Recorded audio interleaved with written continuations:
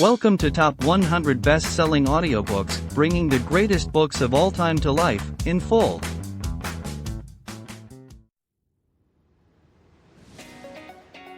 Hello dear listener.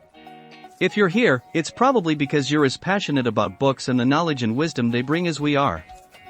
So you might also want to own this book or any other from this podcast in physical form, either to add to your personal library or to gift it to a friend. That's why we've included a link in the description, where you can get it at a discount and with shipping to almost anywhere in the world. Also, if you make your purchase through these links, the editors of this podcast will receive a small commission, which helps support us in continuing to upload more and more audiobooks for free. Let's make the world a better place through books, together. Pigeon Publishing House presents The Sorrows of Young Werther. Author, Johann Wolfgang von Goethe. Preface. The Sorrows of Young Werther is more than a novel, it is a cry from the heart of youth, passion, and despair. First published in 1774, this epistolary masterpiece shattered conventions and gave voice to an entire generation that longed for authenticity in a world ruled by reason. Through Werther's letters, we are drawn into his feverish soul, his overwhelming love, his awe before nature, and the slow torment of unrequited desire. Goethe captures the essence of what it means to feel too deeply, to love too much, and to face a world that cannot contain such intensity. It is both a work of art and a mirror to every heart that has suffered silently. When Werther appeared, it ignited what became known as the Werther fever, inspiring young readers across Europe, even influencing fashion and philosophy. More than 2 centuries later, its themes of longing, isolation, and emotional honesty remain timeless. To read Werther is to step into the human heart at its most vulnerable, where love and sorrow are inseparable, and where beauty itself can destroy. Book 1. May 4, 1771. How happy I am to be away. My dear friend, what a thing is the heart of man! To leave you, whom I love so, from whom I was inseparable, and to be happy. I know that you will forgive me. Were not my other attachments hand-picked by fate to beset a heart such as mine with fears? Poor Leonore, one, and yet I was innocent. Was it my fault that, while I was taking pleasure and amusement in the wilful charms of her sister, a passion was growing in that poor heart? And yet, am I wholly innocent? Did I not nurture her feelings? Did I not take delight in those utterly true expressions of her nature which so often made us laugh, though they were far from ridiculous? Did I not, oh, what a creature is man, that he may bewail himself? I promise, dear friend, I promise I shall improve, and will not keep on chewing over some morsel of misfortune doled out by fate, as I always have done. I mean to enjoy the present moment, and what is past will be over and done with. Of course you are right, my friend, that the pains people endure would be less if only God knows why they are made that way. If only they did not put so much imaginative energy into recalling the memory of past misfortune, rather than bear an indifferent present with equanimity. Will you be so good as to tell my mother I shall deal with her business as well as I can and will give her news of it very soon? I have spoken to my aunt too and found her far from being the wicked female she is made out to be at home. She is a buxom, vigorous woman with the kindest of hearts. I explained my mother's complaints concerning the portion of the inheritance that was withheld from her. She told me her reasons and motives, and the conditions on which she would be prepared to hand over everything, more indeed than we have demanded. In short, I do not wish to write about it now, but tell my mother it will all turn out well. And once again, dear friend, I have found while seeing to this little matter that misunderstandings and lethargy perhaps lead to more complications in the affairs of the world than trickery and wickedness. At least, the two latter are surely less common. For the rest, I feel most contented here. Solitude is precious balm to my heart in these paradisic parts, and the abundance of this youthful season gives warmth to a heart that is oft to tremble with horror. Every tree, every hedgerow is a posy of blossoms, and one could wish to be a cockchafer, floating in a sea of wonderful scents and finding all one's nourishment there. The town itself is disagreeable, but on the other hand there is an inexpressible natural beauty all around. It was this that moved the late Count von M. to lay out a garden 3 on one of these hills, which slope against each other in the most delightful and various of ways and form the prettiest of valleys. The garden is a simple one, and the moment one enters it one feels that it was designed not by some scientific gardener but by a feeling heart intending to take pleasure here. I have already shed many a tear for the Count, in the tumble-down little summer house that was his favorite spot and now is mine too. Soon I shall be master of the garden. In these few days the gardener has already become attached to me, and he will not have cause to regret it. May 10th.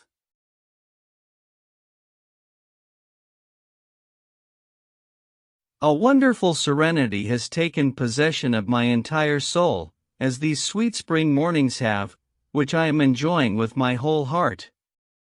I am alone and rejoicing in my life in these parts, which were created for just such souls as mine.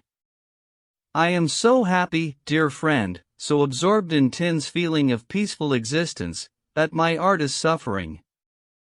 I could not draw now, not a single line, and yet I have never been a greater painter than in these moments.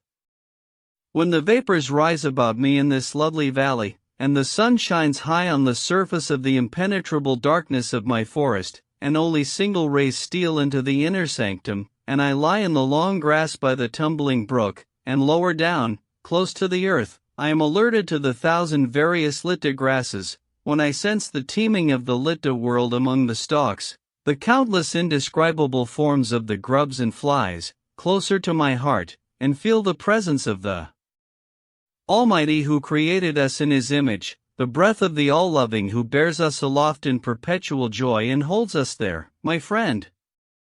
If it grows dusky then before my eyes, and the world about me and the heavens lie peaceful in my soul like a lover, then I am often filled with longing, and think, ah, if only you could express this, if only you could breathe onto the paper in all its fullness and warmth what is so alive in you, so that it would mirror your soul as the mirror of God and His infinity, my friend, but it will be the end of me. The glory of these visions, their power and magnificence, will be my undoing. May 12th.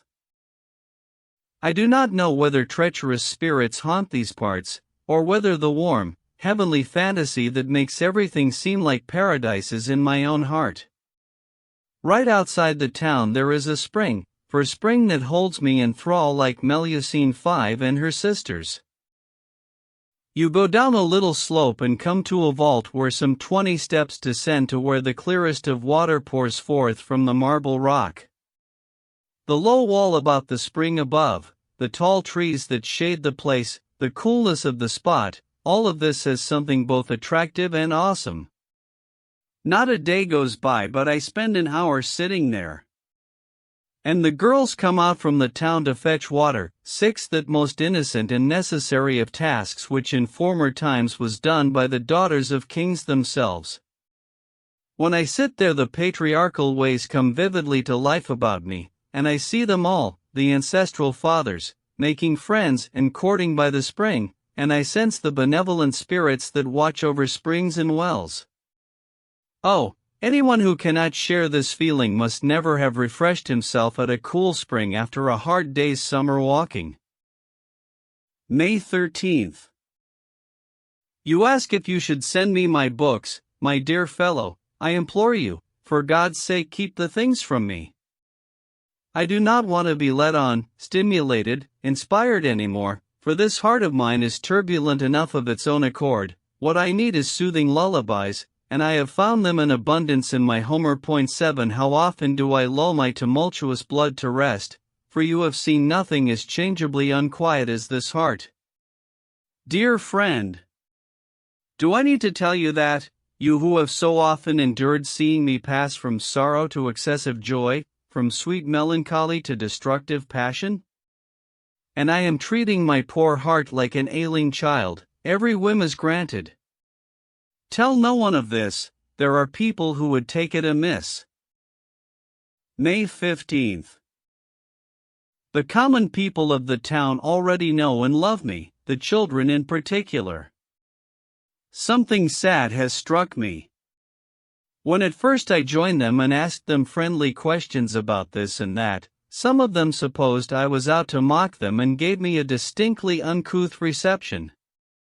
I did not let this trouble me unduly, yet I felt very strongly something that I have often noticed, that people of some standing always keep coldly aloof from the common folk, as if they believe they would lose if they approached them, and then there are irresponsible characters and nasty jokers who appear to condescend, but only to make the poor people feel their cockiness all the more.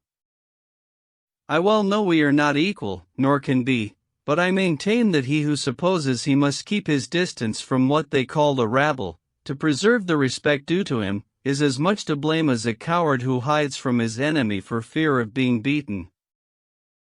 Recently I went to the spring and came upon a young servant girl who had set down her pitcher on the bottommost step and was looking round to see if some companion would come and help her lift it onto her head. I went down and looked at her. May I assist the young maid? Said I. She blushed from top to toe. Oh no, sir, said she. No standing on ceremony, said I. She set her headgear 8 straight, and I helped her. She thanked me and climbed the steps. May 17th.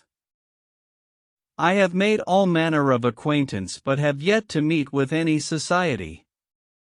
I do not know what it is that attracts people to me, so many like me and attach themselves to me, and then it hurts me to find that we are traveling the same stretch for only a short way. If you ask how the people are here, I have to answer, just as they are everywhere. The human race is a monotonous affair. Most people spend the greatest part of their time working in order to live, and what little freedom remains so fills them with fear that they seek out any and every means to be rid of it. What a thing our human destiny is!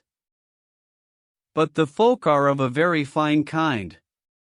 When at times I forget myself and, together with them, enjoy the pleasures that are still available to mankind, such as sitting round a crowded table joking in innocent, open-hearted warmth, or taking a ride or dancing when one feels like it, or such things, it has a very good effect on me, but then I must be certain not to think of those many other powers lying dormant in me, mouldering in disuse, which I must needs keep carefully concealed.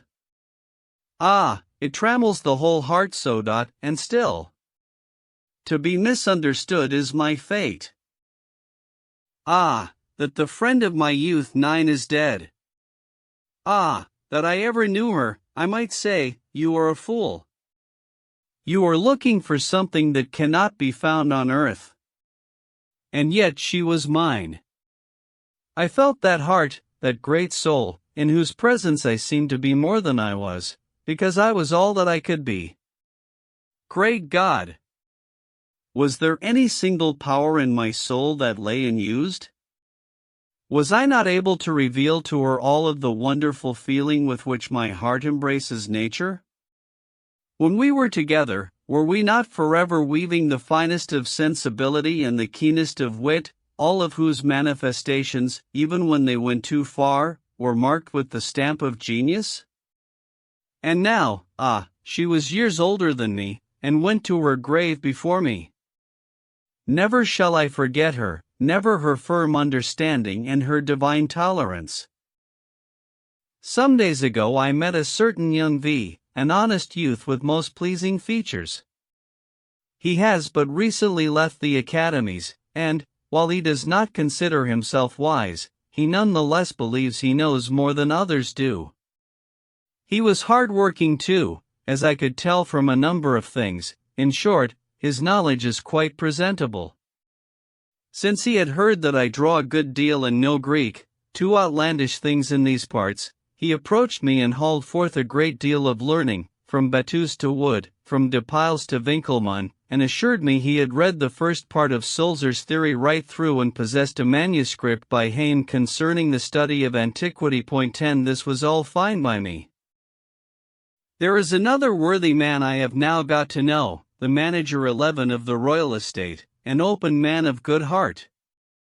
They say it brings joy to the spirit to see him among his children, 9 of them. His eldest daughter in particular is highly spoken of. He has invited me to his home, and I mean to visit him in the very near future. He lives in a royal hunting lodge an hour and a half from here, where he was given permission to move after the death of his wife, as he found it too painful to remain here in town, in the Osile residence. 1 or 2 other bizarre characters have crossed my path too, and everything about them is unbearable, and most intolerable of all are their protestations of friendship. Farewell, this letter will be to your taste, it is full of factual accounts. May 22nd. That the life of man is but a dream has been sensed by many a one, and I too am never free of the feeling. When I consider the restrictions that are placed on the active, inquiring energies of man, when I see that all our efforts have no other result than to satisfy needs which in turn serve no purpose but to prolong our wretched existence, and then see that all our reassurance concerning the particular questions we probe is no more than a dreamy resignation, since all we are doing is to paint our prison walls with colorful figures and bright views, all of this, Wilhelm, leaves me silent. I withdraw into myself, and discover a world, albeit a notional world of dark desire rather than one of actuality and vital strength. And everything swims before my senses, and I go my way in the world wearing the smile of the dreamer. All our learned teachers and educators are agreed that children do not know why they want what they want, but no one is willing to believe that adults too, like children, wander about this earth in a daze and, like children, do not know where they come from or where they are going, act as rarely as they do according to genuine motives, and are as thoroughly governed as they are by biscuits and cake and the rod. And yet it seems palpably clear to me. I gladly confess, since I know the reply you would want to make, that they are the happiest who, like children, live for the present moment, drag their dolls around and dress and undress them, and watchfully steal by the drawer where Mama has locked away the cake, and, when at last they get their hands on what they want, devour it with their cheeks crammed full and cry, more. They are happy creatures. And those others, who give pompous titles to their beggarly pursuits and even to their passions, and chalk them up as vast enterprises for the good and well-being of mankind, they too are happy. It is all very well for those who can be like that. But he who humbly perceives where it is all leading, who sees how prettily the happy man makes an Eden of his garden, and how even the unhappy man goes willingly on his weary way, panting beneath his burden, and that all are equally interested in seeing the light of the sun for 1 minute more, he indeed will be silent, and will create a world from within for himself, and be happy because he is a man. And then, confined as he may be, he none the less still preserves in his heart the sweet sensation of freedom, and the knowledge that he can quit this prison whenever he wishes.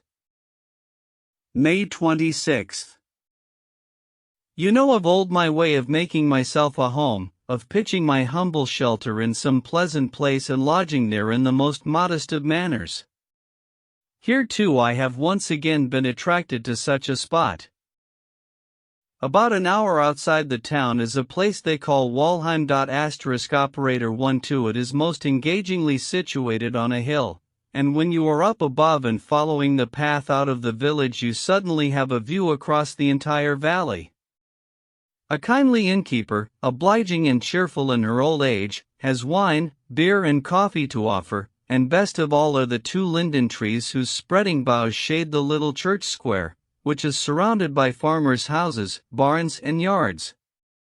It has not been easy to find so pleasant and cozy a spot, and now I have my little table and my chair carried out of the inn, and drink my coffee there, and read my Homer. The first time I walked beneath these lindens, by chance one beautiful afternoon, I found the square perfectly deserted. Everyone was out in the fields except a boy about 4 years old who was sitting on the ground and holding another child of perhaps 6 months that sat between his feet. He was holding it to his breast with both arms, so that he served as a kind of armchair, and, despite the vivacity that sparkled in his black eyes as he gazed around, he sat quite tranquilly. The sight delighted me. I sat down on a plough across from them, and took great pleasure in drawing this brotherly picture. I added the fence that was near them, a barn door and a few broken cartwheels, all simply the way it was, and after an hour I found I had produced a harmoniously correct and arresting drawing without putting into it anything whatsoever of my own. This confirmed me in my resolve to keep to nature alone in future. Only nature has inexhaustible riches, and only nature creates a great artist. A good deal can be said of the advantages of rules, much the same as can be said in praise of bourgeois society. A man shaped by me rules will never produce anything tasteless or bad, just as a citizen who observes laws and decorum will never be an unbearable neighbor or an out-and-out villain, and yet on the other hand, say what you please, the rules will destroy the true feeling of nature and its true expression. You may say, you are too hard. The rules merely contain, they cut back the rancor growth, etc. My good friend, let me offer you an analogy.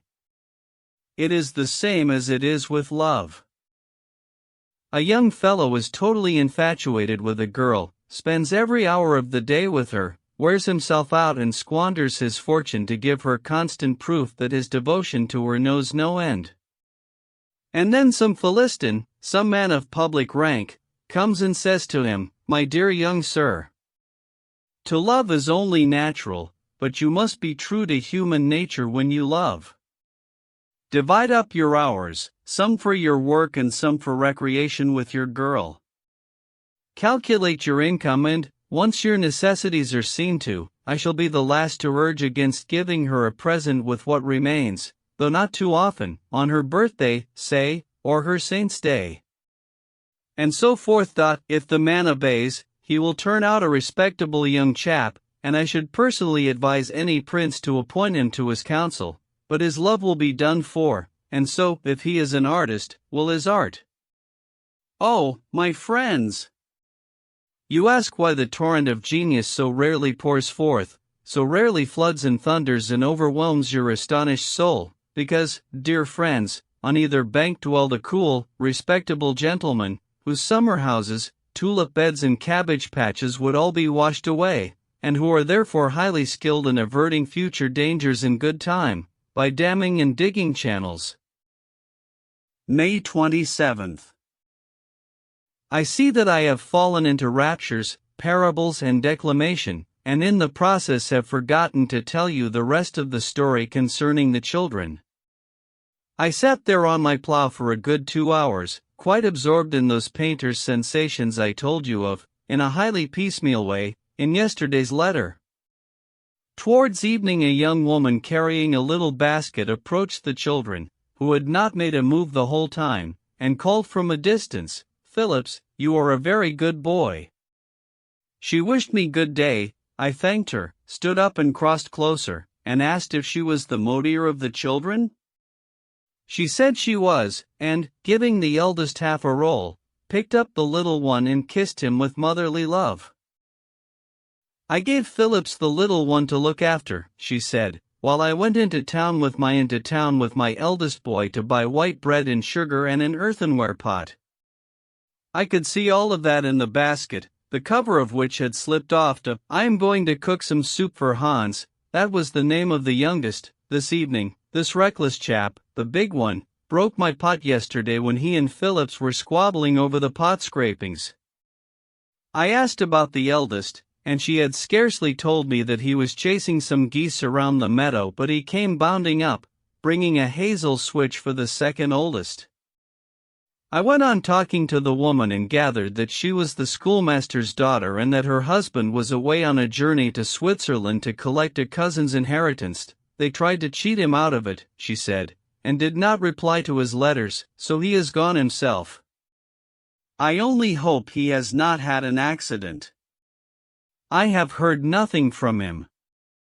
Reluctantly I took my leave of the woman, giving a kreutzer to each of the children and her one for the youngest too, so that she could buy it a roll to go with the soup when next she went to town, and so we parted. I tell you, my precious friend, whenever my mind is tottering, all the tumult is soothed to quiet by the sight of a creature like this, living in the small daily round of her existence in a state of happy tranquility, getting by from one day to the next, seeing the leaves fall and thinking nothing but that winter is coming. Since then I have often been out there. The children have grown quite used to me. They get sugar when I drink my coffee, and in the evenings they share my sandwiches and soured milk. On Sundays they never lack for a kreutzer, and, if I am not there after vespers, the inn woman has instructions to pay it out. They are on intimate terms with me, tell me all manner of things, and I take particular delight in their passions and simple cravings, once a number of the village children are together. I have been at great pains to disabuse their mother of her concern that they might be inconveniencing the gentleman. May 30th. What I told you recently concerning painting is doubtless also true of poetry. What counts is that one perceives excellence and dares to give it expression, which sounds little but is in fact a great deal. Today I witnessed a scene which, if written down plainly and exactly, would be the loveliest idyll the world has ever seen. But why trouble with poetry and scenes and idyls? Must we go tinkering about with nature before we can enjoy it? If you are expecting a lot of loftiness and elegance after this introduction, you have been sorely deceived once again. It is merely a farmer lad that has prompted such lively interest. As usual I shall tell it poorly, and I suppose that you, as usual, will consider I exaggerate, and again it is Walheim, always Walheim, that supplies these curiosities. A party was outside under the lindens, taking coffee. Since they were not the fittest of company, I made an excuse and stayed away. A farmer lad came out of one of the neighboring houses and busied himself making some repair to the plough I had recently drawn. I liked his way, so I spoke to him and asked after his circumstances, and presently we were acquainted and soon, as generally happens to me with this kind of person, intimate. He told me that he was in service with a widow, and very well cared for by her. He spoke of her so much, and praised her so highly, that I soon realized he was devoted to her body and soul. She was no longer young, he said, and had been badly treated by her first husband, so that she did not want to remarry, and from his account it was so apparent that he found her beautiful and charming, and ardently wished she might choose him to erase the memory of her first husband's errors, that I should have to repeat his every word to convey this man's pure affection, his love, his devotion. Indeed, I should need the gifts of the greatest of poets if I were also to describe his expressive gestures, the harmony of his voice and the secret fire in his eyes, to any effect. No, there are no words for the tenderness that was in his entire being, his every expression. Everything I could say would only be crude. I was particularly touched by his fear lest I think his relationship to his mistress a dishonorable one or doubt the propriety of her conduct. How delightful it was when he spoke of her figure, her person, which, without the graces of youth, attracted him powerfully and won him. All I can do is relive it in my inmost soul. Never in my life have I witnessed, or, I might add, even conceived or dreamed of, intense desire and burning, ardent longing of such purity. Bear with me when I tell you that when I recall this innocence in truth my very soul is afire, and that the image of his devotion and tenderness follows me wherever I go, and that, as if kindled by it myself, I am all longing and languishing. I shall now try to see her too as soon as possible, or rather, on second thoughts, I shall avoid doing so. It is better for me to see her with the eyes of her lover. Perhaps she would not appear to my own eyes as she does now, and why should I ruin the beautiful image I have?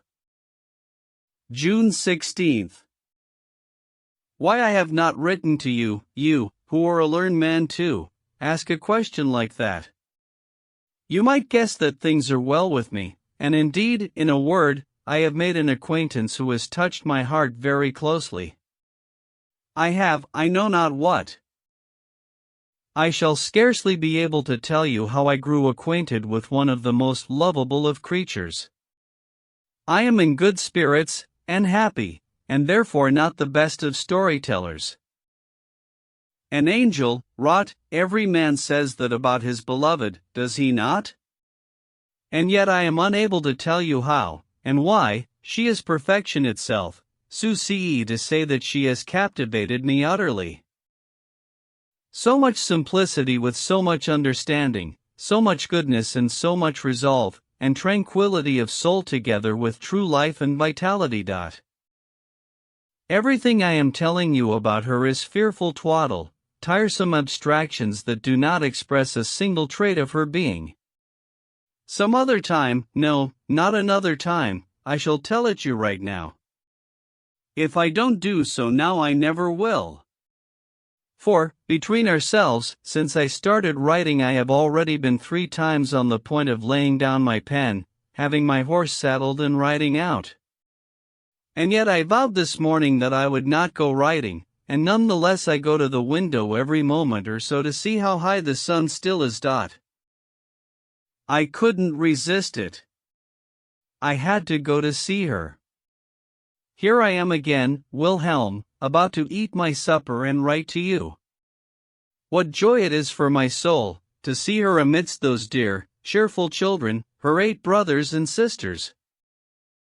If I go on like this you will know as much when I am through as you did at the start. So lend an ear and I shall force myself to give you the details. Recently I wrote that I had become acquainted with the estate Auxerre, who invited me to visit him soon at his retreat, or rather in his little kingdom. I neglected to do so, and perhaps would never have gone if chance had not revealed to me the treasure that lies concealed in those peaceful parts. The young people here had arranged a ball out in the country, 13, and I gladly agreed to be one of the party.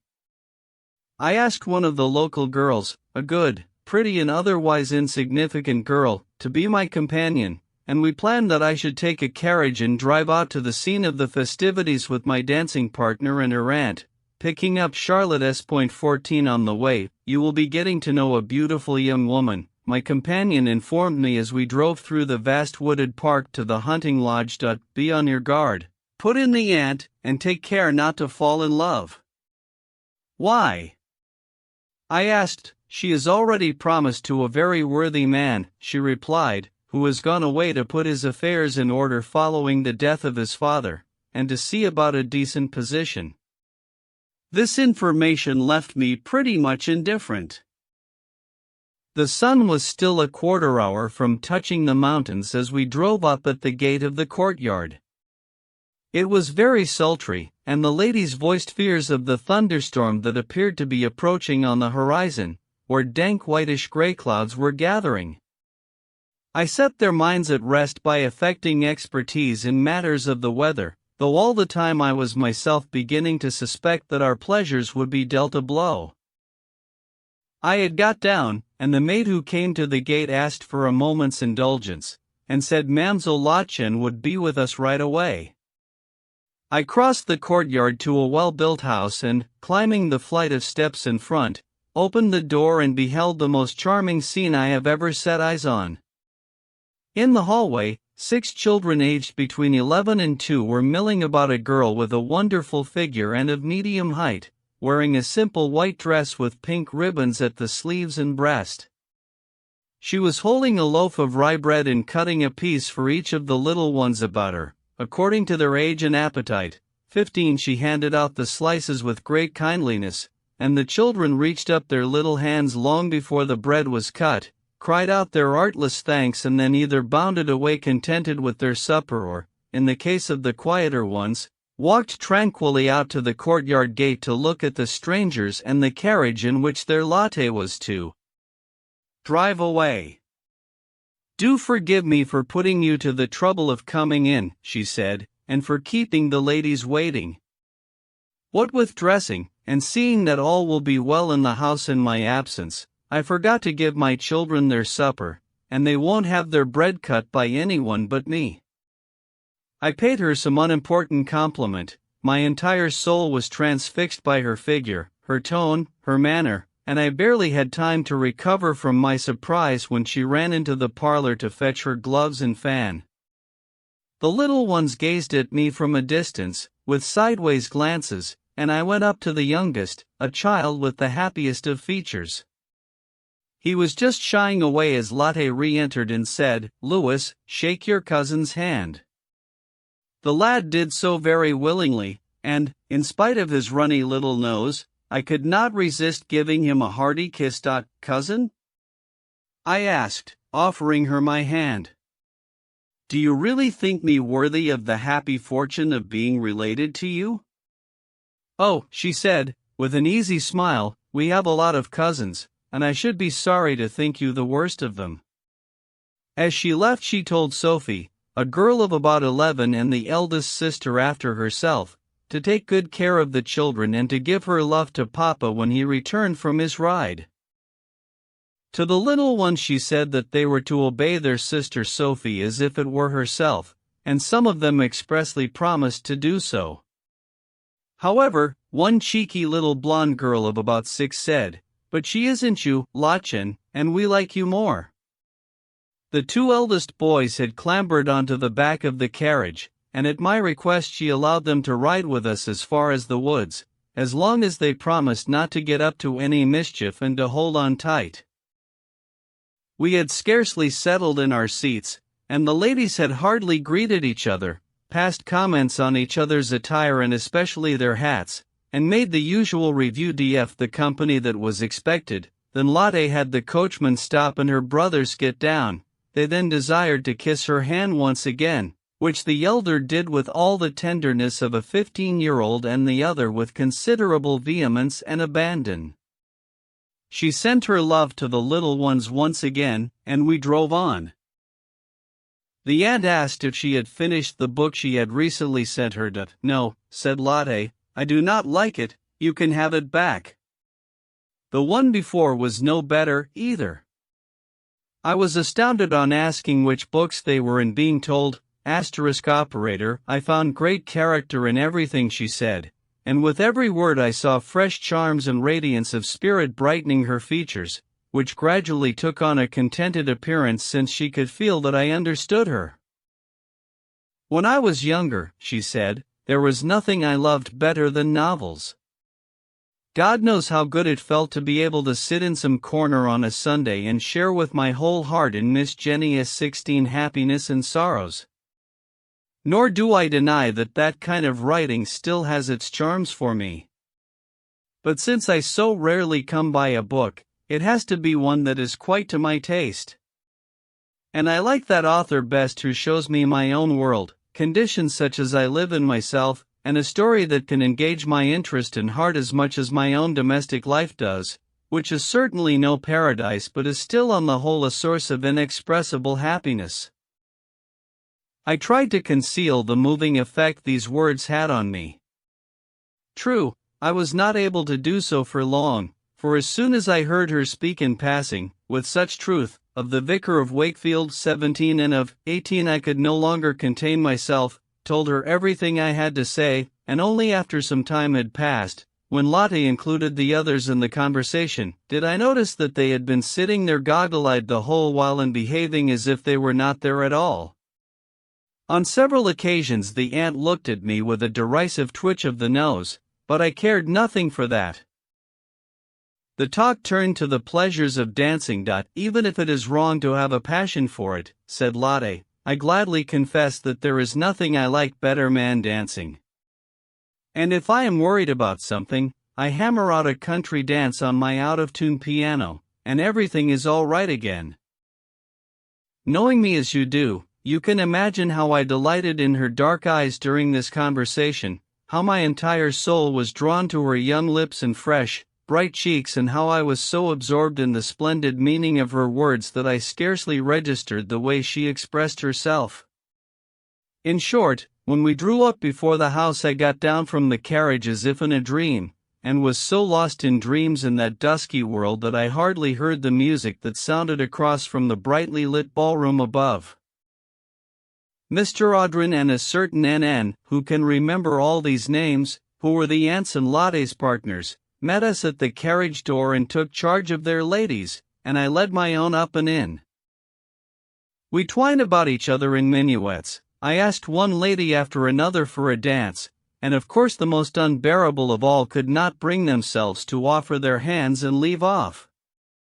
Lotte and her partner began an English country dance, and you can imagine how good I felt when it was their turn to dance the figure in our row. You should see her dance. Her whole heart and soul are in it, you see, and her body is all harmony, so carefree and relaxed, as if there were nothing else, as if she had not a single other thought or sensation, and, in that moment, undoubtedly everything else ceases to exist for her.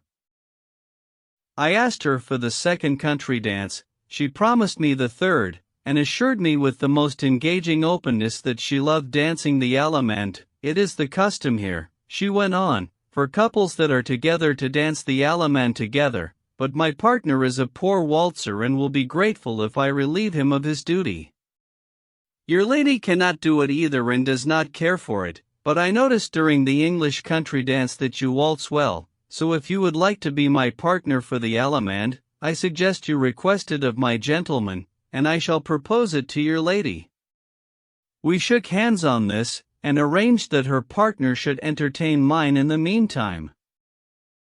Now things really started, and for a while we took delight in the various graceful motions of our arms. What grace and ease were in her movements! We now began to waltz, sweeping about one another like the spheres, and it was, I giant, pretty confused at the outset, since very few were able to dance it properly. We had our wits about us and let the rest wear themselves out, and when the clumsiest of them had quit the floor we fell to and acquitted ourselves famously alongside another couple, Audrin and his partner. Never in all my life have I danced so well. I was no longer a mere mortal. Holding the most adorable of creatures in my arms and flying about with her like lightning, so that I forgot everything about me, and Wilhelm, to be honest, I swore that a girl I loved and had a claim on should never waltz with anyone but me, not even if it cost me my life. You take my meaning. We took a few turns about the ballroom to recover our breath. Then she sat down, and was most refreshed by the oranges I had put aside and which were now the only ones left, though every piece she politely shared with the greedy woman beside her put a dagger through my heart.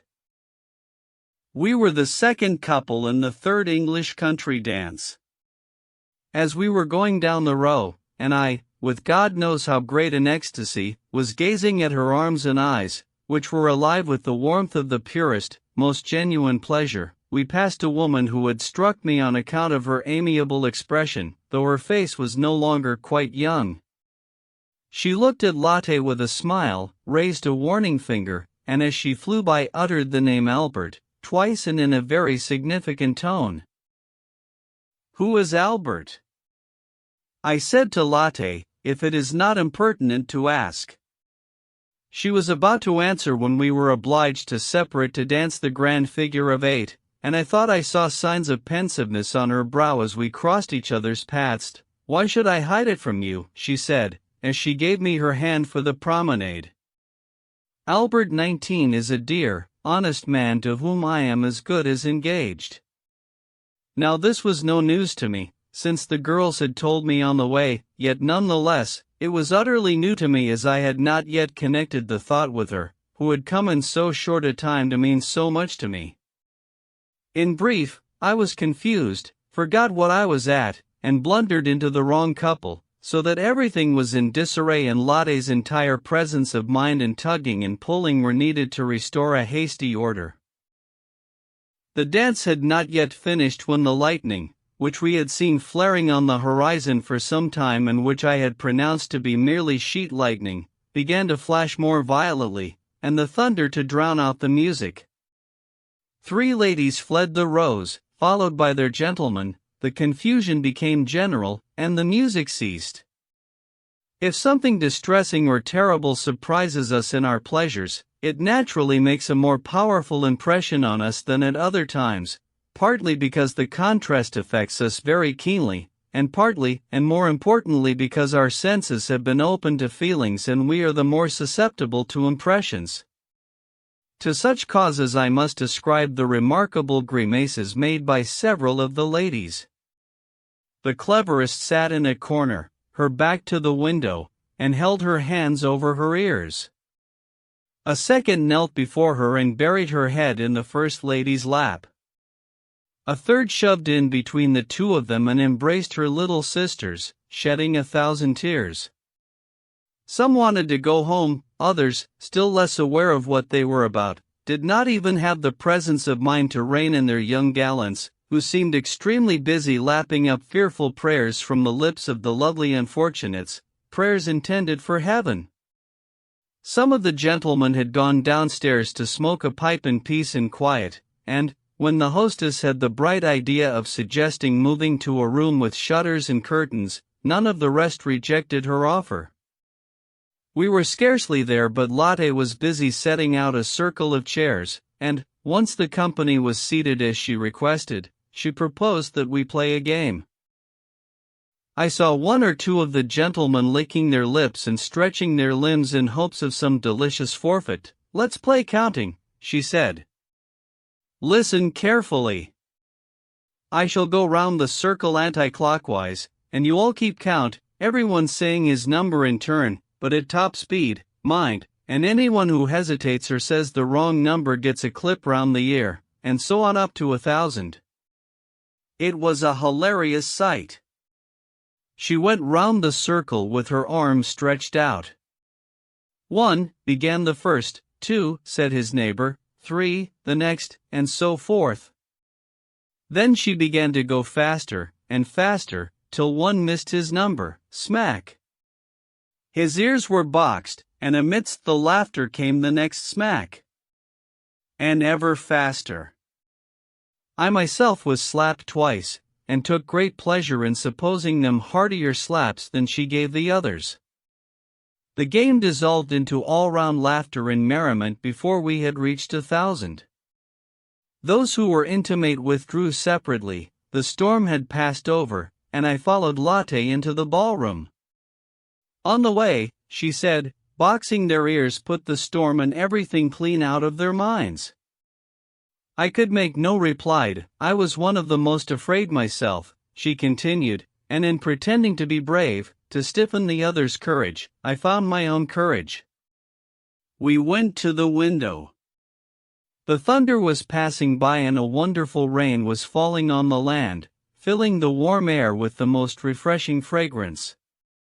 She stood there resting on her elbows, gazing deep into the country about us. She looked to the heavens, and at me, and I saw there were tears in her eyes, and she laid her hand on mine and said, "Klopstock, 20." At once I remembered the glorious ode she had in mind, and was lost in the sensations that flooded me on hearing the name. It was more than I could bear. I bowed over her hand and kissed it, shedding tears of the greatest joy, and once again looked up to gaze into her eyes. Noble poet! If only you had seen the adoration of you in those eyes! And if only I might never hear again your oft-profaned name. June 19th. I no longer recall where I had got to in my story the other day. All I know is that it was 2 a.m. before I was in bed, and if I had had you here to talk to, instead of writing, I might well have kept you up until daybreak. What happened during the drive home from the ball I have not yet told you, nor have I the time to do so today. It was the most marvelous of sunrises. Raindrops were dripping in the woods and the countryside all around us was refreshed. Our lady companions fell asleep. She asked me if I did not want to follow suit, and said I should not stand on ceremony on her account. "As long as your own eyes are open," I replied, gazing evenly at her, "there is little chance of my sleeping." And we both remained awake as far as her gate, where the maid quietly opened up and, in answer to her questions, assured her that her father and the little ones were well, and all still asleep. I took my leave of her, first asking if I might see her later the same day. She consented, and I went, and since then the sun and moon and stars can go about their business as they please, but as for me, I do not know if it is day or night, and the whole world is as nothing to me. June 21st. My days are as happy as any God sets aside for his saints, and, whatever the future may have in store for me, I cannot claim I have not enjoyed the pleasures of life, the very purest of pleasures. You know my Walheim. I am quite at home there now, and from there it is only half an hour to Lotte, and there I take pleasure in myself and all the happiness that can be man's. I scarcely thought, when I chose Walheim as a place to walk to, that it was so close to heaven. How often on my rambles, from a hilltop or from the flatland across the river, have I seen the hunting lodge where all my longings lie. Dear Wilhelm, I have thought a great deal about man's desire to go out into the world, make new discoveries and go a-wandering, and, on the other hand, about that deep-seated impulse to be contented with limits that are imposed, and gladly to proceed as custom dictates, with no interest in what goes on beyond the daily round. When I first came here and looked down into that lovely valley from the hill, the way the entire scene charmed me was a marvel. That little wood, if only you might walk in its shade, that mountain top, to view this vast landscape from there, and the chain of hills, and the gentle valleys, to lose myself amongst them, and I hastened there, and returned without having found what I was hoping for. Oh, distance is like the future. Before our souls lies an entire and dusky vastness which overwhelms our feelings as it overwhelms our eyes, and we long to surrender the whole of our being, and be filled with all the joy of one single, immense, magnificent emotion, and then, once we hasten onwards, and what lay ahead becomes the here and now, everything is just as it was, and there we are, as poor and confined as ever, our souls longing for the elusive balm. In the same way, the most restless of travelers ends up pining for his homeland once again, and discovers in his cottage, in the arms of his wife and amidst his children, and in the labors that are necessary to support them, that joy he sought in vain in the wide world. In the mornings I go out to Walheim at sunrise, pick Mainstout in the innkeeper's garden and sit down to trim them, now and then reading my Homer, and choose a pot in the little kitchen, scoop out the butter, put the peas on the heat and cover them and sit by them to give them an occasional stir, and when I do all this I can feel quite keenly how Penelope's only suitors slaughter, dress, and roast their oxen and swine. 21 Nothing gives me so true and restful an emotion as the manners of patriarchal life, which, thank God, I can make a part of my own way of life without any affectation. It is good that my heart can feel the simple and innocent pleasure a man knows when the cabbage he eats at table is one he grew himself, the pleasure he takes not only in eating the cabbage but in remembering all those good days, the fine morning he planted it, the mellow evenings he watered it, and the delight he felt in its daily growth. June 29th.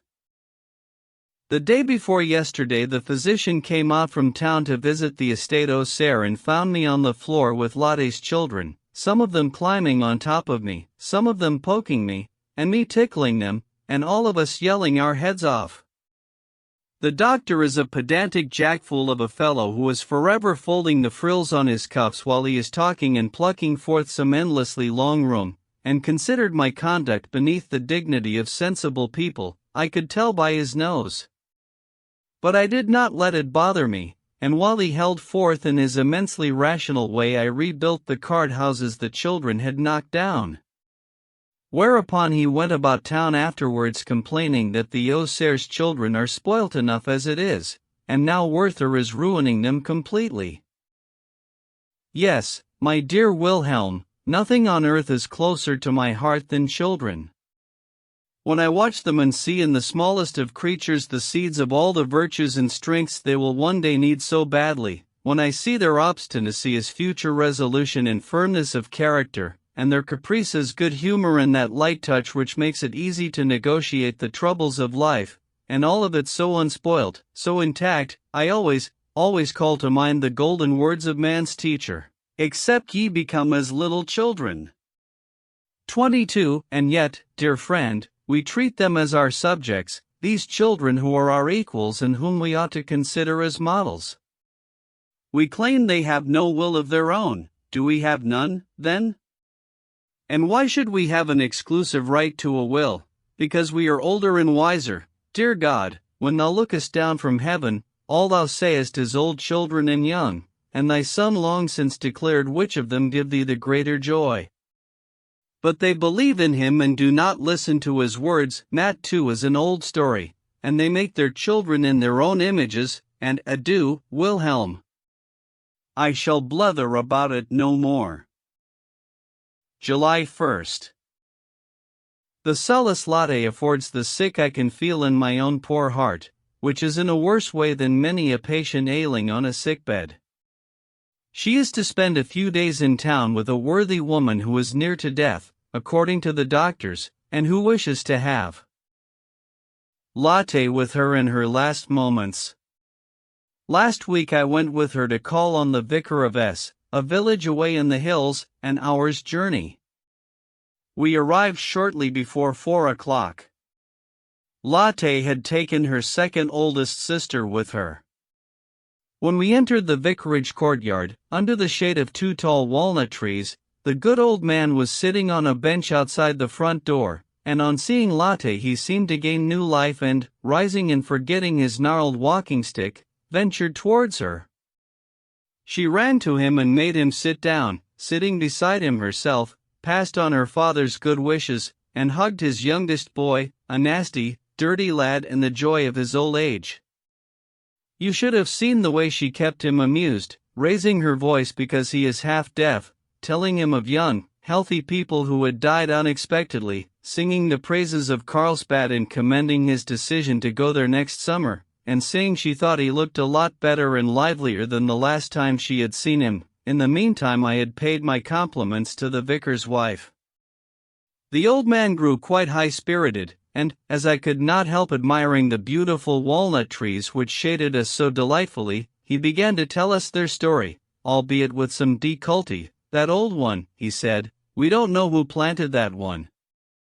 Some say it was one vicar and some say another. But the younger one over there is as old as my wife, 50 years old come October. Her father planted it in the morning, and that same evening she was born. He was my predecessor here, and I cannot tell you how fond he was of that tree, and I'm sure I am every bit as fond of it myself. The very first time I set foot in this courtyard, 27 years ago, when I was a poor student, my wife was sitting on a log beneath that tree, knitting.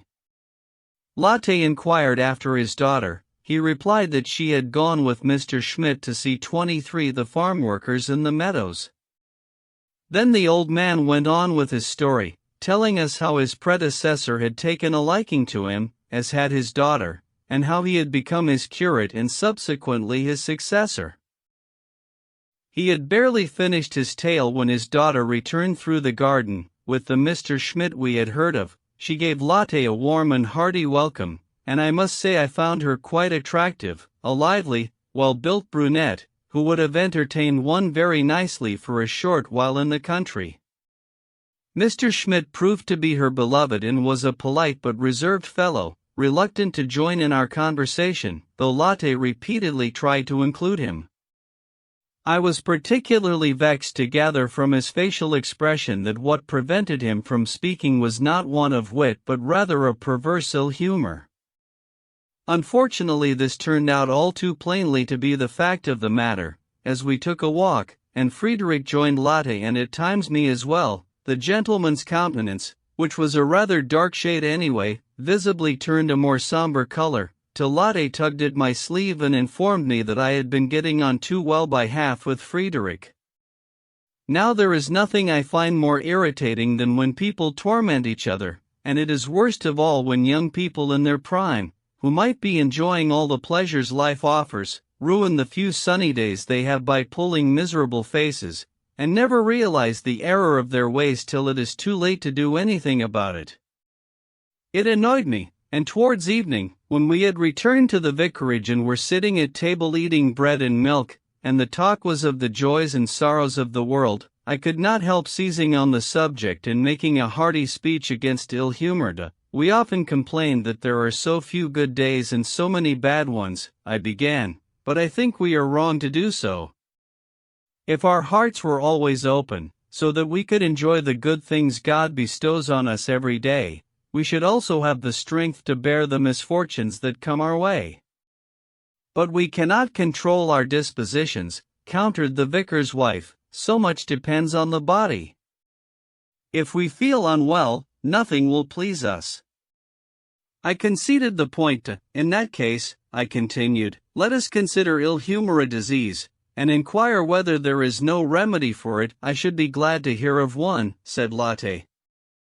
I for one believe a great deal depends on ourselves. That is how it is with me. If something is annoying and dispiriting me, I leap up and sing a few country dance tunes in the garden, and feel better in no time at all. That is exactly what I was trying to say, I replied. Ill humor is just like indolence, in fact it is a kind of indolence.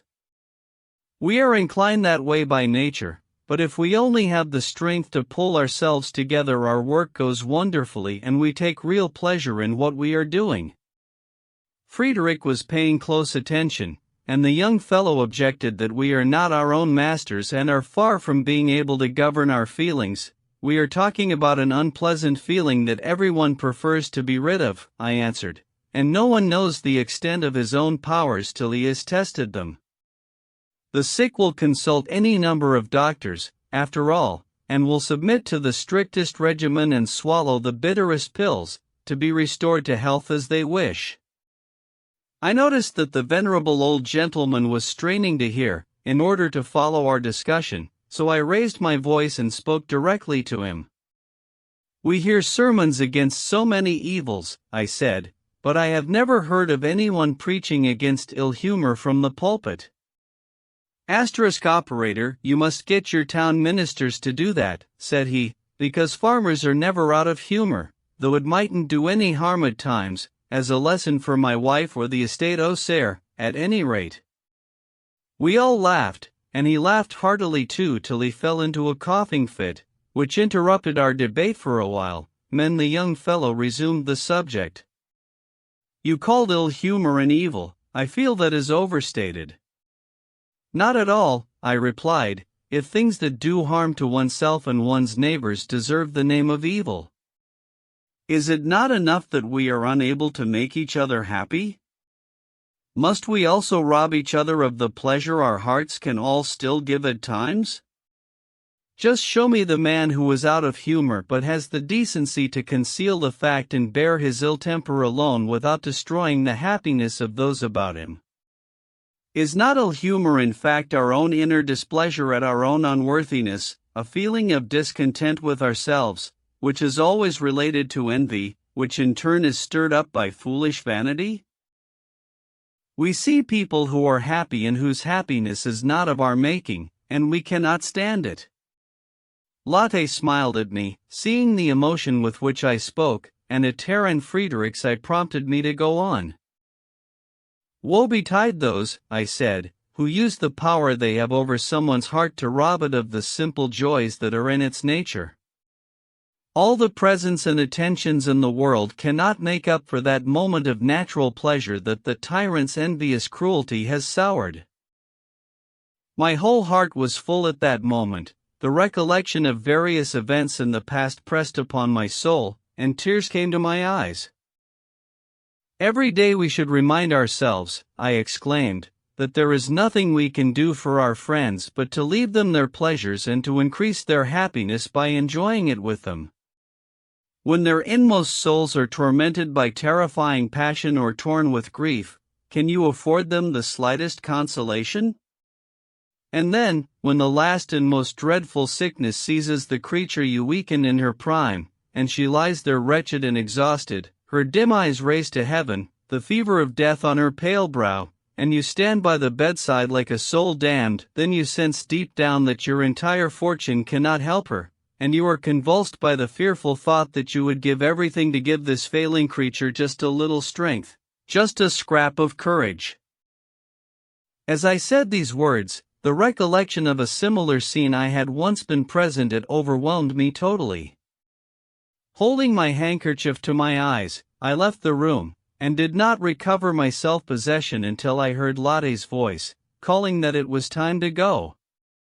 And how she chided me, on the way home, for becoming too heatedly involved in everything. She said it would be the end of me, and I should spare myself. What an angel! I shall live for you. July 6th.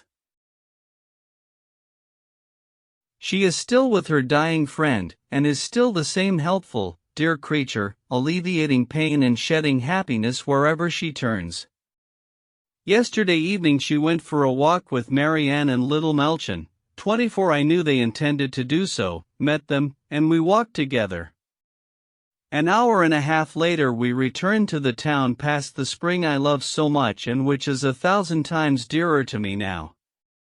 Lotte sat down on the low wall and we stood by her. I looked around, and the time when my heart was so alone returned to me. Dear spring, I said, since that I have not rested here where it is cool anymore, and at times as I hastened by I have not even looked your way. I glanced down and saw that Melchion was climbing the steps, holding a glass of water very intently. I looked at Lotte and was filled with a sense of her virtues. By now Melchion had reached us with the glass. Marianne was about to take it from her. No, cried the child, with the sweetest of expressions. No, you have to drink first, Lottchen. The natural and good-natured way she called this out delighted me so much that I could express my emotion in no other way than by picking up the child and kissing her heartily, whereupon she instantly started to shriek and cry. That was wrong of you, Lotte said. I was embarrassed. Come on, Melchion, she went on, taking the child by the hand and leading her down the flight of steps. Quickly, come on and wash your face with fresh spring water, quickly, then it won't have any effect. And so I stood there watching as the child wet her hands and furiously rubbed her cheeks, believing absolutely that the wondrous spring would wash away all the contamination and the ignominy of growing an ugly beard, and Lotte said, that's enough, but still the child went on busily rubbing, as if to make doubly sure, and I assure you, Wilhelm, I have never attended a baptism with greater reverence, and when Lotte ascended the steps I would have liked to prostrate myself before her, as before some prophet who has taken away the sins of a nation. That evening, my heart full of joy, I could not resist describing the incident to a man I supposed had some feeling for human nature since he is a man of sense, but what a reception I met with. He said it was very bad of Lotte, that it was wrong to encourage nonsensical beliefs in children, that it led to countless errors and superstitions, which one ought to protect children from in good time. At this I recalled that the man had had a child baptized a week ago, so I let it pass, preserving the truth in my own heart. We should treat children as God treats us. He makes us happiest when he leaves us our pleasant delusions. July 8th. What a child one is. 25 How one can be so hungry for a look. What a child one is. We had been to Walheim. The ladies took a carriage, and while we were out walking I thought I saw in Lotte's dark eyes. I am a fool, forgive me. But you should see those eyes, to be brief about it, then, for my eyelids are heavy with sleep. There we were, the ladies getting in, and young W., Selstadt, Audrin and I standing by the carriage. The ladies back-chat from the carriage door with us chaps, and to be sure we were the soul of light-hearted merriment. I tried to catch Lotte's eyes, but they gazed from one to another. But not at me. Me. Me. The only one there who saw nothing but her, and she did not look my way. My heart bade her 1,000 adieus. And she did not see me. The carriage drove off, and my eyes filled with tears. I looked after it, and saw Lotte's bonnet leaning out of the window, and she turned to look back, at me. My dear fellow, that is the uncertainty I am left in, and my consolation is that perhaps she did turn to look at me. Perhaps. Good night. Oh, what a child I am. July 10th. You should see what an oaf I look if her name is mentioned in company. Especially if someone asks me how I like her. I utterly detest the word. What kind of man would merely like Lotte, and not have all his senses and feelings dominated by her? Like her. Recently some fellow asked me how I liked Ocean, 26. July 11th.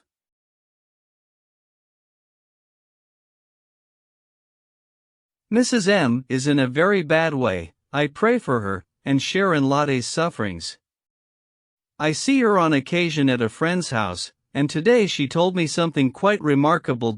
Old M. is a greedy, miserly peasant, and has filled his wife's life with torments and restrictions, but the woman has always managed to get by.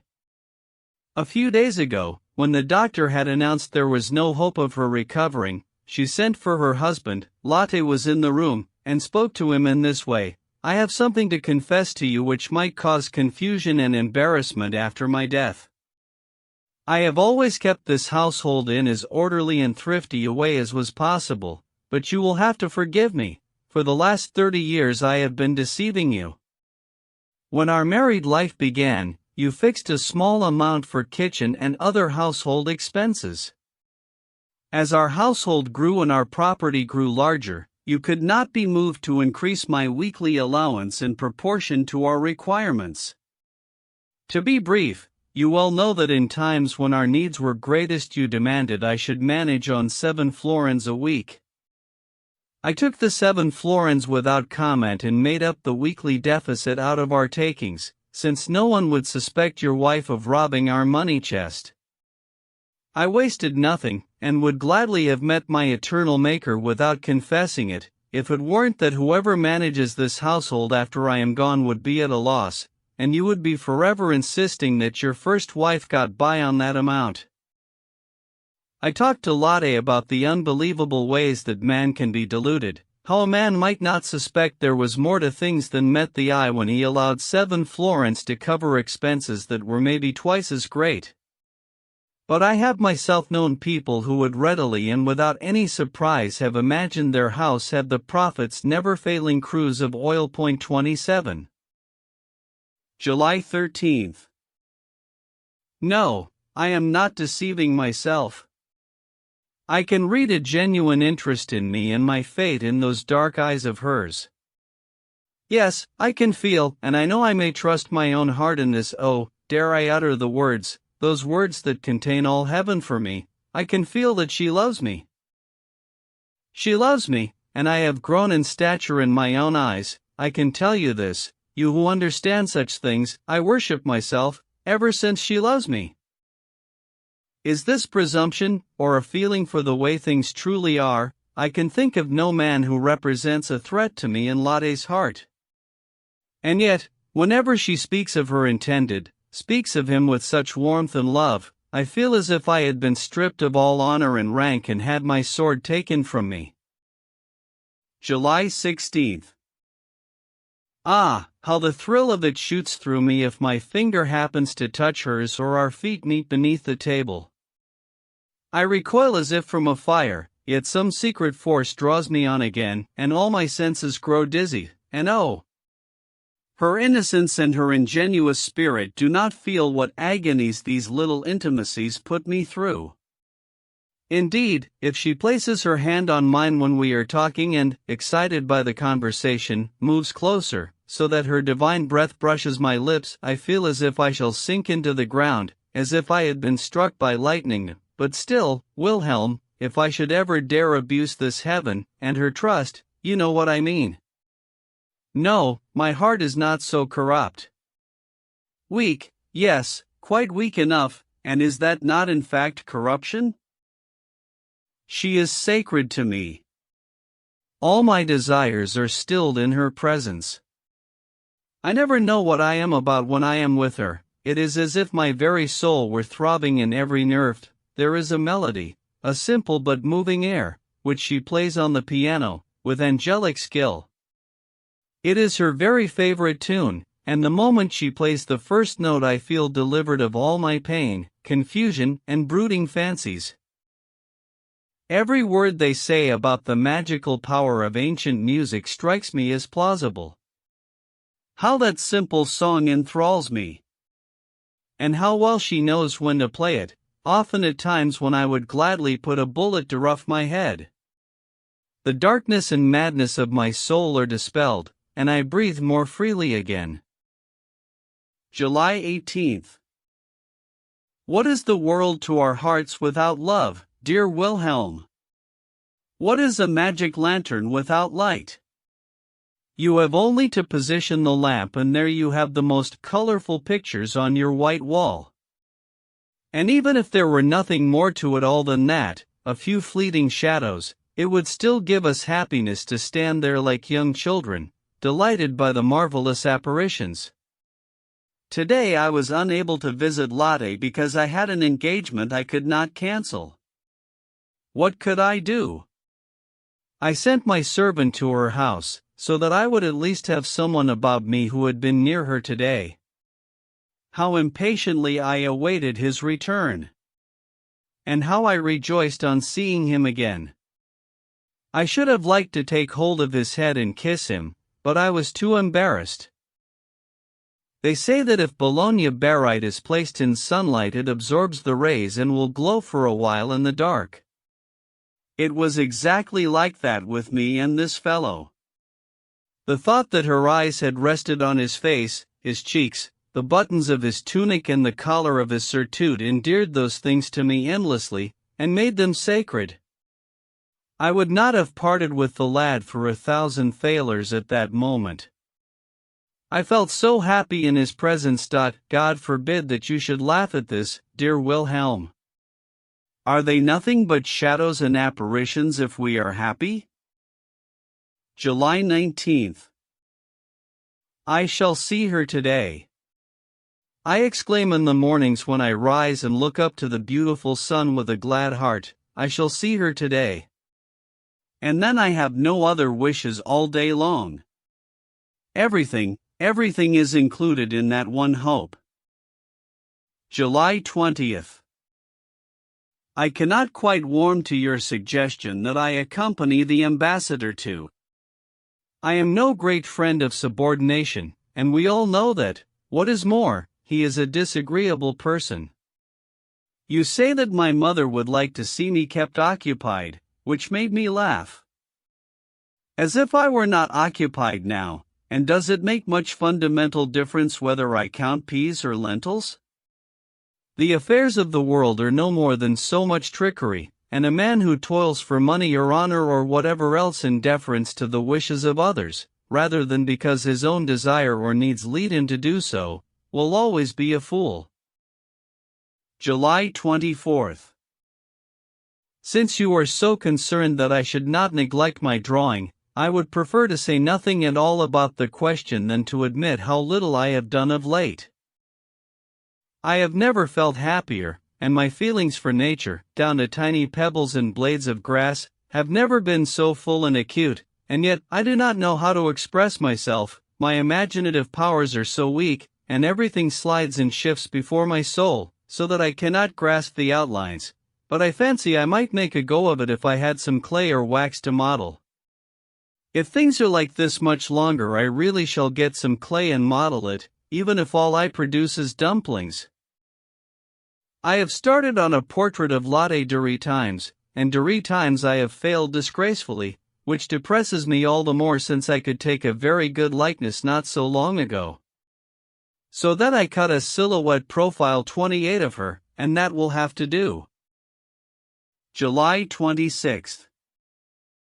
Yes, dear Lotte, I shall arrange and order everything. Give me as many things to do as you like, and as often as possible. One thing, though, if I might ask you not to use sand to dry the notes you write me. Today I raised it hastily to my lips, and was left a gritty crunching in my teeth. July 26. I have often determined not to see her so frequently. But who could abide by such a decision? Every day I give in to the temptation, and take my sacred oath that I shall stay away on the morrow. And once the next day comes I hit upon some irresistible reason again, and in no time at all I am at her side. The evening before she may have said, "You will come tomorrow, won't you?" And who could stay away then? Or she gives me some errand to run, and I think it proper to take her the answer myself, or else it is a fine day and I walk to Walheim, and once I am there it is only another half an hour to Lotte's. I am too close to her magic realm, snap your fingers. And there I am. My grandmother used to tell a story about a magnetic mountain. Ships that sailed too close were suddenly stripped of all their ironwork, the nails flew to the mountain and the wretched travelers perished in the falling timbers. July 30th. Albert has arrived, and I shall leave, even if he were the best and noblest of men, one to whom I should be willing to think myself inferior in every respect. It would be unbearable to see him before me, in possession of such perfections that possession, enough, dear Wilhelm, her intended is here. A dear and honest man whom one cannot help liking. Fortunately I was not present when she welcomed him home. It would have broken my heart. He is so considerate, too, and has not yet kissed Lotte a single time in my presence. May God reward him for it. I have to love him for the respectful way he treats the girl. He is well disposed towards me, which I take to be Lotte's doing rather than his own feeling, for in such matters women have a delicate sense of tact, and quite rightly so, because if they can keep two admirers on good terms with each other, however rarely it might be possible, the advantage is always their own. And anyway, I cannot help esteeming Albert. His tranquil evenness of manner is in marked contrast to the turbulence of my own disposition, which I cannot hide. He is a man of feeling, and knows very well what Lotte is worth. He seems to be almost free of ill humor, which as you know is the human evil I loathe above all others. He considers me a man of some sensitivity, and his own triumph is augmented by my attachment to Lotte, and the joyful warmth her every action produces in me, and he loves her all the more. I cannot tell whether he does not sometimes pester her with petty jealousies. If I were in his position, I should not be entirely safe from that demon jealousy. But be that as it may, I can no longer take pleasure in being with Lotte. What shall I call it, folly, or delusion? Why give it a name? The thing speaks for itself. Everything I now know I knew before Albert's arrival. I knew I had no claim on her, nor did I raise any, that is to say, as far as it is possible not to have one's desires in the presence of so much loveliness. So now the wretched dolt stands there gaping, the moment his rival really does come back and takes his girl away. I grind my teeth and mock my own misery, though I would heap infinite mockery on anyone who said I should be resigned since there was no alternative to get these idiotic pipsqueaks off my back. I go rambling in the woods, and if my walk takes me to Lotte's and I find Albert sitting in the summer house with her in the greenery, and I cannot bear it any more, I behave like a complete fool, and clown about, and talk gibberish. For God's sake, Lotte said to me today, please spare us scenes like last night's. When you're so merry you are terrifying. Between you and me, I keep a careful watch for times when he is busy elsewhere, and whoosh! There I am, and I'm always happy to find her on her own. August 8th. For goodness sake, dear Wilhelm, I did not mean you when I complained that people who urge us to be resigned to inevitable fate are unbearable. It truly did not enter my head that you might be of such an opinion. Basically, you are right, of course. But, dear friend, with this one proviso, things in this world seldom come down to an either-or decision, and possible courses of action and feelings are as infinitely various as kinds of noses on the gamut from hook to snub. Forgive me, then, if I concede your entire argument and still try to find a loophole between the either and the or. You say that I can either hope to win latte or give up my hopes.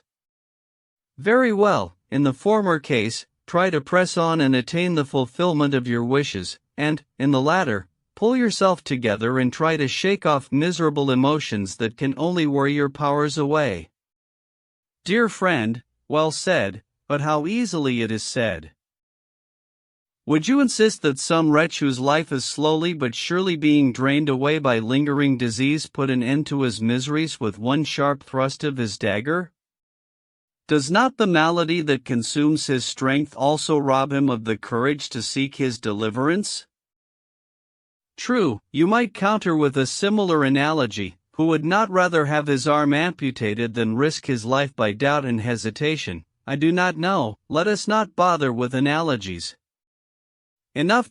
Wilhelm, I have moments of courage when I could leap to my feet and shrug it all off, moments when, if I only knew where to go, I should be on my way. The same evening. Today I happened upon my diary, which I have been neglecting for some time, and I am astounded to see how I went ahead in all this, step by step, in full awareness of what I was doing. How clearly I saw my position, and yet how childishly I behaved, and I still see it clearly now, and yet there is no sign of improvement. August 10th. I could be living the best and happiest of lives if only I were not a fool. It is not easy to find the agreeable circumstances that gladden man's soul altogether, as I have done here. One thing is sure. The heart alone is the source of our happiness. To be a member of that delightful family, to be loved like a son by the old man, like a father by the children, and by Lotte, and then Albert, an honest soul who never disturbs my happiness with any unpleasant ill humor, who embraces me in a spirit of heartiest friendship, and who loves me better than anyone else on earth, Lotte excepted. It is a delight, dear Wilhelm, to hear us talking about Lotte when we are out walking together. Nothing on earth is more ludicrous than our connection, and yet I often have tears in my eyes.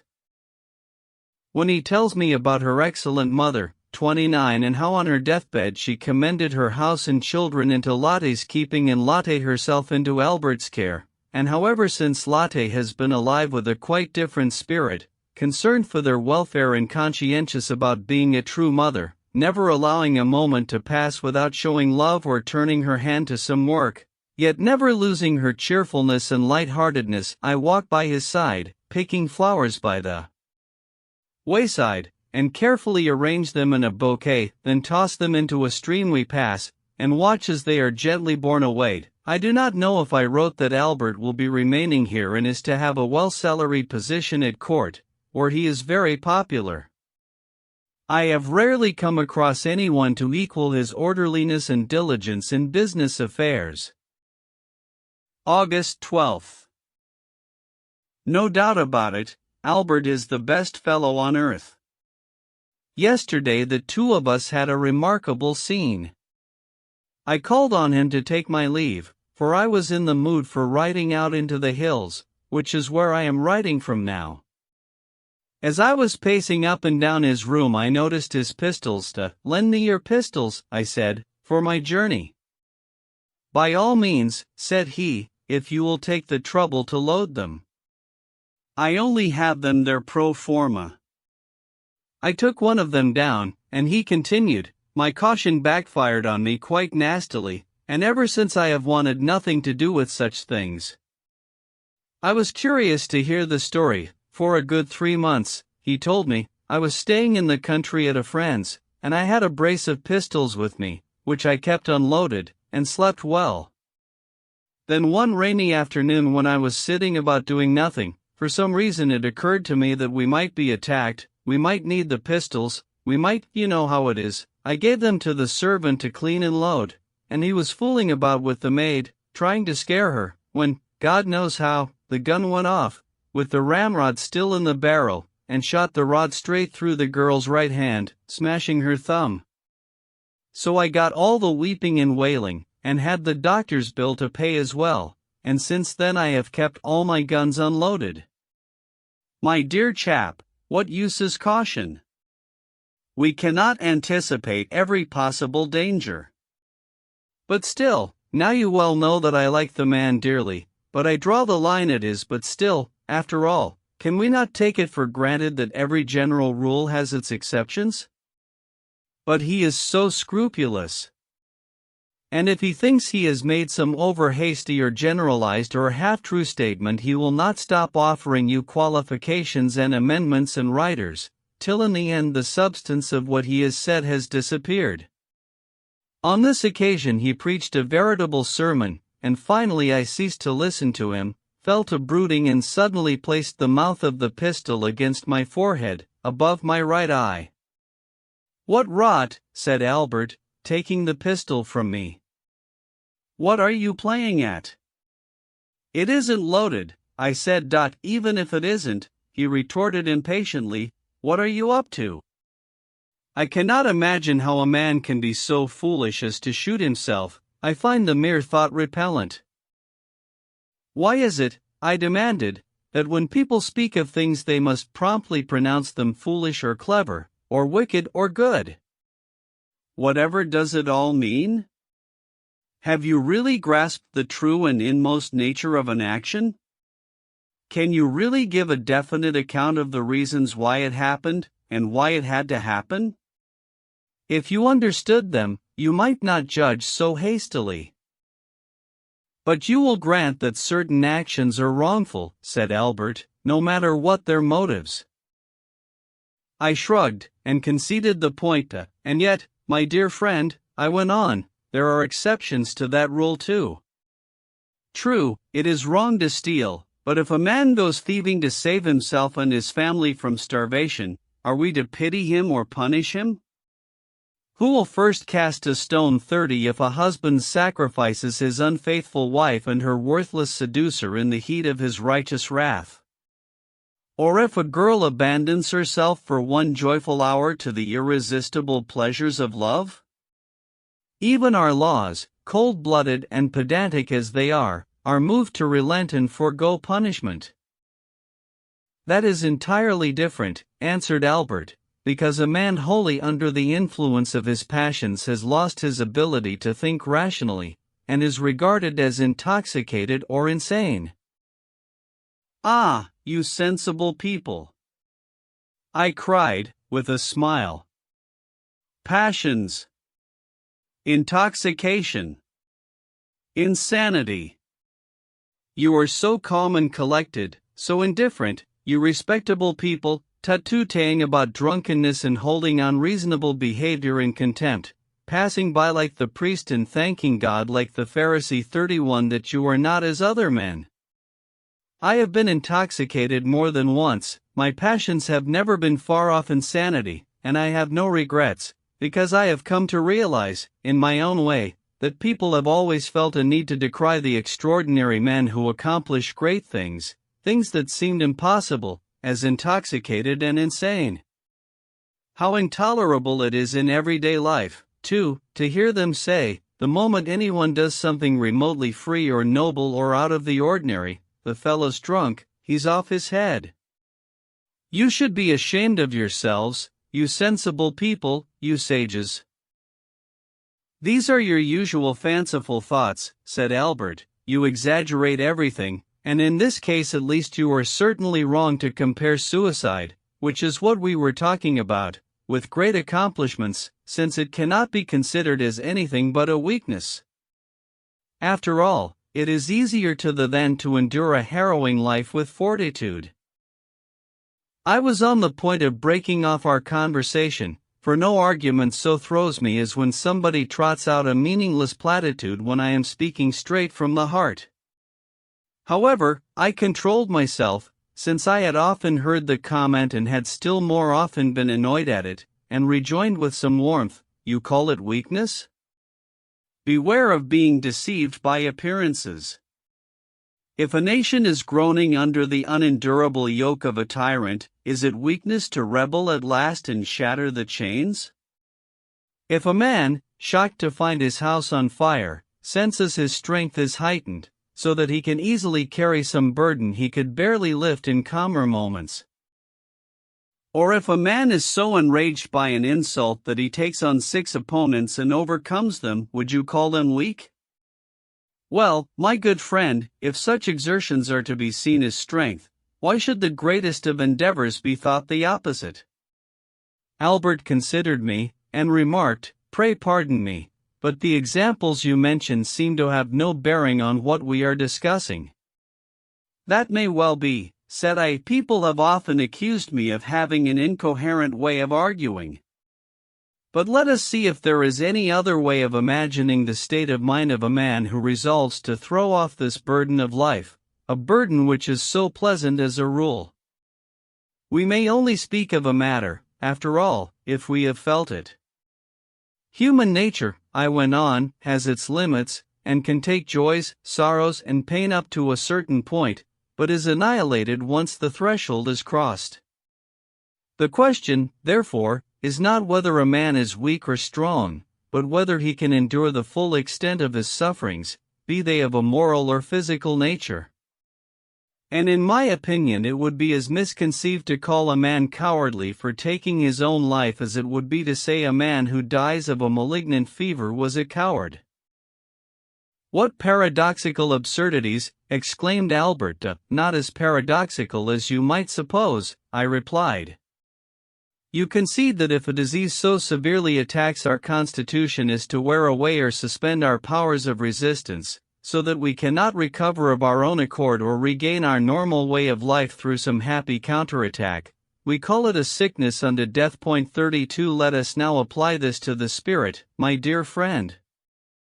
Consider a man confined within his bounds, influenced by impressions, beset by ideas, till one day a growing passion overthrows his contemplative composure and destroys him. It is all in vain if a calm and sensible man grasps the condition of this unfortunate, all in vain if he advises him. Just as it would be vain for a healthy man standing by a sickbed to want to impart even the slightest part of his own strength to the invalid." Albert found this all too general. I reminded him of a girl who had been found drowned in the river 33 not long ago, and told him her story once again. She was a good young creature who had grown up in the narrow environment of household tasks and a weekly routine of work. She had no greater pleasures to look forward to than to dress up on a Sunday in the finery she'd gradually managed to buy and go for a stroll around town with her friends, or perhaps, on special feast days, to go dancing, and the rest of the time to spend some lively and warm-hearted hour chatting with a neighbor about the causes of some quarrel or the motives behind some ill-intentioned gossip. At length her fiery nature sensed deep-seated needs, which the flatteries of men made more urgent. Bit by bit she lost her taste for her former pleasures, until one day she met a man to whom she was irresistibly attracted and for whom she felt unfamiliar feelings, and so she attached all her hopes to him, forgot the world about her, heard and saw and felt nothing but him, her one and only, and was consumed with longing for her one and only. Her one and only's pleasures were the empty ones of inconstant vanity, but none the less all her wishes aimed at being his, and finding in an everlasting union with him all of the happiness she lacked, all of the joys she longed for. He made repeated promises that assured the certainty of her hopes, and the bold caresses that inflamed her desires quite overpowered her soul. She floated in a barely conscious, dreamlike state, anticipating every conceivable joy, tensed with the utmost excitement, and finally stretched out her arms to embrace the fulfillment of all her wishes, and her lover deserted her. Stunned, insensible, she totters on the brink of the abyss. All is darkness around her, she understands nothing, she has no hope, no consolation. He has deserted her, he who made her feel alive. She can see neither the wide world before her nor the many others who could compensate for her loss. She feels alone, forsaken by the whole world, and, driven to despair by the terrible suffering in her heart, she plunges blindly into the depths, to drown her torment in the great embrace of death. That, you see, is the story of many a mortal, dear Albert. And now tell me if it is not a case of sickness? Nature cannot find the way out of the labyrinth, or all a soul's powers are confused and at odds, and the poor mortal must die. Woe to anyone who can look on and say, "The foolish girl." If only she had waited, and let time heal, her despair would have passed and she would have found someone else to comfort her. One might as well say, "The fool, to thee of a fever." If only he had waited till he recovered his strength, his fluids 34 were improved and his blood was calmer, it would all have been well, and he would still be alive today. Albert, who could still not see the point of comparison, made some more objections, one of them being that I had only spoken of an ignorant girl, but he was unable to grasp how a man of sense, who was not so limited and had a broader perspective, might be excused. "My friend," I cried, "humankind is merely human, and that jot of rational sense a man may possess is of little or no avail once passion is raging and the bounds of human nature are hemming him in." Quite the contrary, but more of that another time. So saying, I picked up my hat. Oh, my heart was full to bursting, and we parted without either having understood the other. But then, it is never easy for men to understand each other in this world. August 15th. Without doubt, the only thing that makes man's life on earth essential and necessary is love. I sense that Lotte would be sorry to lose me, and the children can only ever imagine me coming again on the morrow. Today I went there to tune Lotte's piano, but was unable to do so because the little ones kept on at me to tell them a story, and Lotte herself said I should do as they wished. I cut the bread for their supper, which they are now almost as glad to have from me as from Lotte, and told them the episode about the princess waited on by Hans. 35. I learn a great deal in the process, I assure you, and I am astonished at the impressions the stories make on them. Sometimes I have to invent a detail, which I then forget in the second telling, whereupon they instantly tell me it was different the time before, so that I now try to recite my tales off pat in a sing-song tone, without any changes. It has taught me that when an author writes a second, revised version of his story it must needs be bad for the book, however great the poetic improvement. The first impression finds us ready enough, and man is so constituted as to swallow the most bizarrely improbable things, but that impression sticks, and woe to him who would erase or obliterate it. August 18th. Did it really have to be like this, that the source of man's contentment becomes the source of his misery?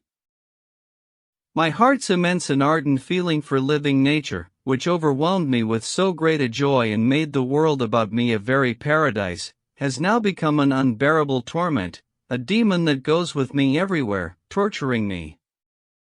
At other times, when I gazed from the crags across the river to those hilltops yonder, taking in the entire fertile valley and seeing all about me burgeoning and putting forth new life, when I saw the mountains, clad from foot to peak with thick and mighty trees, and the winding valleys shaded by the most delightful woods, and the river flowing gently amongst the whispering reeds and mirroring the lovely clouds which a soft evening breeze wafted across the heavens, and when I heard the birds caroling in the forest all around, and millions of midges danced their giddy dance in the last red glow of sunlight, and a last setting ray brought forth the humming beetle from its grassy retreat, and all the busy buzzing made me study the ground, where the moss that gains its sustenance from the unyielding rocks, and the heath that grows on the barren sand, revealed to me the inmost, sacred warmth of the life of nature. At such times, how ardently my heart embraced it all, I felt as if I had been made a god in that overwhelming abundance, and the glorious forms of infinite creation moved in my soul, giving it life. Immense mountains surrounded me, chasms yawned at my feet, streams swollen by rain tumbled headlong, rivers flowed below me and the forests and mountains resounded, and I could see those immeasurable and incomprehensible powers at work in the depths of the earth, and above the earth's surface, beneath the heavens, there teemed all the infinite species of creation. Everything, all of it, is peopled with myriad forms, and then mankind comes building its nests, crowding together safely in little houses, and supposes it rules over the whole wide world. Poor fool!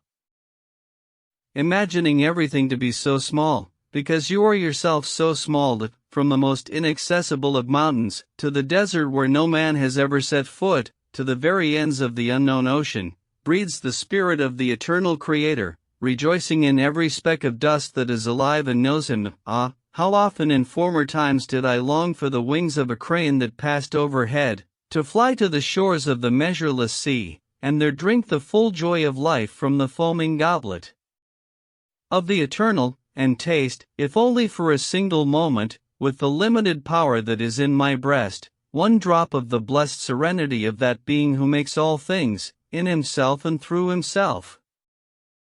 Dear brother, only the recollection of those times gives me any pleasure. Even the effort of recalling those inexpressible feelings and uttering them once more uplifts my soul, and then leaves me doubly aware of the fearfulness of the condition I am now in. It is as if a curtain had been drawn from before my soul, and this scene of infinite life had been transformed before my eyes into the abyss of the grave, forever open wide. Can you say that anything is, when in fact it is all transient? And all passes by as fast as any storm, seldom enduring in the full force of existence, but torn away by the torrent, submerged beneath the waves and dashed against the rocks?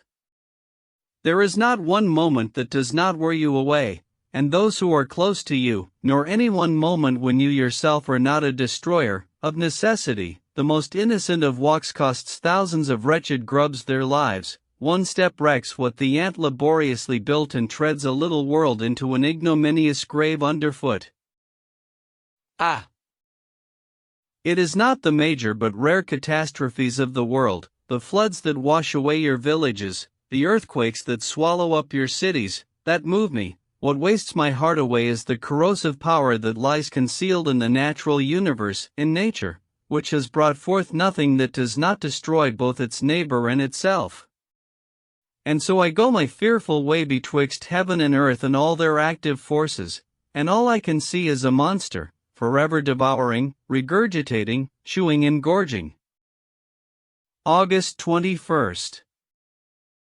In vain I stretch out my arms to her when morning comes and I gradually waken from deep dreams. In vain I look for her in my bed at night when some happy, innocent reverie has tricked me into believing I was sitting with her in a meadow, holding her hand and covering it with 1,000 kisses. Still half asleep I reach for her, cheered to think she is there, and a flood of tears pours from my sorely beset heart, and I weep inconsolably over my somber future. August 22nd. It is quite disastrous, Wilhelm. All my active energies have been cast down into restless listlessness, and I can neither be idle nor accomplish anything. My imagination has deserted me, my feeling for nature is gone, and books nauseate me. Once we are lost unto ourselves, everything else is lost to us. I swear there are times when I wish I could be a day laborer, simply in order to have something to look forward to in the day ahead, a sense of purpose, hope. I often envy Albert when I see him up to the ears in paperwork, and fancy I should be content if I were in his position. I have repeatedly been on the point of writing to you and the minister, applying for the embassy appointment which you assure me I would obtain. I too believe I would do so. The minister has a long-standing regard for me, and has often urged me to devote myself to some business, and for one brief hour I am on the brink of going ahead. But then, when I consider it anew, and the story of the horse that grew weary of freedom, had itself saddled and bridled, and was ridden into the ground. 36 occurs to me, I do not know what to do. What is more, dear friend? May not my yearning for change be a restless impatience within me, which will pursue me everywhere? August 28th. It is true that if my sickness could be cured, these people would cure me. Today is my birthday, 37, and early in the morning a package arrived from Albert. When I opened it, the first thing I set eyes on was one of the pink ribbons 38 Lotte was wearing when I met her, which I had often asked her for since then. The package contained 2 duodecimo volumes, the Little Wetstein Homer 39, an edition I had frequently wished for, to save me hauling Ernestes about on my walks. There you have it, how they anticipate my wishes, how they grant friendship's little attentions, which are worth 1,000 times more than breathtaking presents that merely prove the giver's vanity and humiliate us. I have been kissing that bough 1,000 times over, and with every breath I take the memory of those few happy, irrecoverable days returns to me. Do not suppose I am complaining, Wilhelm, but, say what you like, life's blossoms are but an illusion. How many pass away without leaving a trace behind, how few of them bring forth fruit, and how few of those fruits grow ripe. And nevertheless there are still enough, and yet, oh, dearest brother, can we be capable of neglecting ripened fruits, despising them, and leaving them to rot? Farewell. It is a glorious summer. I often sit up in the fruit trees in Lotte's orchard, using a pole to get at the pears on the topmost branches. She stands below and takes them as I pass them down. August 30th. Wretched being! What a fool you are! Are you not deceiving yourself? What is the point of this wild and ceaseless passion? I can no longer pray except to her, my imagination beholds no figure but hers, and I see the things of the world about me only in relation to her. And as a result I do enjoy many a happy hour until I have to tear myself away from her again. Ah, Wilhelm! The things my heart compels me to, when I have been with her for 2 or 3 hours, entranced by her ways and the divine expressiveness of her words, and my senses gradually become excited, my sight grows dim, I can hardly hear a thing, I have difficulty breathing, as if a murderer had me by the throat, and then my heart beats wildly, trying to relieve my tormented senses and only making their confusion worse. Often, Wilhelm, I do not know if I exist at all. And if melancholy is not allowed to prevail, and Lotte does not permit me the miserable solace of weeping on her hand for relief, I have to leave, and go out. And then I wander far and wide in the fields, and take pleasure in climbing a precipitous mountain, and beating a path through thick forest, hurt by the briars, torn by the thorns. Then I feel somewhat better. Somewhat. At times I am so tired and thirsty that I lie out on the ground, late at night with the full moon high above me, or I rest on a crooked tree trunk in the remote depths of the forest, to ease my sore feet a little, and in my exhaustion I slumber peacefully in the first light of day. Oh, Wilhelm! My soul is so beset that I long for the pampered ease of a hermit's isolated cell, for a hair shirt and a barbed scourge. Adieu! I see no end to my misery but the grave. September 3rd. I must leave. Thank you, Wilhelm, for stiffening my wavering resolve. This last fortnight I have been thinking of leaving her. I must go. She is in town again, with a friend. And Albert and I must go. September 10th, 40. What a night that was! Now, Wilhelm, I can endure anything. I shall never see her again. Oh, why can I not fall at your breast, dear friend, and tell you, with 1,000 tears and raptures, of the emotions that are belaying my heart? Here I sit, gasping for air, trying to compose myself, waiting for daybreak. I have ordered the horses for sunrise. Ah, she will be sleeping peacefully, without a suspicion that she will never see me again. I have torn myself away, and I had the fortitude not to betray my intention during a 2-hour talk. And, my God, what a talk it was! Albert had promised that he and Lotte would be in the garden immediately after supper. I stood on the terrace under the tall chestnut trees, watching for the last time as the sun set on that delightful valley and gently flowing river. I had stood there so often with her, and had watched that glorious spectacle, and now I strolled up and down the avenue I loved so dearly. Some secret sympathy had often drawn me there before I knew Lotte, and at the beginning of our friendship we were pleased to discover our mutual liking for the spot, which truly is one of the most romantic ever created by the gardener's art. First there is an extensive view between the chestnut trees. I seem to remember I have already described it at length in an earlier letter, the tall beeches that hem one in, the nearby thicket that makes the avenue duskier, and then at last an enclosed little square which offers all the thrills of solitude.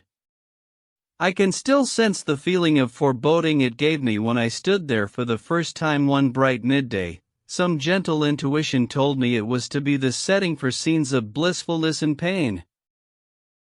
I had been indulging for about half an hour in the sweet and soulful thought of farewell and returning when I heard them ascending to the terrace. I ran to meet them, caught hold of her hand with a tremble and kissed it.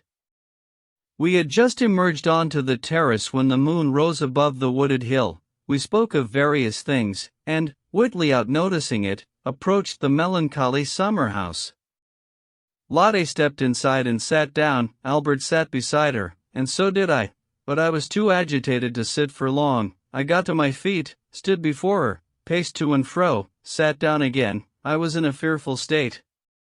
She drew our attention to the beautiful effect of the moonlight, which was illuminating the entire terrace beyond the beech trees, a glorious sight, which was rendered all the more striking by the deep gloom which enclosed us on all sides. We remained silent, and after a while she observed, "I can never ever go walking in the moonlight without the thought of my dear departed ones coming to my mind, or without being filled with a sense of death and what lies in the future. There will be a life for us after death, Werther," she went on, her voice full of the most exalted emotion, "but will we find each other again? And know each other? What do you suppose? What do you say?" "Lotte," I said, giving her my hand, my eyes filling with tears, "we shall see each other again. We shall meet again, both here and in the hereafter." I was unable to continue. Did she have to put that question, Wilhelm, with my heart burdened with the dreadful parting to come? "What of our dear departed ones?" she went on. "Do they know how we are? Can they sense when things go well with us? Can they feel that we remember them with fond love? Oh, the figure of my mother is always by me when I sit amidst her children in the silent evening hours, amidst my children, and they crowd about me as they used to crowd about her. Then I shed a tear of longing, and raise my eyes to heaven, and wish she could look down for one moment and see that I am keeping the promise I made at the hour of her death, to be a mother to her children. With what emotion I then cry out, 'Dear mother, forgive me if I cannot be to them what you were.' Ah, I do everything I can. They are clothed and fed, and more than that, they are cared for and loved. If only, dear sainted mother, you could behold our harmony, you would glorify God, with the most ardent of gratitude, for answering your last and tearful prayers for the well-being of your children." Those were her words.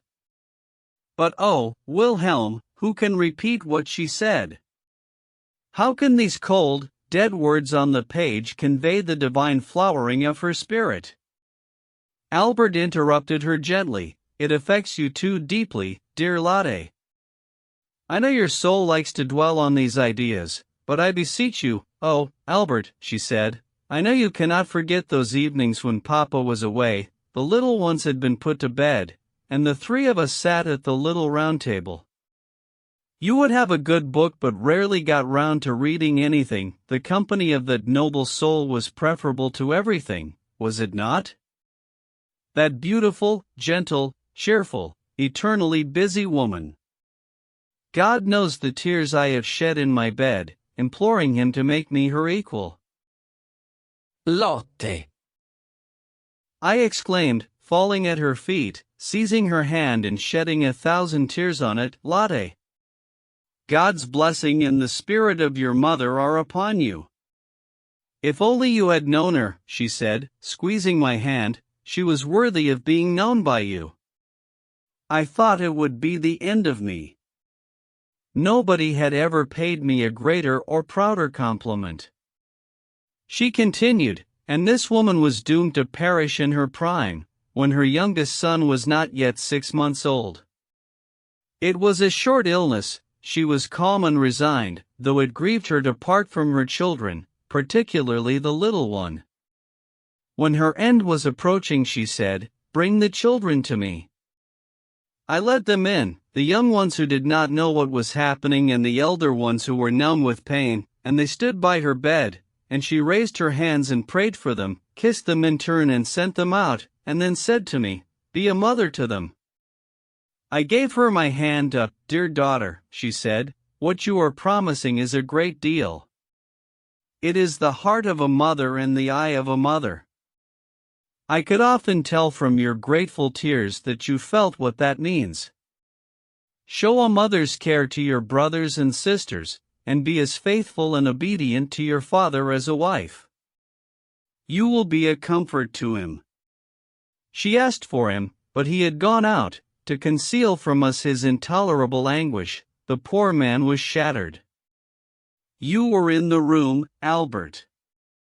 She heard somebody moving about, asked who it was, and desired you to go to her, and that look of contentment and peace she gave you and me, knowing we would be happy together." Albert fell at her breast and kissed her, exclaiming, "We are happy. And we will be in future." Albert had completely lost his usual composure, and I was quite beside myself. "And this woman, Werther," she resumed, "was taken from us. Dear God! To think that one can see what one holds dearest in life borne away. Nobody feels it more acutely than the children. For a long time they kept on complaining that the black men had carried away their mama."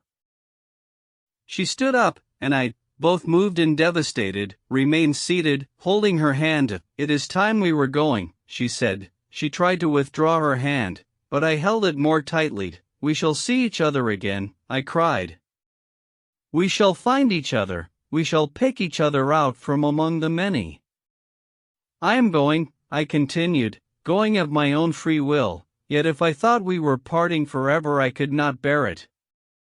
Farewell, Lotte. Farewell, Albert. We shall meet again. Tomorrow, I expect," she countered in jest. How I felt that tomorrow! Ah, she little knew. As she withdrew her hand from mine, they left the avenue, and I stood watching them in the moonlight, threw myself on the ground and wept my heart out, then leapt to my feet and ran out onto the terrace, from where, down below in the shade of the tall linden trees, I could still make out the white gleam of her dress as she walked to the garden gate, and I stretched out my arms, and she vanished.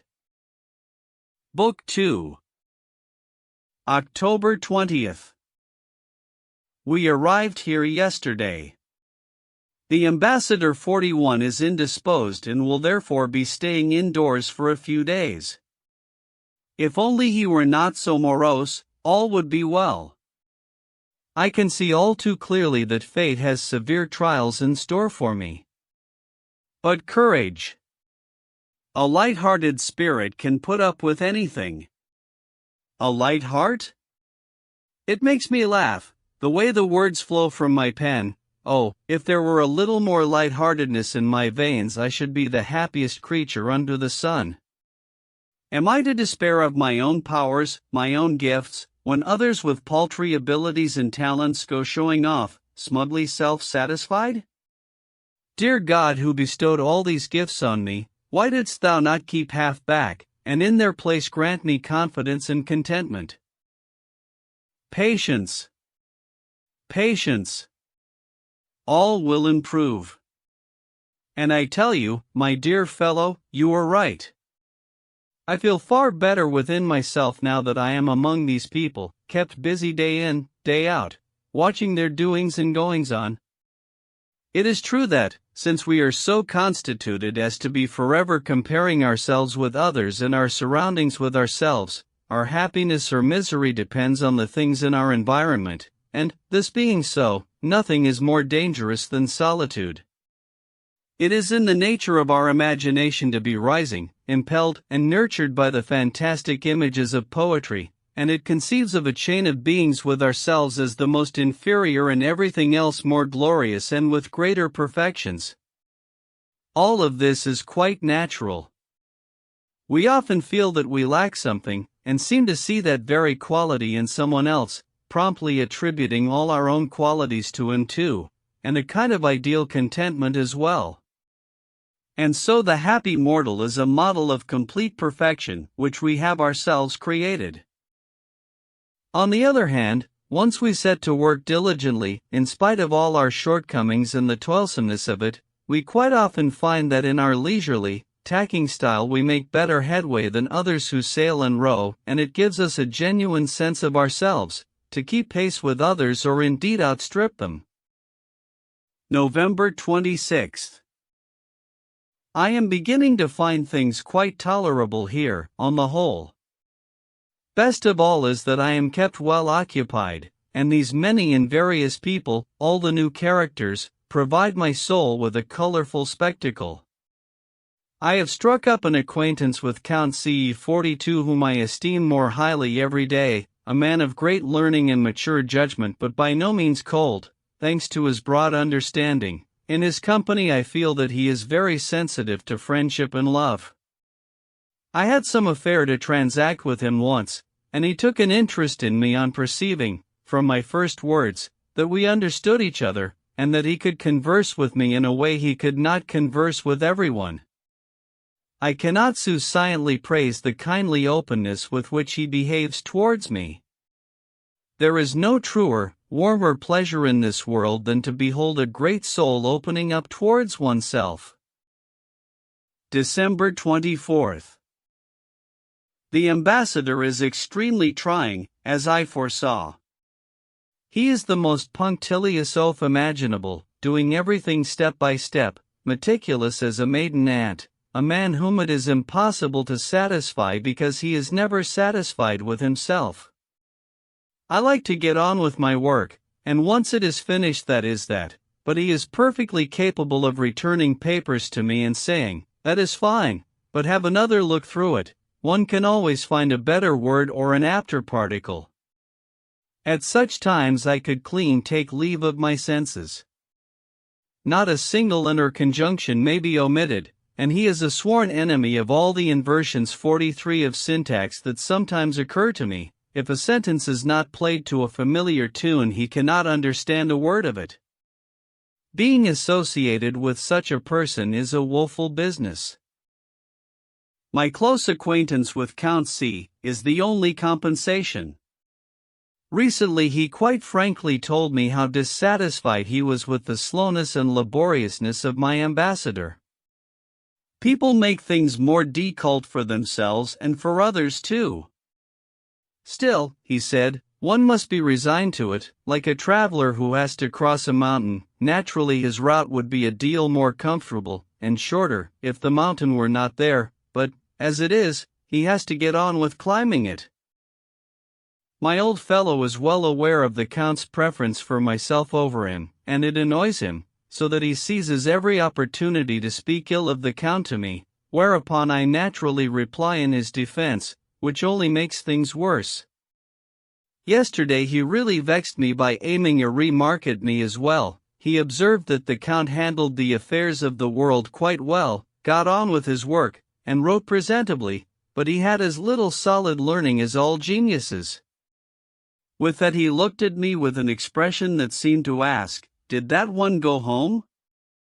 But it did not produce the desired effect in me. I despised the man for thinking and behaving in such a way. I stood up to him, and countered with considerable warmth. The Count, I said, was a man deserving of respect, for his character and for his knowledge. I have never met anyone, I said, who has succeeded so well in broadening the horizons of his spirit, and extending his knowledge in countless areas, and still turning his hand to the affairs of everyday life. This was too much for his poor brain, and I took my leave, so as not to be put in a temper by some further nonsense. And it is all your fault, for talking me into this yoke and singing the praises of a busy life. If the man who grows potatoes and goes to town to sell his corn is not better employed than I am, let me slave away 10 whole years longer in the galleys I am chained in now. And this glittering misery, the tedium of these awful people cooped up together here, and their greed for rank, and the way they are forever watchful and alert for gain or precedence, the most wretched and abominable of passions, quite nakedly displayed. There is one woman, for instance, who tells everyone who will listen about her family and estate, so that a stranger would needs think her a fool with an inflated opinion of her drop of aristocratic blood and of the importance of her estate. But the fact of it is much worse. The same female is no more than a clerk's daughter from this neighborhood. I cannot grasp how humankind can be witless enough to debase themselves so utterly. I am, however, growing daily more aware how foolish it is to judge others by one's own standards, dear friend. And since I give myself enough trouble as it is, and this heart of mine is so turbulent, I am glad to let others go their own ways. If only they would allow me to do the same. What provokes me worst of all are our fateful bourgeois distinctions of rank.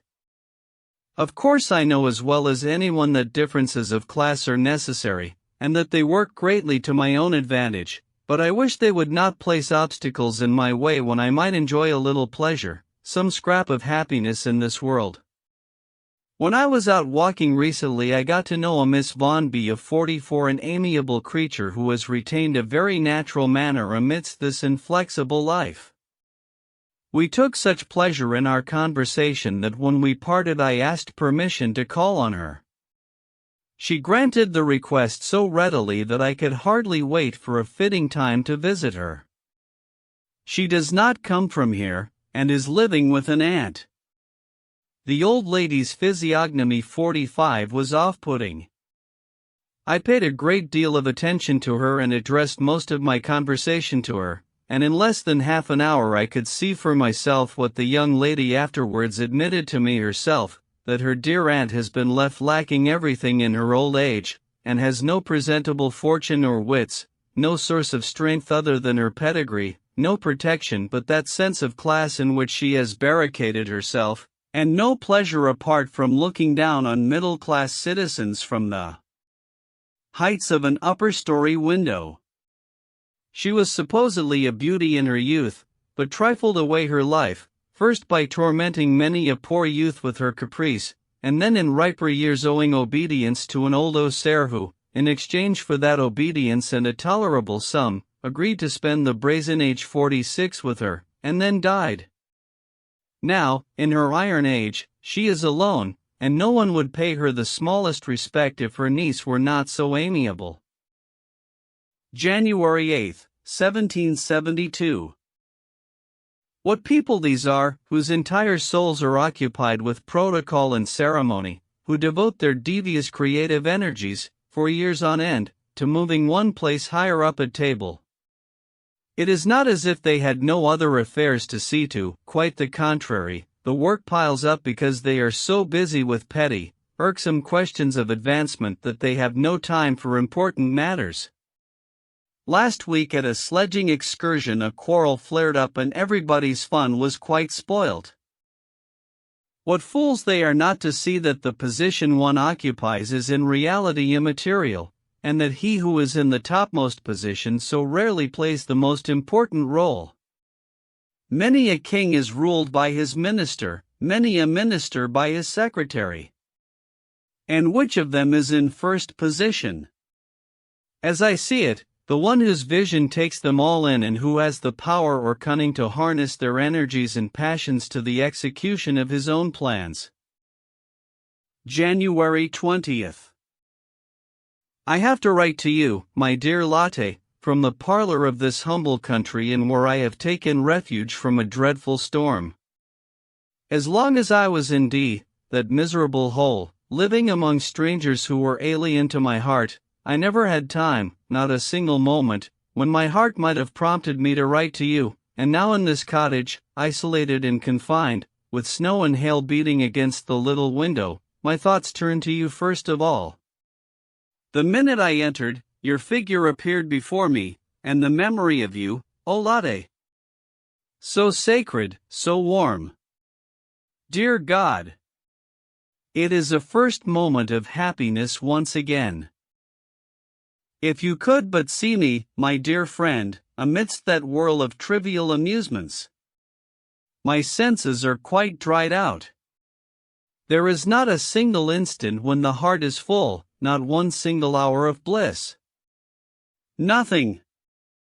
Nothing. It is as if I were watching a raree show, seeing the little men and horses moving about, and often I wonder if it is not an optical illusion. I play the game myself, or rather I am played with, like a puppet, and from time to time I grasp my neighbor's wooden hand and withdraw with a shudder. In the evenings I resolve to enjoy the next day's sunrise, but I cannot quit my bed. During the daytime I look forward to the delights of moonlight, and then I stay in my room. I do not quite know why I rise or why I go to bed. There is no sourdough in my life to set it working and rising. I have lost the delights that kept my spirits up in the depths of night, and the charms that awoke me in the mornings are gone. I have met only one female creature here, one Miss Von B., who resembles you, my dear Lotte, if it is possible to resemble you. Look at this. I hear you say, the fellow has taken to paying pretty compliments. Which is not totally false. I have been on my best behavior for some time, since there is no alternative, and am very witty, and the ladies say no one praises them as nicely as I do, nor tell such lies, you must add, since the one is not possible without the other, if you understand what I mean. But I was meaning to tell you of Miss Von B. She has a great soul, which gazes straight at one from her blue eyes. Her rank is a burden and satisfies none of the wishes of her heart. She is longing to put all this brouhaha behind her, and we spend many an hour imagining country scenes of unadulterated bliss, and then, we speak of you. Often she has to pay homage to you, or rather she does not have to, she does so of her own volition, likes to hear me speak of you, and loves you. Oh, if only I were sitting at your feet in that dear, familiar little room, with the dear little ones romping about me. If they were too loud for your liking I would gather them round me and keep them quiet with some frightful fairy tale. The sun is setting gloriously on a landscape glittering with snow, the storm has passed, and I must return and be locked in my cage once more. Adieu. Is Albert with you? And what? God forgive these questions. February 8th. For a week we have had the most awful weather, and I find it is most welcome. For as long as I have been here not one single beautiful day has dawned but someone has spoilt or soured it for me. So if it is rainy or windy or frosty or wet from a thaw, I think, it can be no worse at home than if I were out and about, and vice versa, and I am content. When the sun rises in the morning and heralds a fine day, I can never resist exclaiming, there they have another gift of the gods which they can ruin for each other.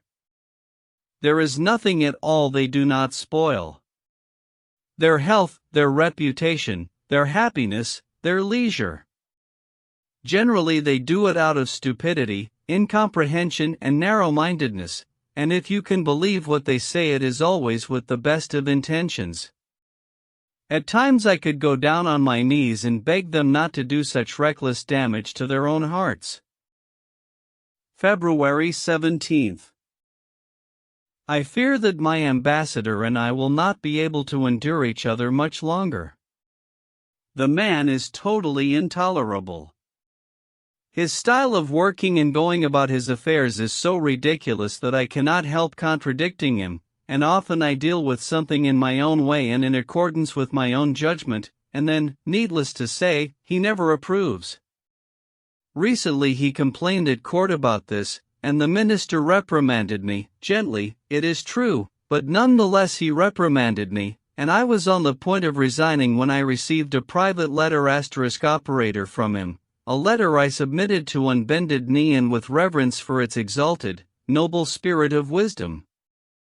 I respect the way he rebukes my hypersensitivity, and pays tribute to my excessive notions of diligence, influence on others and perseverance in business affairs, which he describes as the plucky ambition of youth, saying he does not wish to destroy it but merely to moderate it and divert it into areas where it can be put to proper use and produce its rightful powerful effect.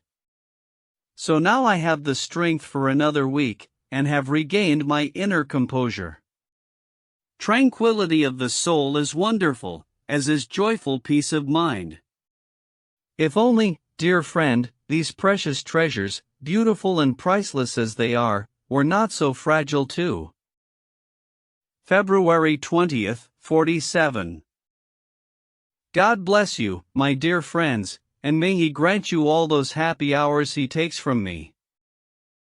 I am grateful to you, Albert, for deceiving me. I was waiting for news of your wedding date, and had decided to take down Lotte's silhouette profile from my wall on that day, with all solemnity, and bury it amidst my other papers.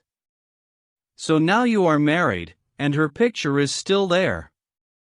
Well, so be it. And why not? I know that I am still with you, that your position is unaffected, dear Albert, by my place in Lotte's heart, that indeed I hold second place in her heart, and wish to keep it, must keep it. Oh, it would drive me insane if she could forget Albert, the very thought is hell. Albert, farewell. Farewell, thou angel of heaven. Farewell, Lotte.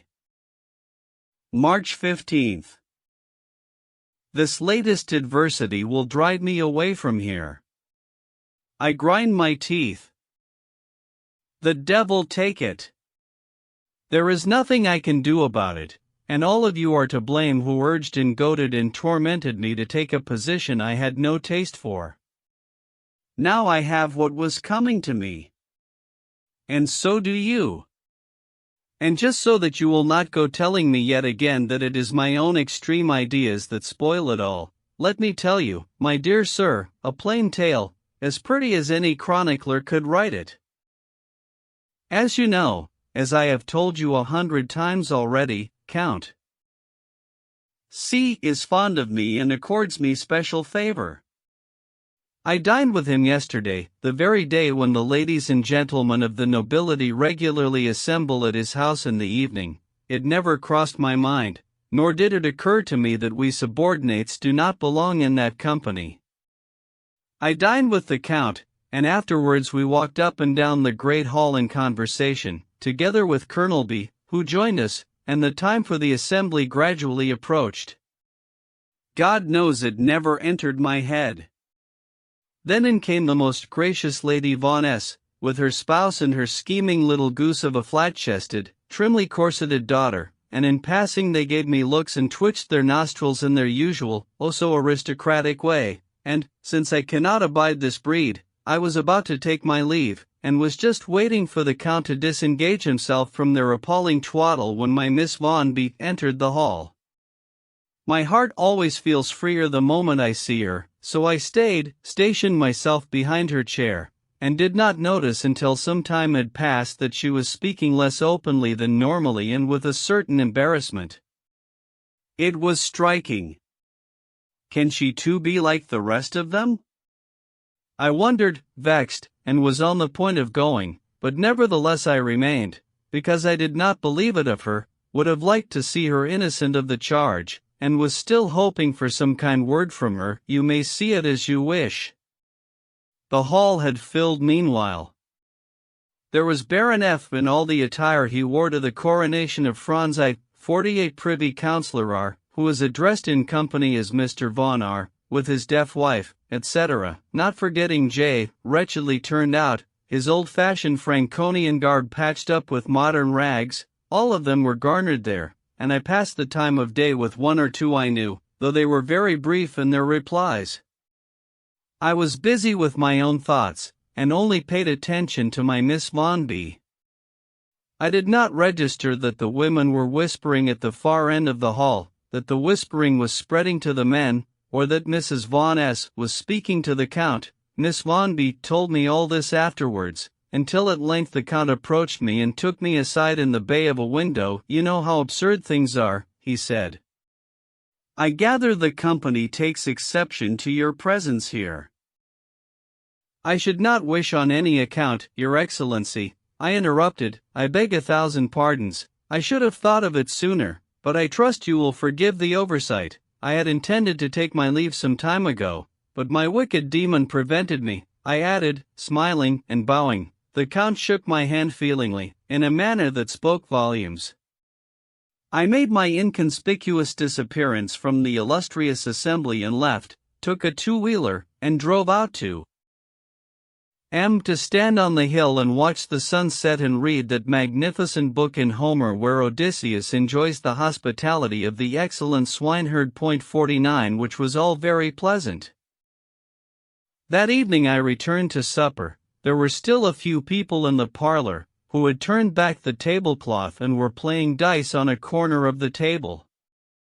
Then Adelin, a worthy fellow, came in, laid down his hat on seeing me and, coming over to me, said softly, "You have had a trying experience, I gather."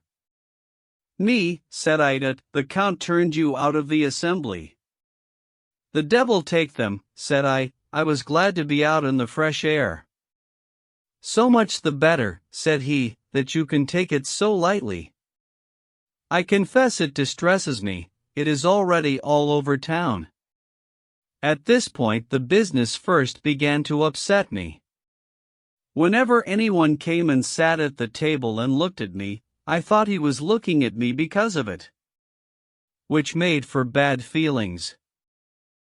So today I am offered sympathy wherever I go, and I hear that those who envy me are triumphantly saying that there you have it. That is what becomes of cocky people who are arrogant on account of their bit of brain and imagine they can disregard conventional form, and whatever other rubbish they blether, and I could plunge a knife into my heart. Say what you please about independence of spirit, I defy you to show me the man who can endure hearing scoundrels gabbing about him when they have some advantage over him. It is only when their prating is without foundation that one can easily ignore them. March 16th. Everything is conspiring against me. Today I met Miss Von B in the avenue, and could not resist talking to her and, as soon as we were some distance from her company, indicating how deeply her recent behavior had affected me. "Oh, Werther," she said, in a tone of fervent emotion, "surely you who know my heart could not interpret my distress in such a way? How I suffered on your account, from the very second I entered the hall. I saw it all coming, and 100 times I was on the point of telling you. I knew that Von S. and T. and their menfolk would rather leave man remain in your company, and I knew the Count has to stay in favor with them, and now all this talk. What can you mean, dear miss?" I asked, trying to conceal my alarm, for everything Adelin had told me the day before yesterday boiled in my blood at that moment. "How much it has already cost me," said the sweet creature, with tears in her eyes. I could no longer control myself, and might have thrown myself at her feet at any moment. "Explain what you mean," I cried. The tears coursed down her cheeks. I was beside myself. She dried her tears, without attempting to hide them. You know my aunt, she began, she was present, and oh, what a light she sees it in. Dear Werther, last night and this morning I had to endure a sermon concerning my acquaintance with you, and I have been obliged to hear you condemned and disparaged, and I was neither able nor permitted to say much in your defense.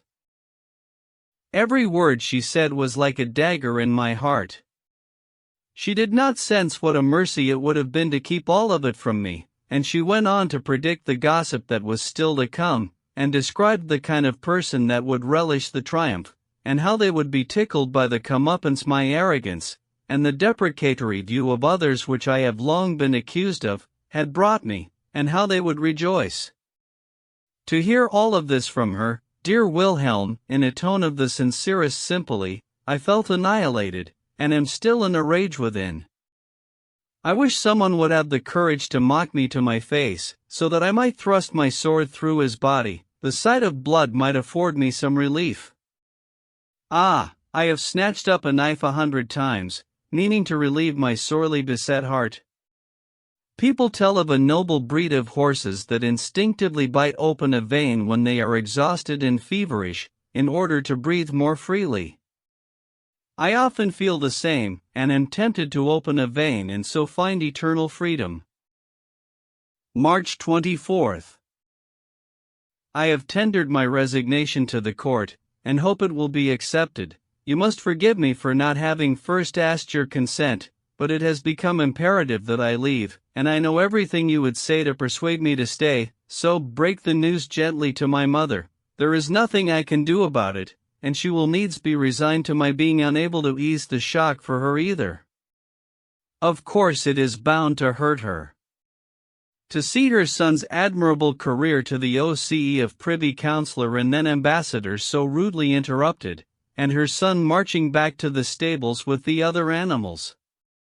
Well, make of it what you will, and analyze the possible conditions under which I could or should have stayed. The fact of it is that I am leaving, and, so that you know where I am moving to, the Prince is here, and takes great pleasure in my company, and, having heard of my intention, he has asked me to spend the spring on his estate with him. I am to be left entirely to my own devices, he promises, and, since we see eye to eye on all matters barring one, I intended to trust to fortune and go with him. April 19th. Thank you for your 2 letters. I did not reply because I was leaving this letter open until the court accepted my resignation. I was afraid my mother might approach the minister and make it difficult for me to do as I intended. But now it is done, my discharge has been granted. I cannot tell you how reluctantly it was given, or what the minister wrote to me. You would only begin your lamentations over again. The Crown Prince has sent me a parting present of 25 ducats, with a note that moved me to tears, so I shall not be needing the money I recently asked my mother for. May 5th.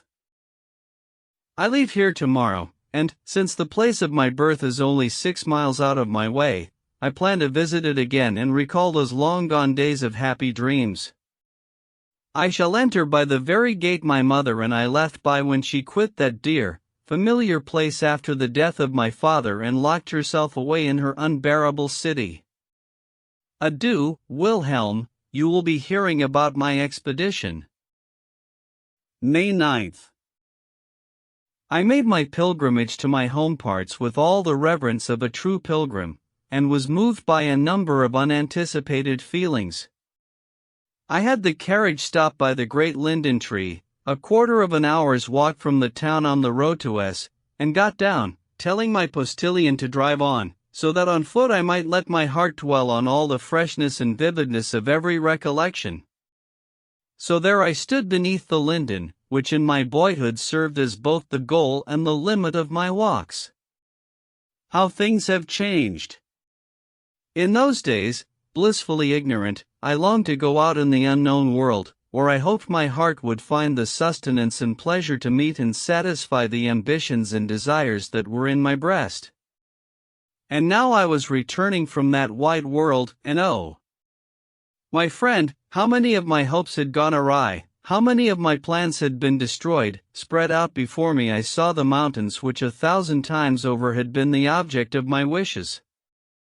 I could sit here for hours on end, longing to be over there, my inmost soul rejoicing in the woods and valleys which looked so pleasantly dusky, and if I then had to return home at a fixed time, how loath I was to leave that charming spot. I approached the town, saluting all the old, familiar bowers in the gardens and disliking the new ones, and disliking all the other changes that had been made as well.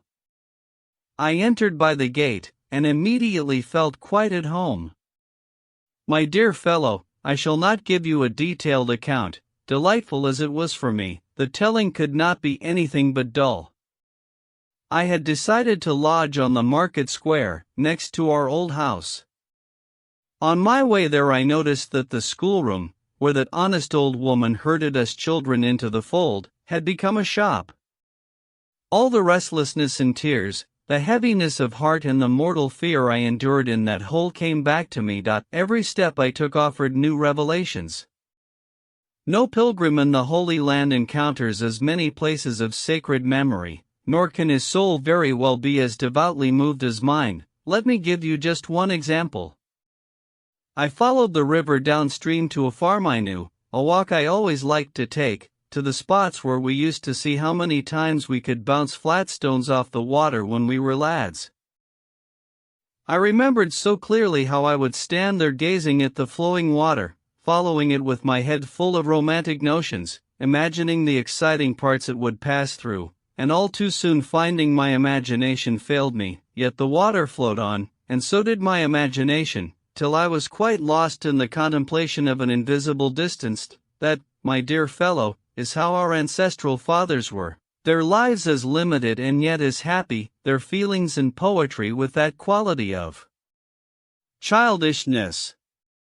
When Odysseus speaks of the measureless sea and the boundless earth, it is also true and human, so inwardly and closely felt, and so mysterious. What use is it if I, like any schoolboy, can now parrot that the earth is round? Man needs only a small patch of earth for his pleasures, and a smaller one still to rest beneath. Now I am at the prince's hunting lodge. He is a true and simple soul with whom one can live very pleasantly. There are odd people about him, though, whom I do not understand. They do not seem to be rogues, but neither do they strike me as honest people. At times they seem honest, and still I cannot bring myself to trust them. I am sorry to hear the prince often speaking of things he has merely heard tell of, or read about. When he does so, he adopts the point of view of the one who presented the matter to him. I am also disturbed to find he values my mind and abilities more highly than my heart, which is my only source of pride, and indeed of everything, all my strength and happiness and misery. The things I know, anyone can know, but my heart is mine and mine alone. May 25th. I had a plan I was meaning to tell you nothing about until I had carried it out. Now that it has fallen through, I may as well mention it. I was going to become a soldier. It has been my heart's desire for a long time. That was the main reason why I accompanied the prince here, since he is a general in the service of. When we were out walking together I spoke to him of my intention. He advised me against it, and I should have had to be in the grip not of a mere whim but of a regular passion to have disregarded his reasons. June 11th. Say what you please, I cannot stay here any longer. What am I to do here? Time hangs heavy on my hands. The prince is generosity itself to me, and yet this is not where I belong. Basically, we have nothing in common. He is a man of the intellect, but his intellect is of a very ordinary quality. I take no greater pleasure in his company than in reading a well-written book. I shall remain another week and then start on my wanderings once more. The best thing I have accomplished here is my drawings. The prince has a feeling for art, and would feel all the more directly if he were not fettered by dreadful scholarly approaches and the usual terminology. At times I grind my teeth with impatience when I am expatiating to him on nature and art, with the full ardor of my imagination, and he suddenly supposes he is making a valuable contribution if he interjects some learnedly coined label. June 16th. Indeed, I am nothing but a wanderer and a pilgrim on this earth. And what more are you? June 18th. Where I am going? I shall tell you, in confidence. I have to remain here a fortnight longer after all, and that I have fooled myself into thinking I shall visit the mines at, but essentially that is not true. I only want to be near Delate again, that is all. And I laugh at this heart of mine and do as it dictates. July 29th. No, it is well. It is all well, her husband. O dear God who created me, if thou hadst bestowed that happiness on me, my entire life would have been one unceasing prayer. But I am not disputing thy wisdom. Forgive these tears, forgive my vain wishes, she my wife. If I might only have held the dearest creature under the sun in my arms, it sends a tremble through my whole body, Wilhelm, when Albert takes her by her slender waist. And dare I say it? Why not, dear Wilhelm? She would have been happier with me than with him. Oh, he is not the man to satisfy all the wishes of her heart.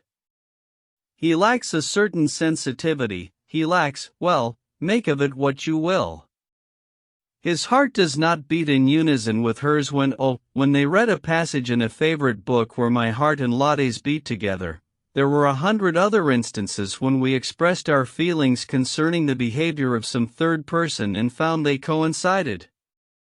My dear Wilhelm, he loves her with his entire soul, no doubt, and love of that order deserves a great deal. I have been interrupted by an unbearable visitor. My tears are dry. I do not quite have my wits about me. Adieu, my dear fellow. August 4th. I am not the only unfortunate. All men are disappointed in their hopes and cheated out of their expectations. I visited the good young woman under the lindens.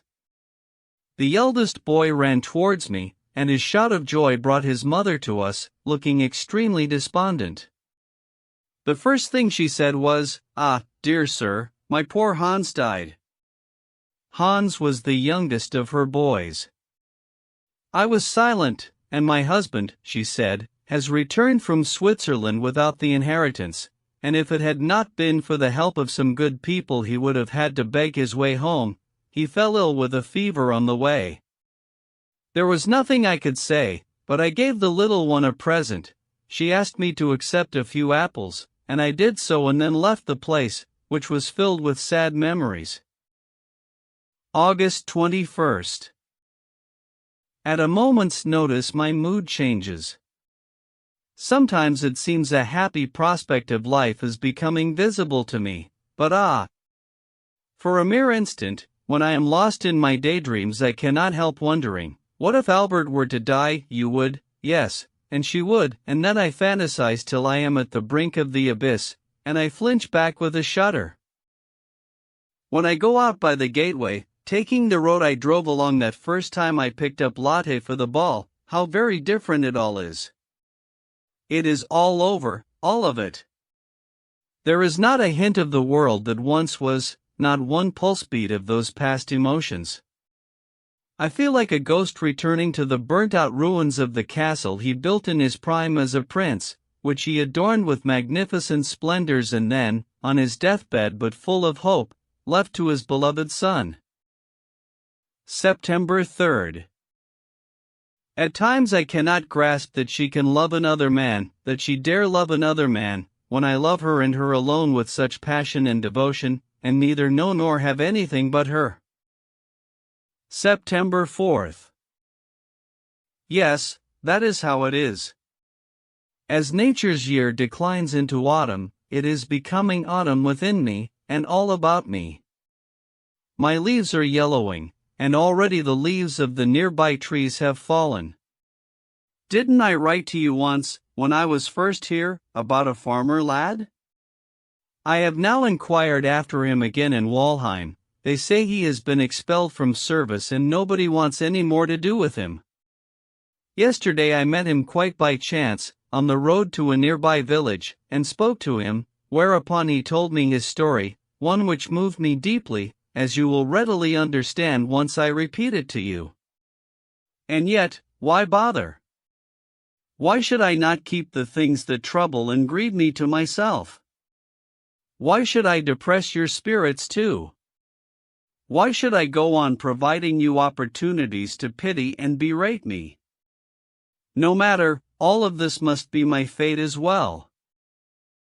At first the man answered my questions with a quiet sadness which seemed to indicate a reticent disposition, but, as if he had recognized both me and himself once again, he quickly made more open confession of his errors, and lamented his misfortune. If only, my friend, I could submit his every word to your judgment. He admitted, indeed he told me with a kind of relish, taking pleasure in the recollection, that his passion for his mistress had increased day by day until in the end he did not know what he was about or, as he put it, what was to become of him. He was unable to eat or drink or sleep, he forever had a lump in his throat, he did things he ought not to have done, he forgot the orders he had been given, it was as if some wicked demon were after him, till one day when he knew she was in an upstairs room he followed her, or rather was drawn after her. She would not listen to his entreaties, so he tried to take her by force.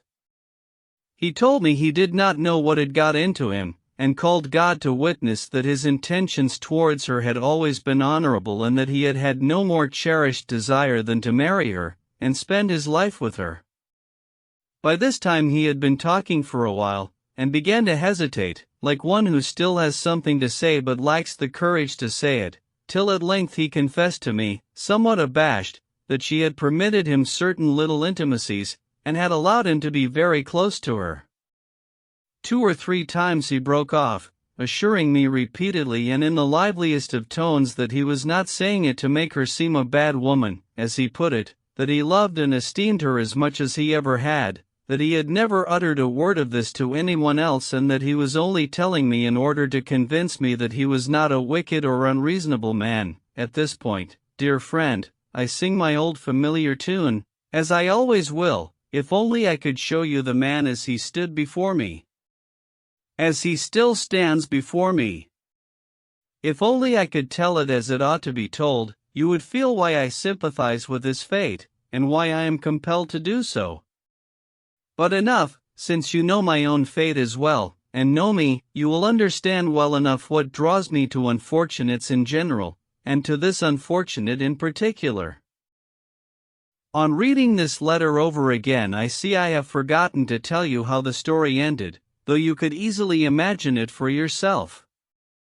She fended him off, her brother, who had hated him for a long time and had long wished him out of the house, for fear that if his sister remarried his own children would lose their inheritance, which promises a handsome future as long as she is childless. Her brother came hurrying in, and instantly kicked the lad out of the house, and talked so much about the affair that the woman could not have taken the lad back in even if she had wanted to.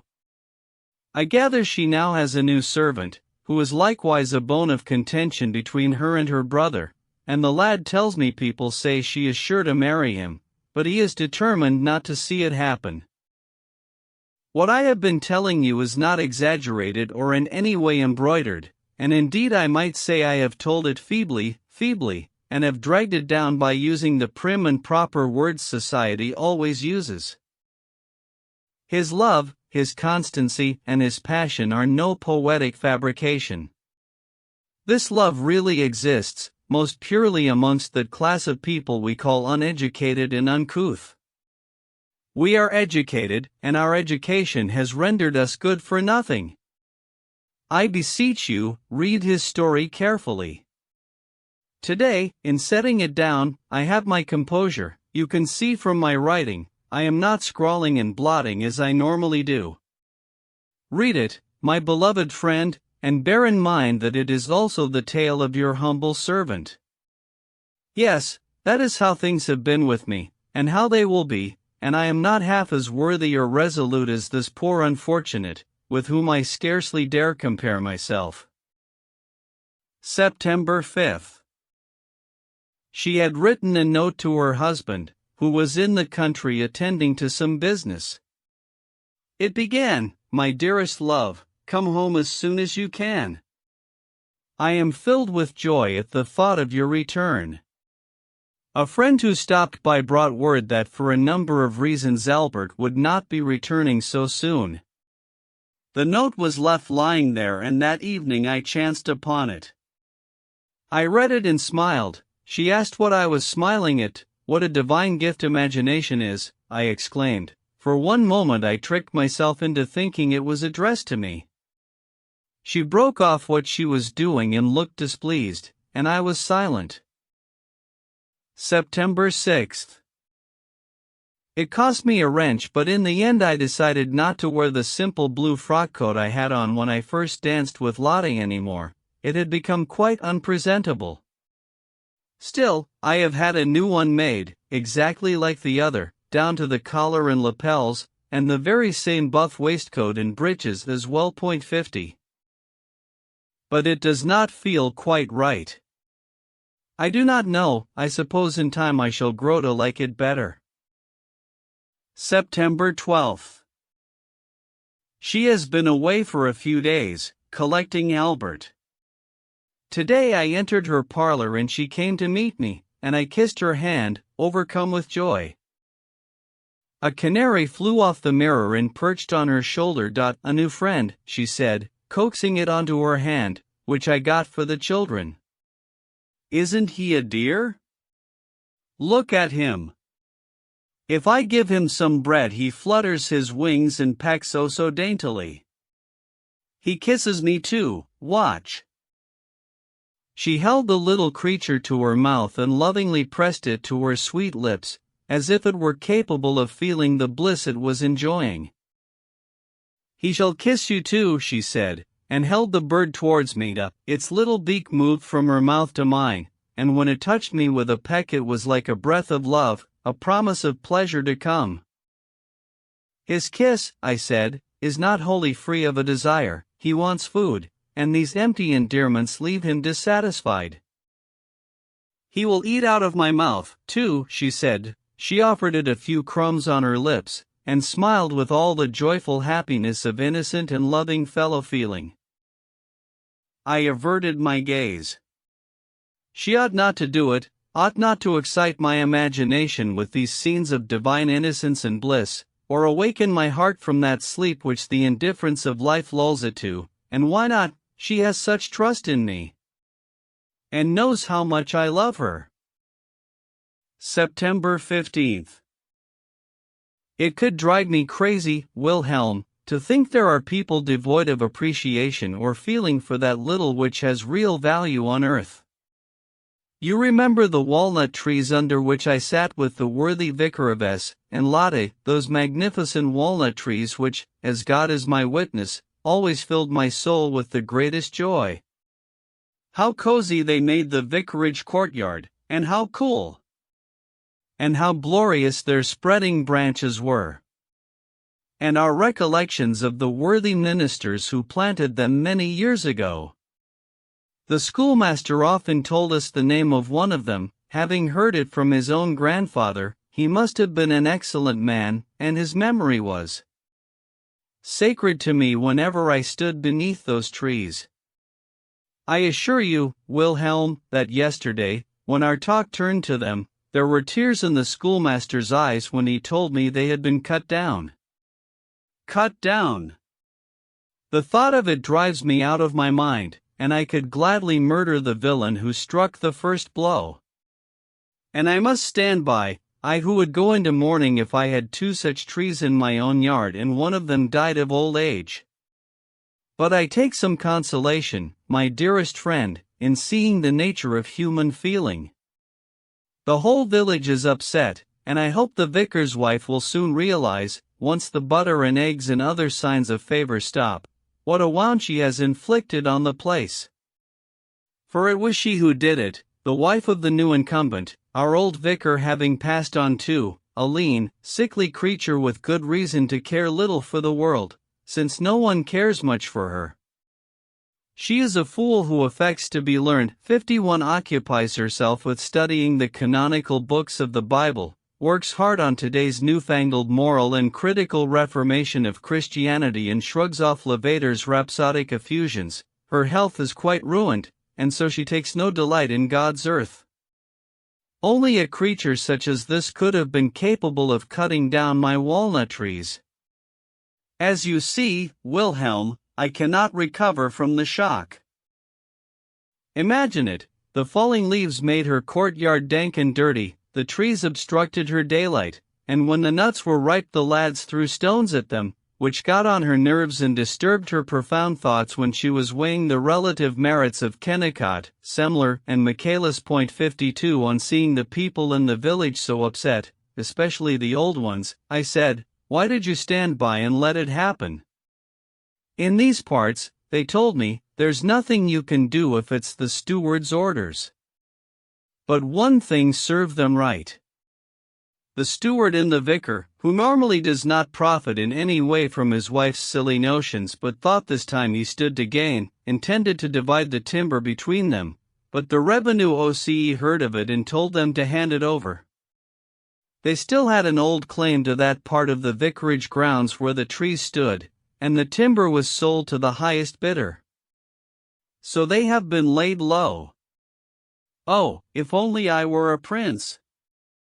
I would have the vicar's wife, and the steward, and the revenue OC a prince. If I really were a prince, I should have better things to concern me than the trees in my dominion. October 10th. Simply to see her dark eyes restores my spirits.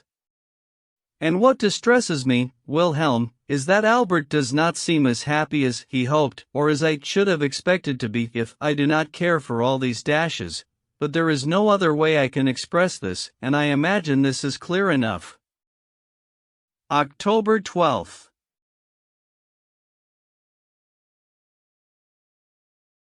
Ocean 53 has ousted Homer from my heart. What a world that exalted soul leads me into! To wander across the heath in the pale moonlight, with the gale howling and the spirits of his forefathers in the vaporous mists.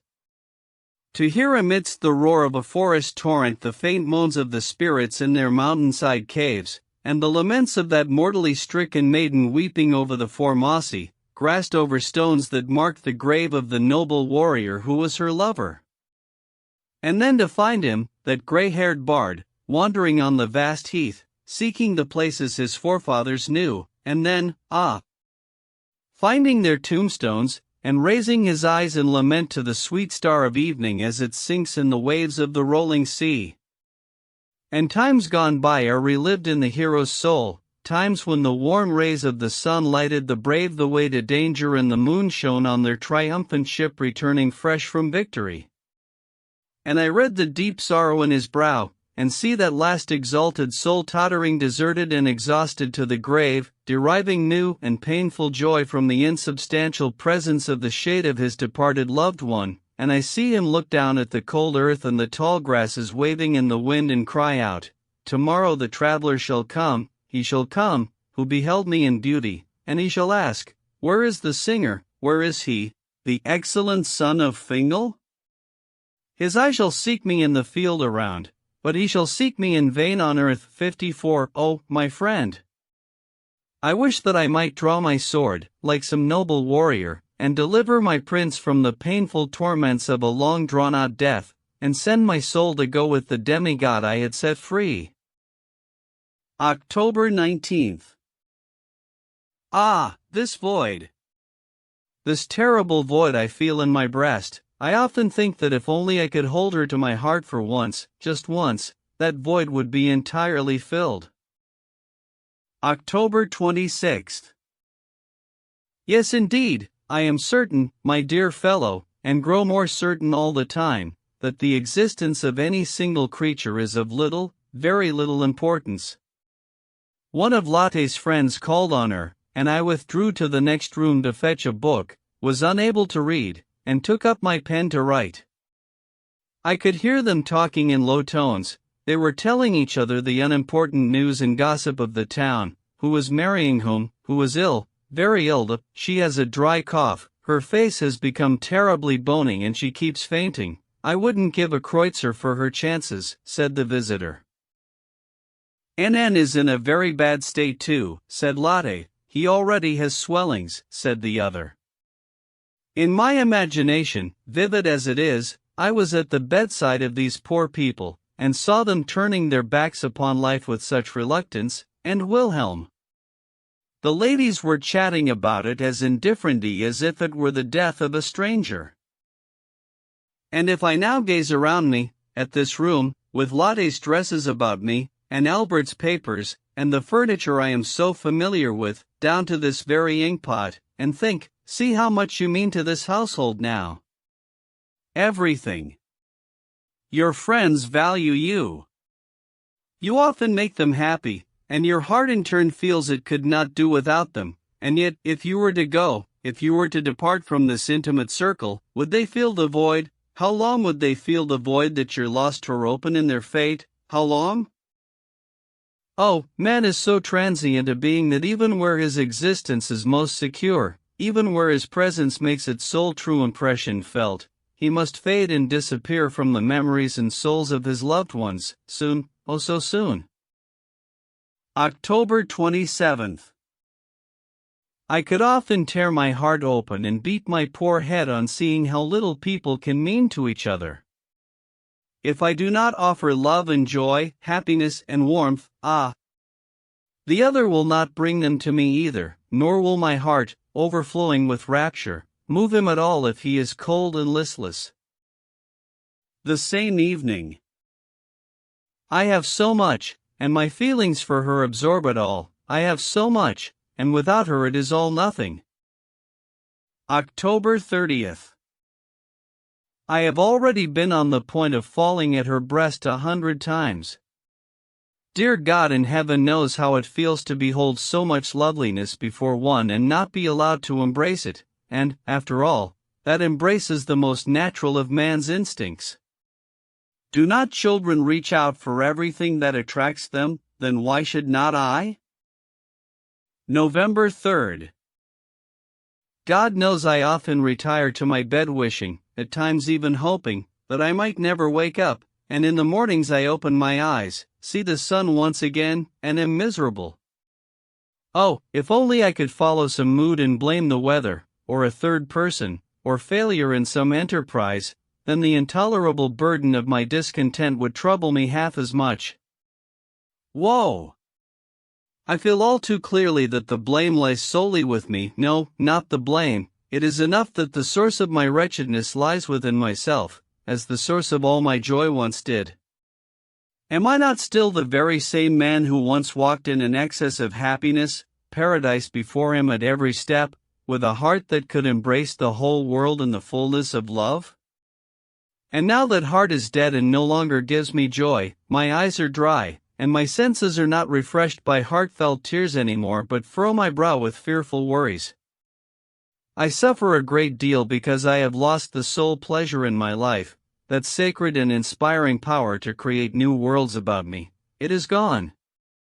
When I gaze from my window at the distant hills and see the morning sun breaking through the mist above them and shining upon the tranquil meadows, and the river gently meandering amongst the leafless willows, oh, all the glories of nature are frozen to my eye, like a varnished painting, and all the delights are powerless to extract one drop of joy from my heart to refresh my mind, and there I stand, in the sight of God, like a dried-up spring, like a broken pitcher. 55 I have often prostrated myself on the ground and prayed to God for tears, like a farmer praying for rain when the heaven over his head is brass. 56 and the earth is parched. But I sense that God does not send rain or sunshine in response to our importunate pleas, and the reason why those times whose recollection so torments me now were so blissful was that I awaited his spirit with patience, and received the joys he bestowed upon me with a full and deeply grateful heart. November 8th. She has reproached me for my excesses, though in the most amiable of ways. My excesses consist in going on to empty the bottle when on occasion I drink a glass of wine. Do not do it, she said, think of Lotte. Do you need to tell me to think of you? Said I think of you, I do not think of you, you are always before my soul. Today I was sitting at that spot where you recently alighted from the carriage. She changed the subject to prevent me from pursuing it any further. My friend, I am lost. She can do with me whatever she pleases. November 15th.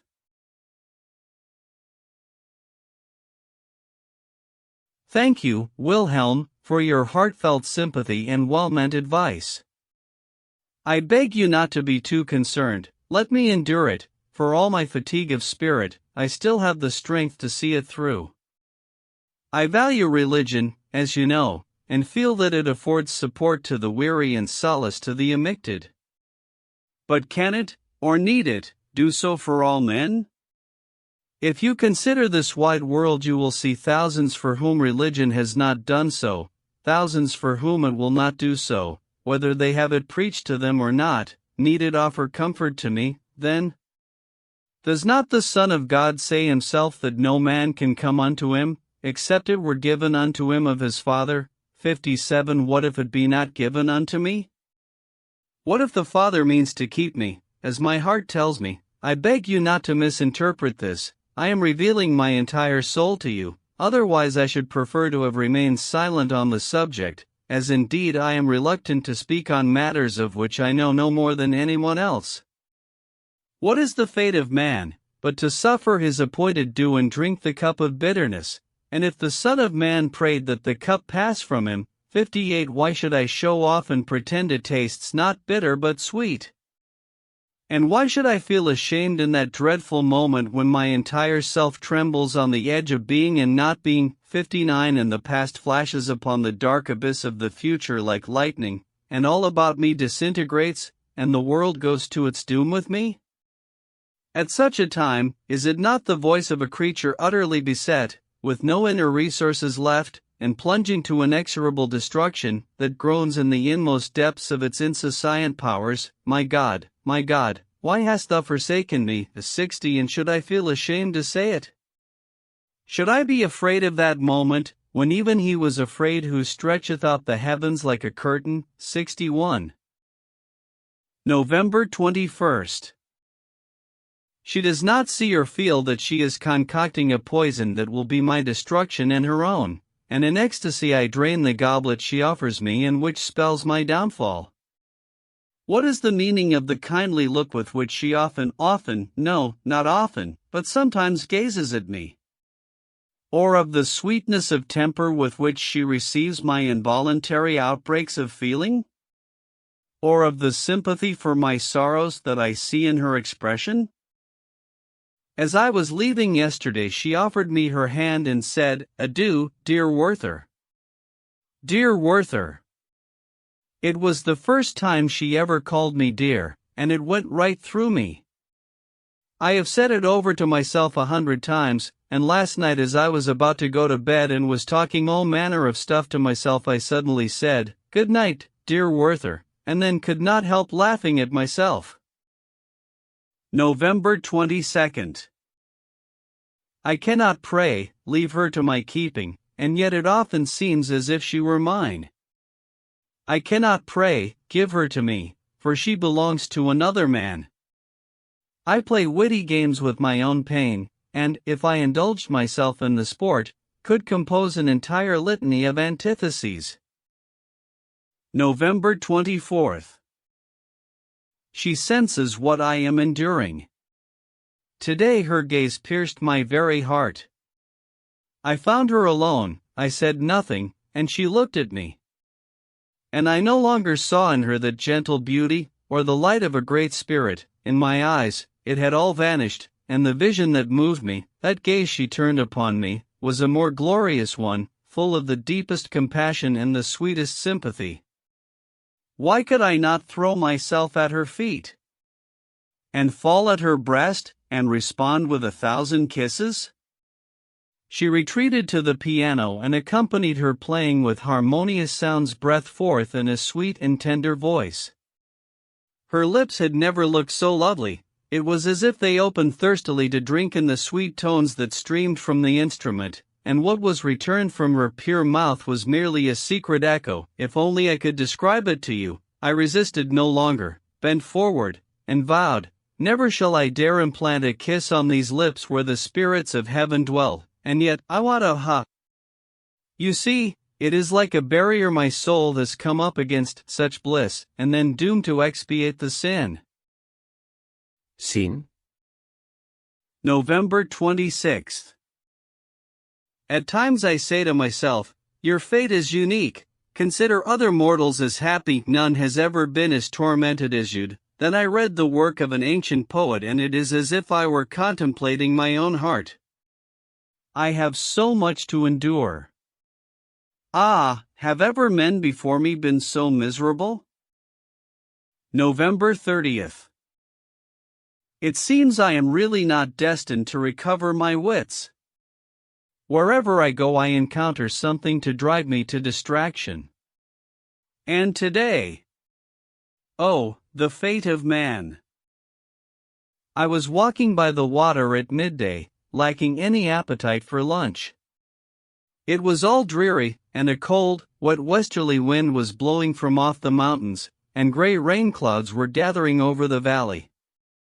From a distance I made out a fellow in a worn, green coat scrabbling about the rocks, apparently looking for herbs.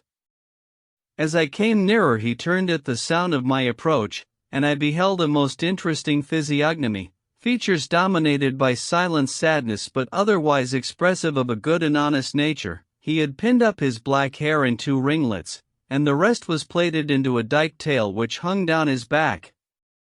Since his attire suggested he was a man of the lower orders, I assumed he would not take it amiss if I took an interest in what he was doing, and so I asked him what he was looking for. I am looking for flowers, he answered, with a deep sigh, but I cannot find any. Well, it isn't the season for them, I said with a smile. There are so many flowers, he said, climbing down to me. I have 2 kinds in my garden, roses and honeysuckle. One of them was given to me by my father. They grow like weeds. I have been searching for 2 days but cannot find them. There are always flowers out there, yellow ones and blue ones and red ones, and centauri has a very pretty bloom. I can't find any of them. His face was twisted by an odd, twitchy smile. Strictly between ourselves, he said, placing a finger to his lips, I promised my sweetheart a bunch of flowers. And very nice too, said I. Oh, she has a lot of other things, he said. She's rich. But she will still value your posy, I replied. Oh, she has jewels, he went on, and a crown. And what is her name? If only the General Estates 62 would pay me, he added, I should be a new man. Yes, there was a time when I was very contented. Now it is all over. Now I am. His eyes filled with tears and he raised them expressively towards heaven. And you were happy then? I asked. Ah, if only I could be happy again, he said. I was thoroughly in my element, contented and cheerful and light-hearted. Heinrich, called out an old woman who was coming along the path. Heinrich, where are you hiding? We have been looking for you everywhere. Come in to lunch. Is he your son? I asked, stepping up. Yes indeed, my poor son, she responded. God has given me a terrible cross to bear. How long has he been like this? I asked. He has been as calm as this for just 6 months, she said. Thanks be to God that he has recovered this much. Before, He was raving for a full year and they kept him in chains in the madhouse. Now he won't do anyone any harm, he just goes on about kings and emperors all the time. He was such a good and peaceable fellow, helped to maintain me, wrote a very fine hand, and suddenly he fell to brooding, was taken with a violent fever, and then grew frenzied, and now he is as you see him. If I were only to tell you, sir, I interrupted this flood of words by inquiring, and when was this period he tells of, when he was so happy and contented? The foolish fellow, she exclaimed, with a pitying smile. He means when he was out of his wits, that was the time he speaks so fondly of, when he was in the madhouse and totally unaware of a thing. This struck me like a thunderbolt. I pressed a coin into her hand and hastened away. That time when you were happy, I shouted, hurrying towards the town, that time when you were thoroughly contented, dear God in heaven, was this the fate thou hast ordained for man, that he should only be happy before he has yet attained his reason, or after he has lost it again, miserable wretch?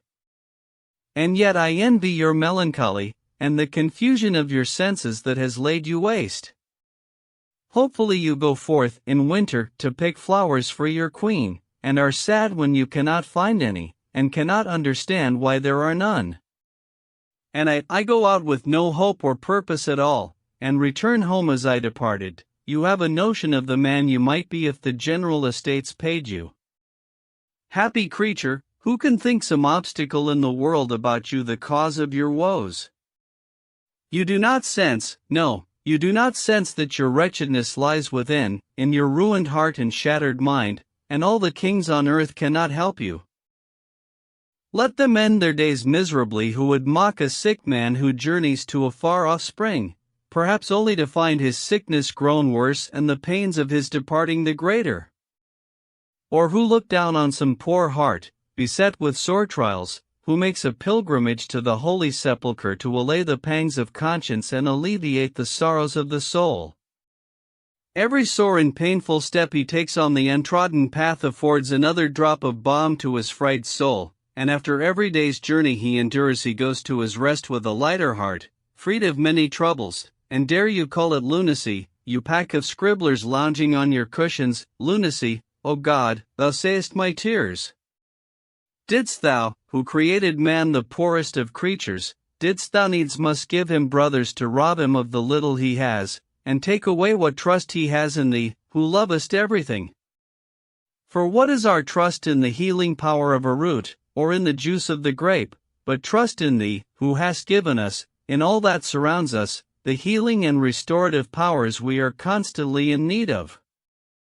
Father, whom I know not.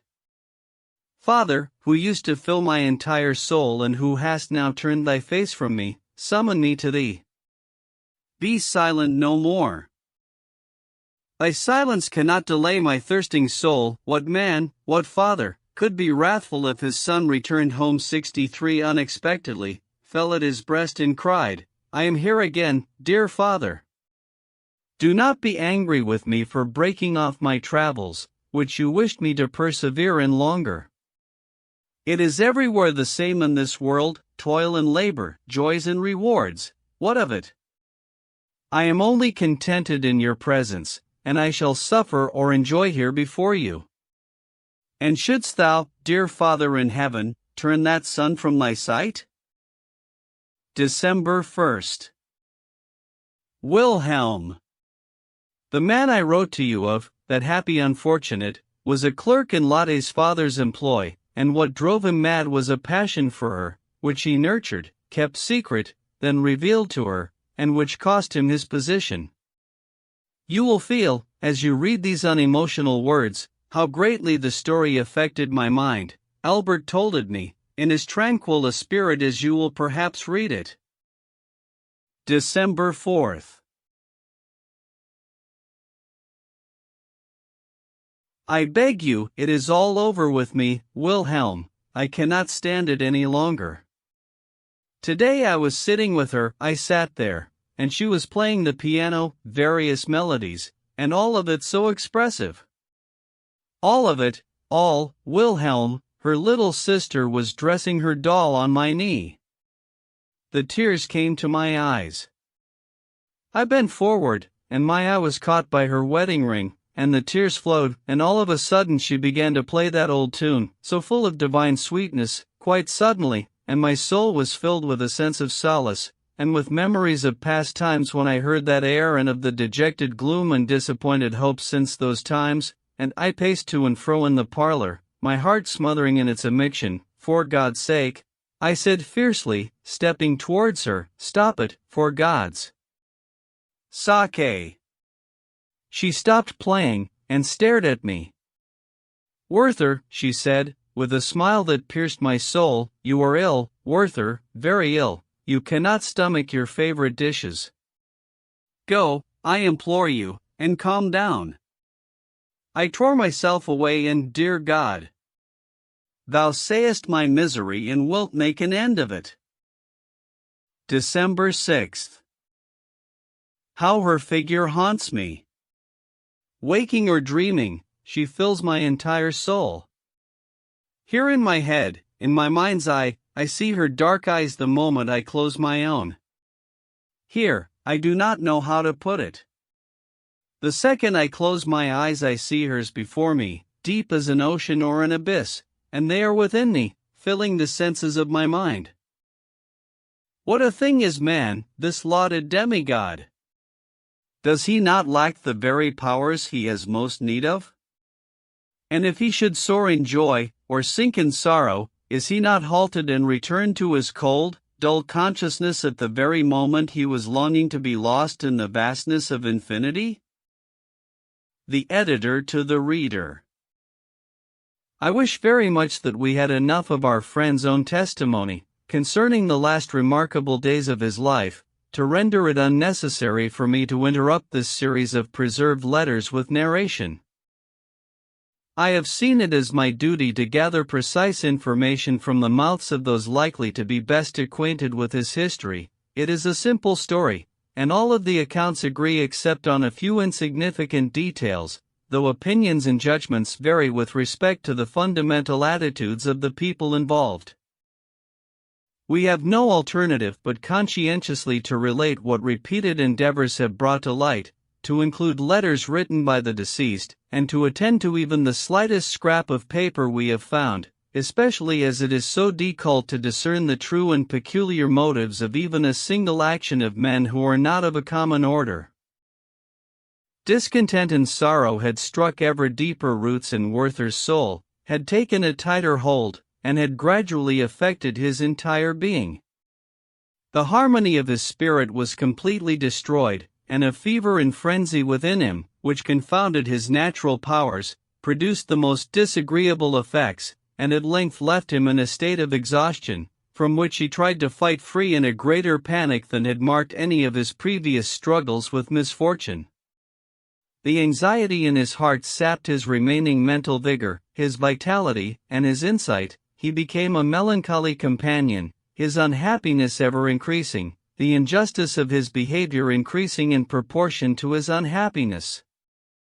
This, at least, is what Albert's friends say. They claim that Werther, who, as it were, spent every day laying waste his own powers and languishing in misery in the evenings, was unable to appreciate a quiet and pure-hearted man such as Albert, who was finally enjoying the happiness he had long looked forward to and whose conduct was intended to preserve that happiness in future too. Albert, they say, had not undergone any change in so short a time, and was still the man Werther had known from the start, the man he had valued and respected so greatly. He loved Lotte above all else, was proud of her, and wanted everyone to acknowledge that she was the most splendid of beings. Could he be blamed for wishing to avert even the merest breath of suspicion, and for being unprepared at that time to share his exquisite prize with anyone, even in the most innocent of ways? They concede that Albert often left his wife's room when Werther was in her company, but say that he did so not out of hatred or aversion towards his friend but because he sensed that Werther found his presence oppressive. Lotte's father was indisposed and confined to his room. He sent his carriage, and Lotte went to see him. It was a fine winter day, and the first snow had fallen, blanketing the surrounding country to some depth. Werther went after her the following morning, in order to accompany her home if Albert did not go to collect her. The beautiful weather had barely any effect on his low spirits, his soul was stifled and oppressed, images of melancholy had taken possession of him, and there was no change in his spirit other than from one painful thought to the next. Living as he did in a state of constant distress, he found the condition of others increasingly cause for concern and bewilderment, supposed he had upset the delightful harmony Albert enjoyed with his wife, and reproached himself for having done so, at the same time harboring a secret resentment of the husband. As he walked, his thoughts turned to this question. Yes, he said to himself, grinding his teeth, there you have this tender, friendly, intimate manner, full of sympathy, this calm and constant loyalty. It is merely smugness and indifference. His wretched business affairs draw him more strongly than his dear and precious wife. Does he value his own happiness? Does he honor and respect her as she deserves? Well, she is his, yes, she is his, I know it, just as I know something else as well, and imagine I am used to the idea, but it will drive me crazy, it will be the end of me, and did his friendship stand the test? Does he not in fact see my affection for Lotte as an infringement of his rights, and my attentiveness to her as an unvoiced rebuke? All too well I know, and feel, that he does not like seeing me there and wishes I were gone, my presence is a nuisance. Repeatedly he paused in his rapid stride, repeatedly he stood still and seemed to be thinking of turning back, but every time he proceeded on his way, and at length, occupied with these thoughts and soliloquies, he reached the hunting lodge, against his better judgment, as it were. He entered, and inquired after the old gentleman and Lotte. The household proved to be in a state of turmoil. The eldest boy told him that over in Walheim a tragedy had happened, a peasant had been murdered. The news made no great impression on him. He entered the parlor and found Lotte busy reasoning with her father, who, in spite of his illness, wanted to go over and make investigations at the scene of the crime. As yet the identity of the murderer was unknown. The dead man had been found at his front door that morning, but mere were suspicions, since the murdered man had been in the service of a widow who had previously had another servant who had left her house in strife. On hearing this, Werther reacted with some violence. Can it be possible? He exclaimed. I must go across, I cannot delay for a single moment. He hurried towards Walheim, every memory vividly before him, not doubting for an instant that the man who had committed the deed was the same he had sometimes spoken to and whom he had come to esteem. To reach the inn, where the body had been carried, he had to pass the linden trees, and now he felt horror for the place he had loved so dearly. That threshold where the children of the neighborhood had so often played was splashed with blood. Love and constancy, the most beautiful of human emotions, had been transformed into violence and murder.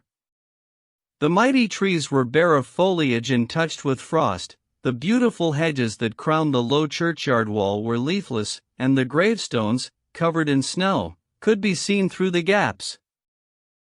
As he approached the inn, where the whole village had assembled, a great commotion suddenly broke out. In the distance a troop of armed men could be made out, and everyone was shouting that the murderer had been caught. Werther looked, and was not long in doubt. Indeed, it was the servant who so fondly loved the widow, whom he had happened upon recently, wandering about in silent rage and in deep despair. You wretched man, what have you done? Cried Werther, advancing on the prisoner. The captive gazed at him calmly, remained silent, and then at length, with utter composure, replied, No one will have her, and she will have no one. The prisoner was taken into the inn, and Werther hastened away. This horrifying, violent occurrence had profoundly disturbed the whole of his being. For a moment he was torn from his melancholy, moroseness, and resigned indifference. Sympathy took an irresistible hold on him, and he was seized by an inexpressible longing to save the man.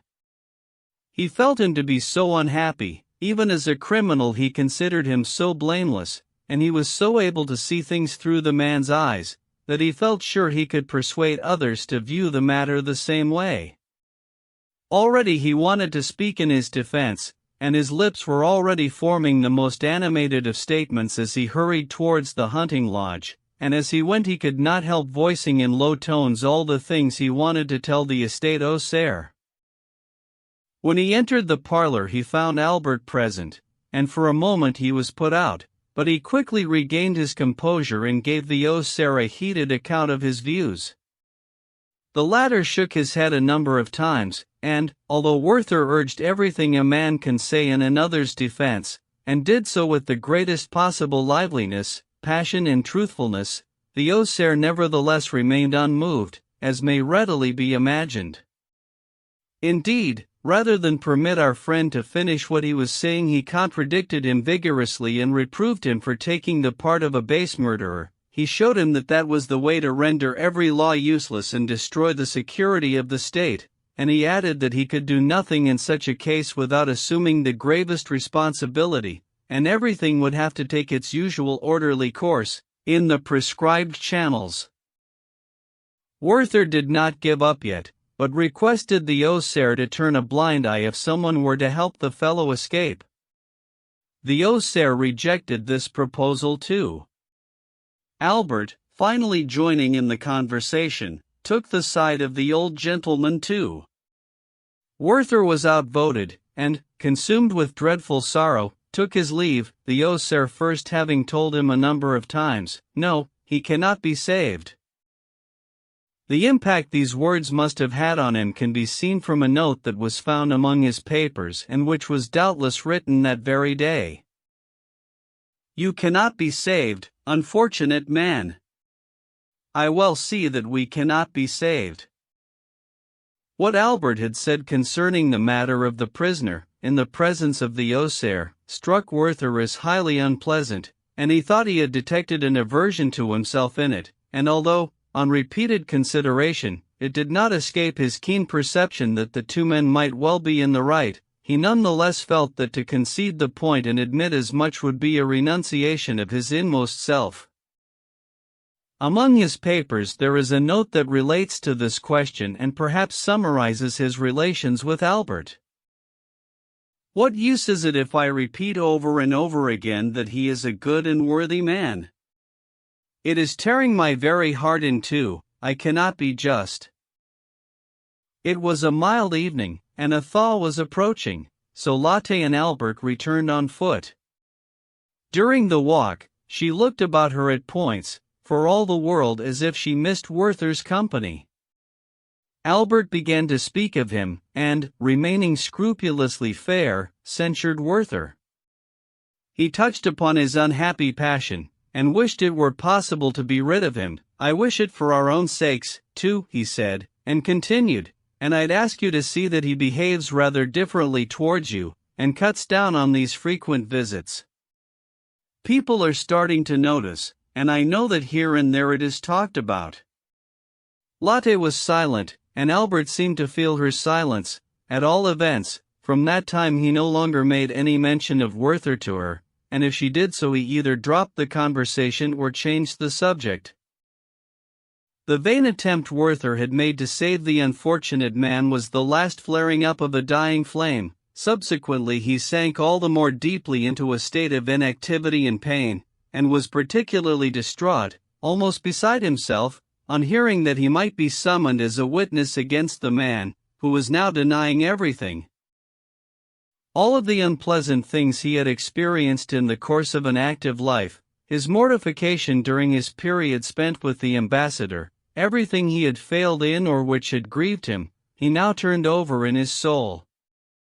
All of it seemed a vindication of inactivity. He felt cut off from all his prospects, incapable of taking a grip on the affairs of everyday life, and so, wholly abandoned to his own remarkable sensibility and way of thinking and an unremitting passion, perpetuating the same unvarying and melancholy association with the amiable and beloved creature whose peace of mind he was ruining, squandering his powers in aimless and pointless efforts, he steadily approached his tragic end. His confusion, his passion, his restless energies and endeavors, and his weariness of life, are most powerfully attested in a few surviving letters which we interpolate at this point. December 12th.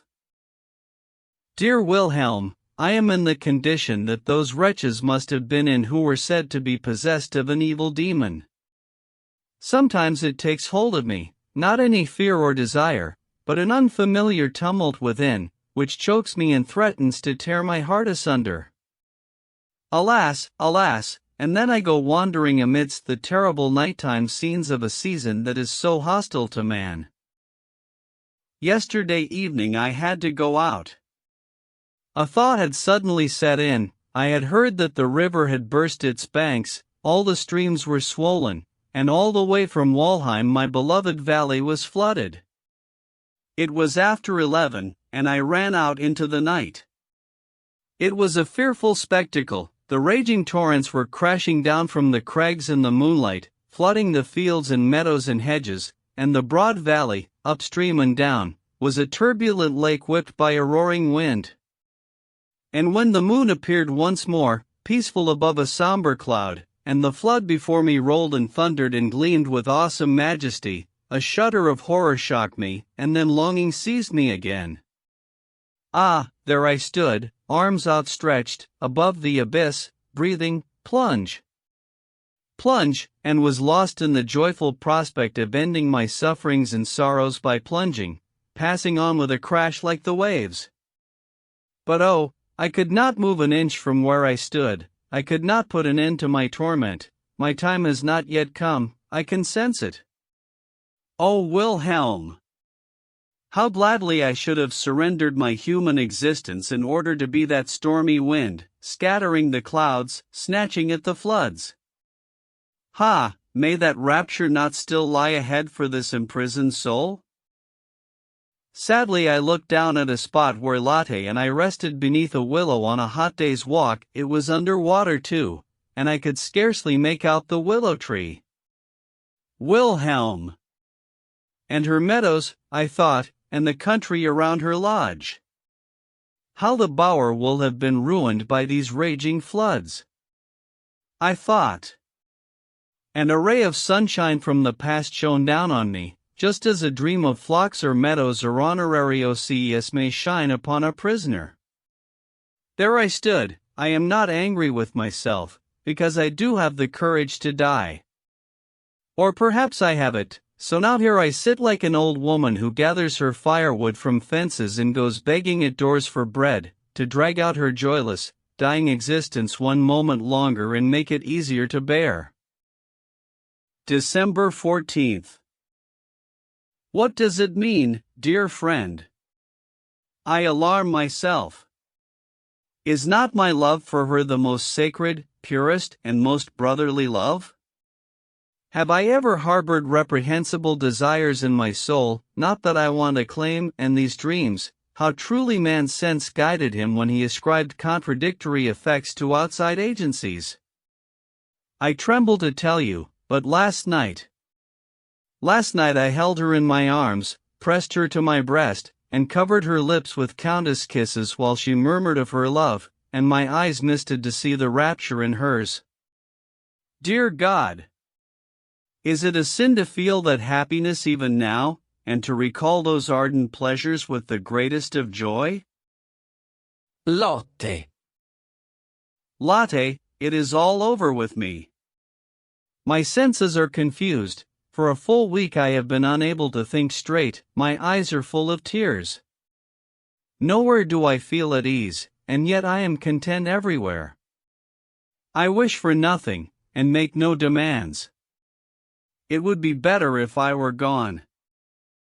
His decision to quit the world had been ever more powerfully confirmed in Werther's soul during this period and in these circumstances. Ever since his return to Lotte, that thought had constantly been his final option, his final hope, yet he had resolved that it should not be an over-hasty and impetuous deed, but rather the step should be taken out of conviction and with as calm a determination as possible. That he was filled with doubts and at odds with himself is shown by an undated note that was found among his papers and which was probably the beginning of a letter to Wilhelm. Her presence, and her fate, and the sympathy she has for mine, are extracting the very last tears from my anguished spirit. To lift the curtain and step behind it, that is all. Why these doubts and hesitation? Because one does not know what lies beyond? And because one cannot return. 64 It is characteristic of our human spirit to suspect that all is confusion and darkness where we know nothing for certain. At length he had grown familiar and acquainted with the melancholy thought, and his resolve was firm and irreversible, as is proved by the following ambiguous letter written to his friend. December 20th. I thank you for the love you show, dear Wilhelm, in picking up my words. Yes, you are right, it would be better if I were gone. I am not entirely pleased by your proposal that I return to stay with you. I should at least like to make a roundabout return of it, since we can expect the frosty weather to continue and the roads to be good. I welcome your plan to come and collect me, but perhaps you would delay for another fortnight, and wait for another letter from me, with further details. One ought not to pick the fruit before it is ripe. And a fortnight either way can make a great difference. Be so good as to request my mother to pray for her son, and tell her I beg her forgiveness for the distress I have caused her. It seems it has been my fate to sadden those I should have made happy. Farewell, my dearest friend. May heaven send you every blessing. Farewell. We scarcely feel able to express in words what was happening in Lotte's soul at this time, or to describe her feelings towards her husband and her unfortunate friend, although our knowledge of her character makes it possible to conceive of them, and any sensitive female soul will be in a position to enter into Lotte's frame of mind and share her emotions. One thing is certain, that she was quite determined to do everything she could to remove Werther from her presence, and any hesitation was due to her heartfelt wish to spare her friend, since she knew how much it would cost him, and indeed that he would find it well nigh impossible.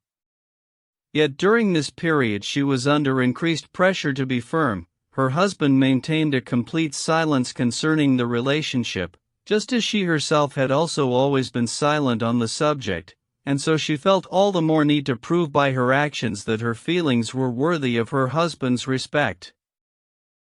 On the same day that Werther wrote this last quoted letter to his friend, the Sunday before Christmas, he called on Lotte in the evening, and found her alone.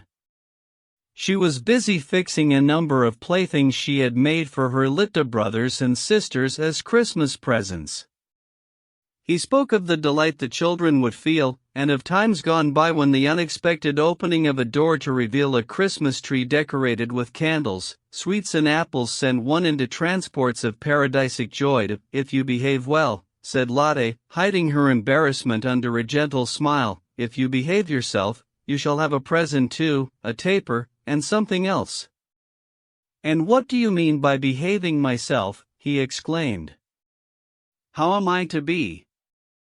How can I be? Dearest Lotte. Thursday evening, she said, is Christmas Eve, and the children will all be here, and my father too. There is a present for everyone, and you must come too, but not before men. This brought Werther up short. I implore you, she continued, diet is the way things are. I implore you for the sake of my own peace of mind, this cannot go on. He averted his gaze from her and paced up and down the parlor, muttering between his teeth, this cannot go on. Lotte, who sensed the terrible state her words had put him in, tried to distract his thoughts by asking all kinds of questions, but in vain. No, Lotte, he cried, I shall never see you again. Why ever not? She replied. Werther, you may and must see us again. but do be less agitated in your manner. Oh, why did you have to be born with this intense spirit, this uncontrollable passion for everything you are close to? I implore you," she went on, taking his hand, "be calmer. Think of the many joys your spirit, your knowledge and your gifts afford you. Be a man. Put an end to this dismal attachment to a creature who can do nothing but pity you." He ground his teeth and gazed at her somberly. She continued to hold his hand. "Be calm for just a moment, Werther," she said. "Do you not sense that you are deceiving yourself and willing your own destruction? Why me of all people, Werther? I belong to another, so why me? I very much fear that what makes the desire to possess me so attractive is its very impossibility."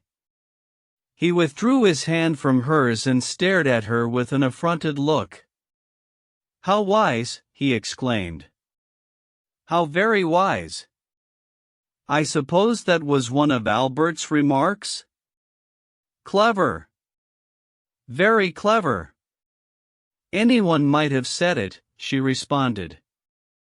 "Can there really not be another girl in the whole wide world to satisfy the longings of your heart? Take a grip on yourself, and go in search of her, and I swear you will find her. I have for some time been worried, on your account and ours, by the narrow confinement you have imposed on yourself of late. Be firm with yourself. Go on your travels, it will and must take your mind off things. Seek someone who is worthy of your love, find her, and then return, and we shall enjoy the happiness of true friendship together." That speech, he remarked, with a cold laugh, could be printed and commended to the use of teachers. "Dear Lotte, leave me in peace just a little longer and all will be well. But be sure, Werther, not to come before Christmas Eve." He was about to reply when Albert entered the parlor. Frostily they wished each other good evening, and then, embarrassed, walked up and down the room at each other's side.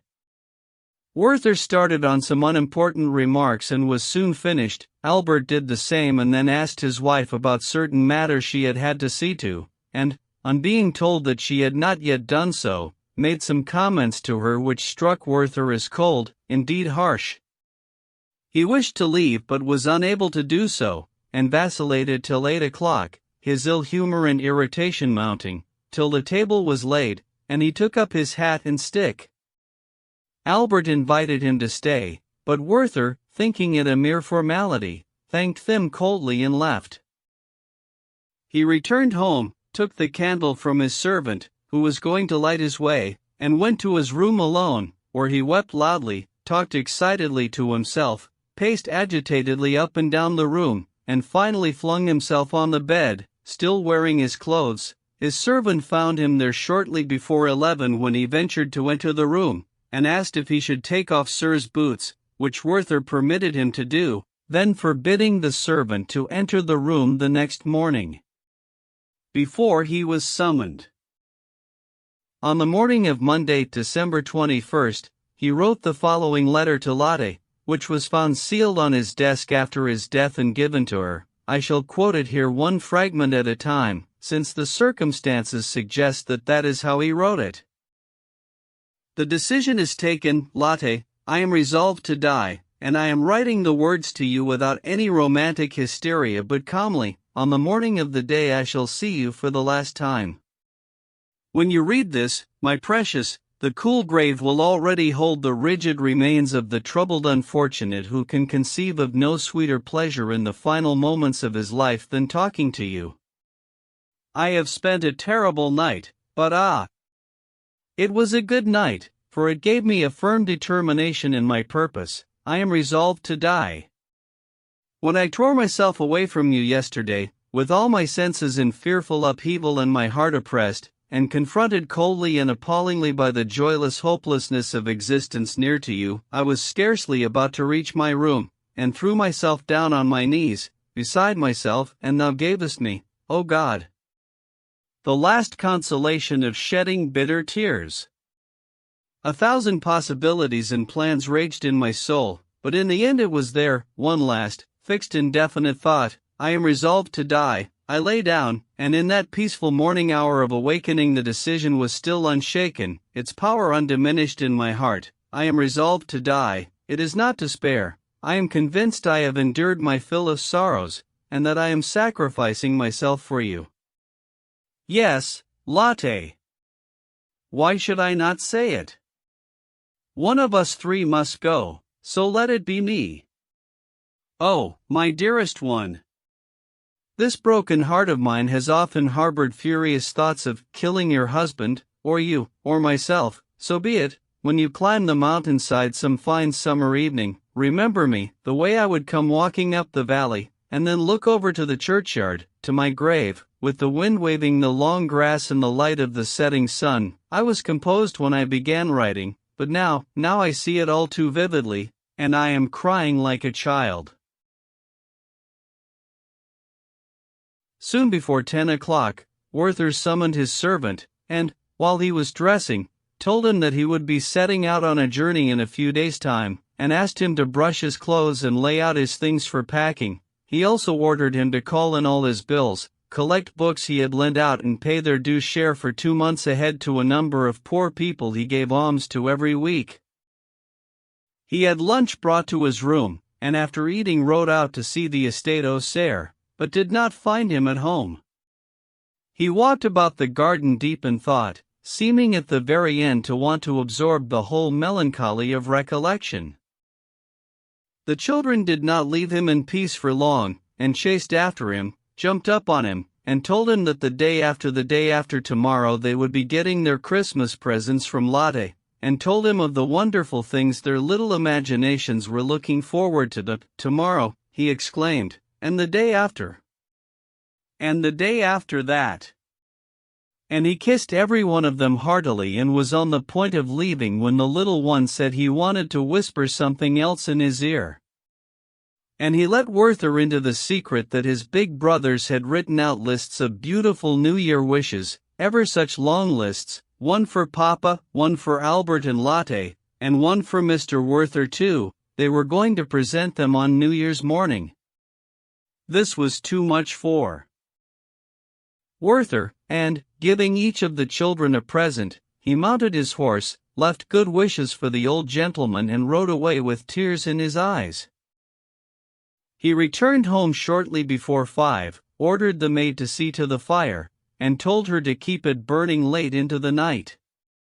He ordered his servant to pack books and linen at the bottom of his trunk, and to sew his clothing into protective covers. It was probably at this point that he wrote the following paragraph of his final letter to Lotte. You do not expect me. You suppose I will obey, and not see you again until Christmas Eve. Oh, Lotte! It must be today or never again. On Christmas Eve you will hold this page in your hand, trembling, and shed your tender tears on it. I will. I must. Oh, how good it feels to be so determined. Lotte was meanwhile in a singular frame of mind. After her last conversation with Werther she had felt how hard she would find it to part from him, and had sensed how he would suffer if he were to part from her. It had been mentioned in Albert's presence, more or less in passing, that Werther would not be calling again before Christmas Eve, and Albert had ridden out to see an Auxerre in the neighborhood with whom he had business affairs to conduct. He would have to stay the night there. She now sat alone, with none of her brothers or sisters about her, immersed in thoughts of her own which dwelt on those who were dear to her. She was now united for all eternity with the man whose love and fidelity she knew so well, to whom she was devoted with all her heart, and whose tranquility and reliability seemed intended by heaven for an honest woman to found her worldly happiness on, and she could feel what he would always mean to herself and the children. On the other hand, Werther had become most precious to her. From the very first moment of their acquaintance there had been so beautiful a harmony in their spirits, and their long-lasting association in various situations they had experienced had made an indelible impression on her heart. She was accustomed to sharing every thought and feeling that interested her with him, and his departure threatened to tear open a void in her being that could not be filled again. Oh, if only she might have transformed him into a brother at that moment, how happy she would have been! If only she could have had him marry one of her friends, she would have been able to hope for a complete improvement in his relations with Albert too. She had reviewed all her women friends in her mind, and had found fault with every one of them and could hit upon none that she would want to see him with. All of these reflections prompted a profound realization, albeit one which she was not consciously aware of, that her secret heart's desire was to keep him for herself, yet at the same time she reminded herself that she could not and might not keep him, her pure and beautiful nature, which at other times was so light-hearted and readily found a way out of predicaments, sensed the oppressive power of melancholy, banishing the prospect of happiness. Her heart was heavy, and her vision was clouded by sadness. It was 6:30 by the time she heard Werther coming up the stairs. She quickly recognized his step, and his voice asking after her. Her heart beat wildly upon his arrival. Indeed, it may not be too much to say it did so for the first time. She would have preferred to have him told she was out, and, when he entered, she exclaimed in impassioned distraction, "You did not keep your word." "I promised nothing," was his reply. "Even so, you should at least have respected my request," she pursued. "I asked you to give us both some peace." She did not well know what she was saying, nor what she was doing, when she then sent for some friends, so that she would not be alone with Werther. He put down some books he had brought, asked after some others, and one moment she wished her friends would come, the next that they would stay away. The maid returned, bringing word that both of them had sent their excuses. She thought of having the maid sit doing her work in the next room, then she thought differently of it. Werther paced up and down the parlor, and she went to the piano and began to play a minuet, but it would not come. She pulled herself together and sat down calmly at Werther's side, on the sofa where he had taken his usual place. "Do you have nothing to read?" she said. He did not. "Over there in my drawer," she went on, "is your own translation 65 of some of the songs of Ossian. I have not read them yet, because I have always been hoping to hear you read them to me, but for some time it hasn't been possible." He smiled, fetched the songs, shuddered as he picked them up, and his eyes filled with tears as he opened the manuscript. He sat down and read. "Star of descending night, fair is thy light in the west. Thou liftest thy unshorn head from thy cloud, thy steps are stately on thy hill. What dost thou behold in the plain? The stormy winds are laid. The murmur of the torrent comes from afar. Roaring waves climb the distant rock. The flies of evening are on their feeble wings, the hum of their course is on the field. What dost thou behold, fair light, but thou dost smile and depart? The waves come with job around thee, they bathe thy lovely hair. Farewell, thou silent beam. Let the light of Ossian's soul arise. And it does arise in its strength. I behold my departed friends. Their gathering is on Laura, as in the days of other years. Fingal comes like a watery column of mist. His heroes are around, and see the bards of song, grey-haired Olin, stately Rhino, Alpin with the tuneful voice, the soft complaint of Monona. How are ye changed, my friends, since the days of Selma's feast, when we contended, like gales of spring as they fly along the hill, and bend by turns the feebly whistling grass. Monona came forth in her beauty, with downcast look and tearful eye. Her hair was flying slowly with the blast that rushed unfrequent from the hill. The souls of the heroes were sad when she raised the tuneful voice.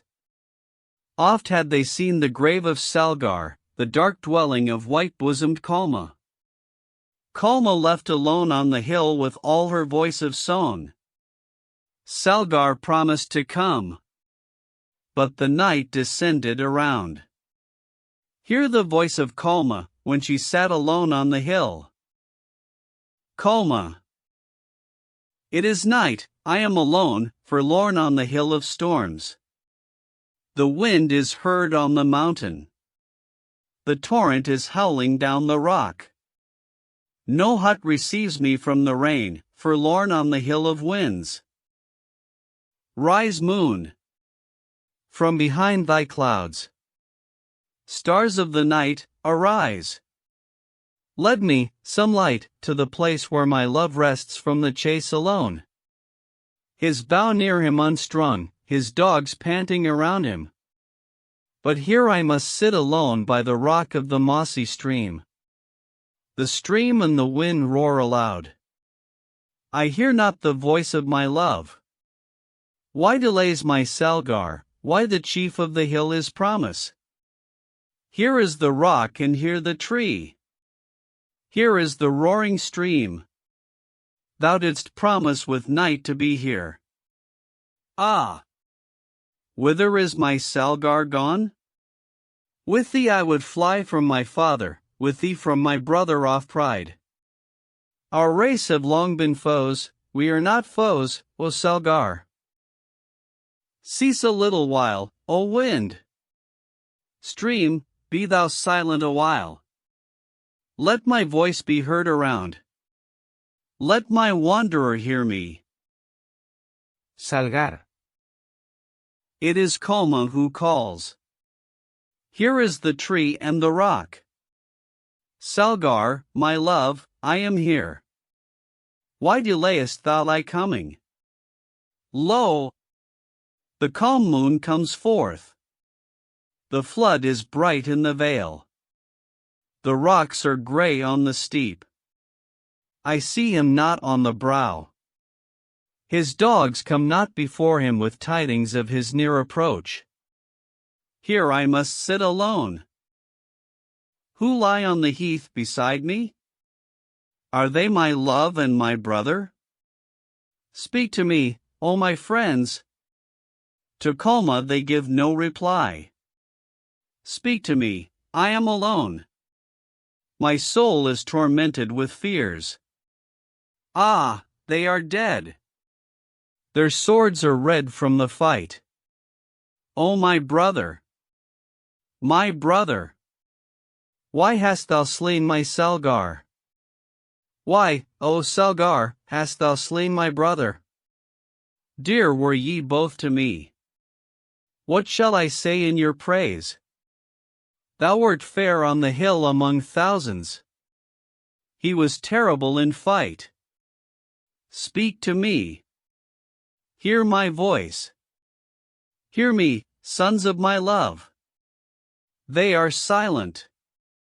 Silent forever.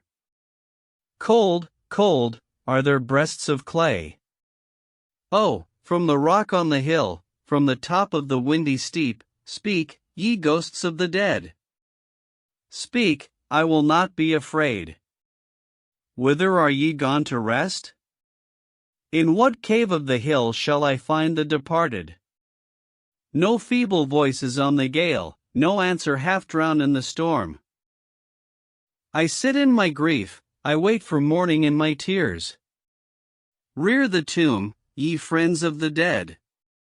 Close it not till Kalma come. My life flies away like a dream. Why should I stay behind?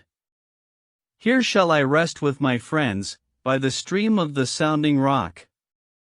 When night comes on the hill, when the loud winds arise, my ghost shall stand in the blast, and mourn the death of my friends. The hunter shall hear from his booth, he shall fear, but love, my voice. For sweet shall my voice be for my friends, pleasant were her friends to Kalma. Such was thy song, Monona, softy blushing daughter of Torman. Our tears descended for Kalma, and our souls were sad. Olin came with his harp, he gave the song of Alpin. The voice of Alpin was pleasant, the soul of Rhino was a beam of fire. But they had rested in the narrow house, their voice had ceased in Selma. Olin had returned one day from the chase before the heroes fell. He heard their strife on the hill, their song was soft, but sad. They mourned the fall of Morar, first of mortal men. His soul was like the soul of Fingal, his sword like the sword of Oscar. But he fell, and his father mourned, his sister's eyes were full of tears. Minona's eyes were full of tears, the sister of Carborn Morar. She retired from the song of Olin, like the moon in the west, when she foresees the shower, and hides her fair head in a cloud. I touched the harp with Olin, the song of morning rose. Ryno. The wind and the rain are past, calm as the noon of day. The clouds are divided in heaven. Over the green hills flies the inconstant sun. Red through the stony vale comes down the stream of the hill. Sweet are thy murmurs, O stream. But more sweet is the voice I hear. It is the voice of Alpin, the son of song, mourning for the dead. Bent is his head of age, red his tearful eye. Alpin, thou son of song, why alone on this silent hill? Why complainest thou, as a blast in the wood, as a wave on the lonely shore? Alpin.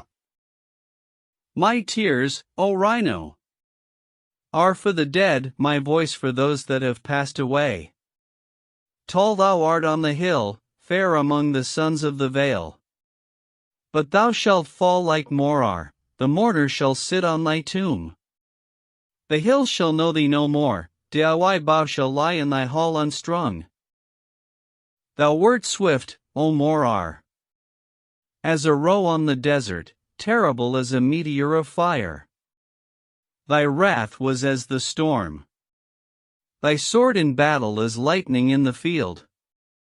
Thy voice was a stream after rain, like thunder on distant hills.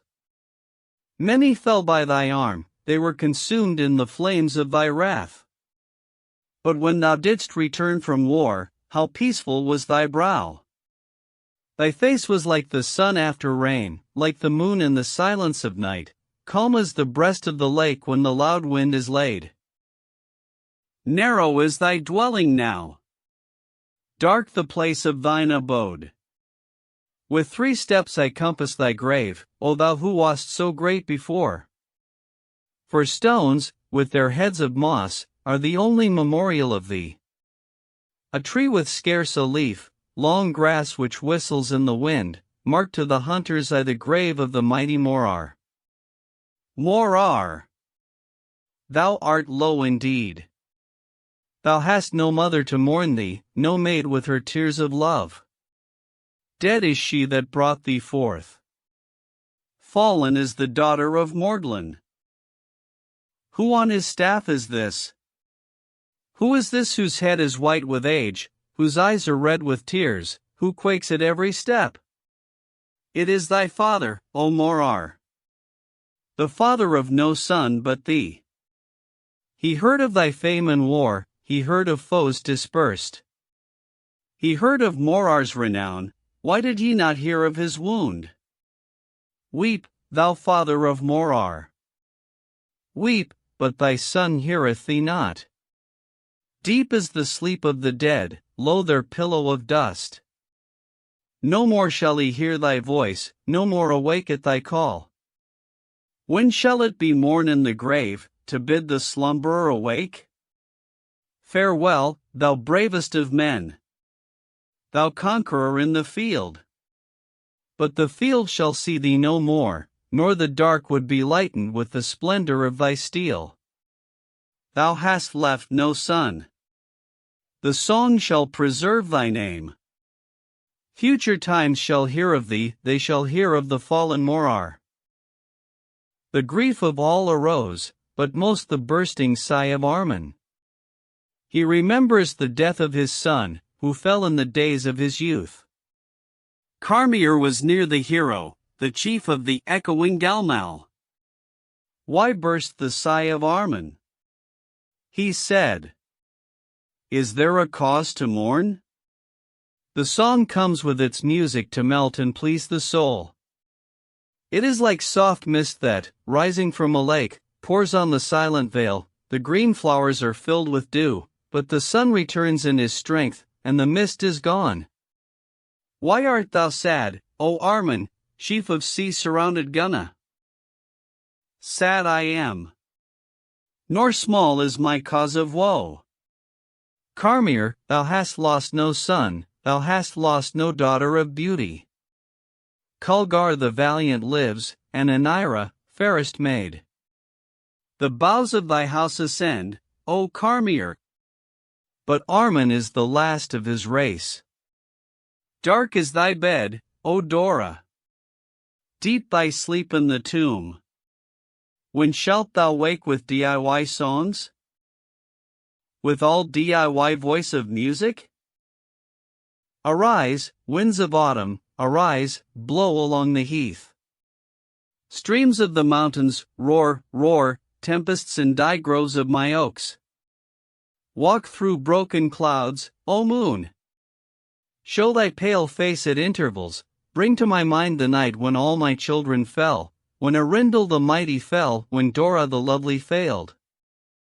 Dora, my daughter, thou wert fair, fair as the moon on Fura, white as the driven snow, sweet as me breathing gale. Arindel, thy bow was strong, DIY spear was swift on the field, thy look was like mist on the wave, thy shield a red cloud in a storm. Armar, renowned in war, came and sought Dora's love. He was not long refused, fair was the hope of their friends.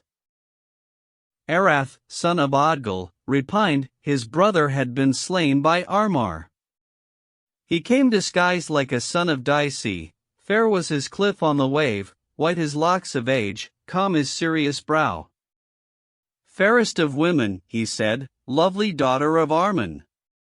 A rock not distant in Dicey bears a tree on its side, red shines the fruit afar. There Armar waits for Dora. I come to carry his love. She went, she called on Armar. Not answered, but the son of Di Rock. Armar, my love, my love. Why tormentest thou me with fear? Here, son of Arnart, here. It is Dora who calleth thee. Arath, the traitor, fled laughing to me land. She lifted up her voice, she called for her brother and her father. Arindal. Armin. None to relieve you, Dora. Her voice came over the sea. Arindel, my son, descended from Dai Hill, rough in the spoils of Dai Chase. His arrows rattled by his side, his bow was in his hand, 5 dark grey dogs attended his steps. He saw fierce Arath on me shore, he seized and bound him to an oak.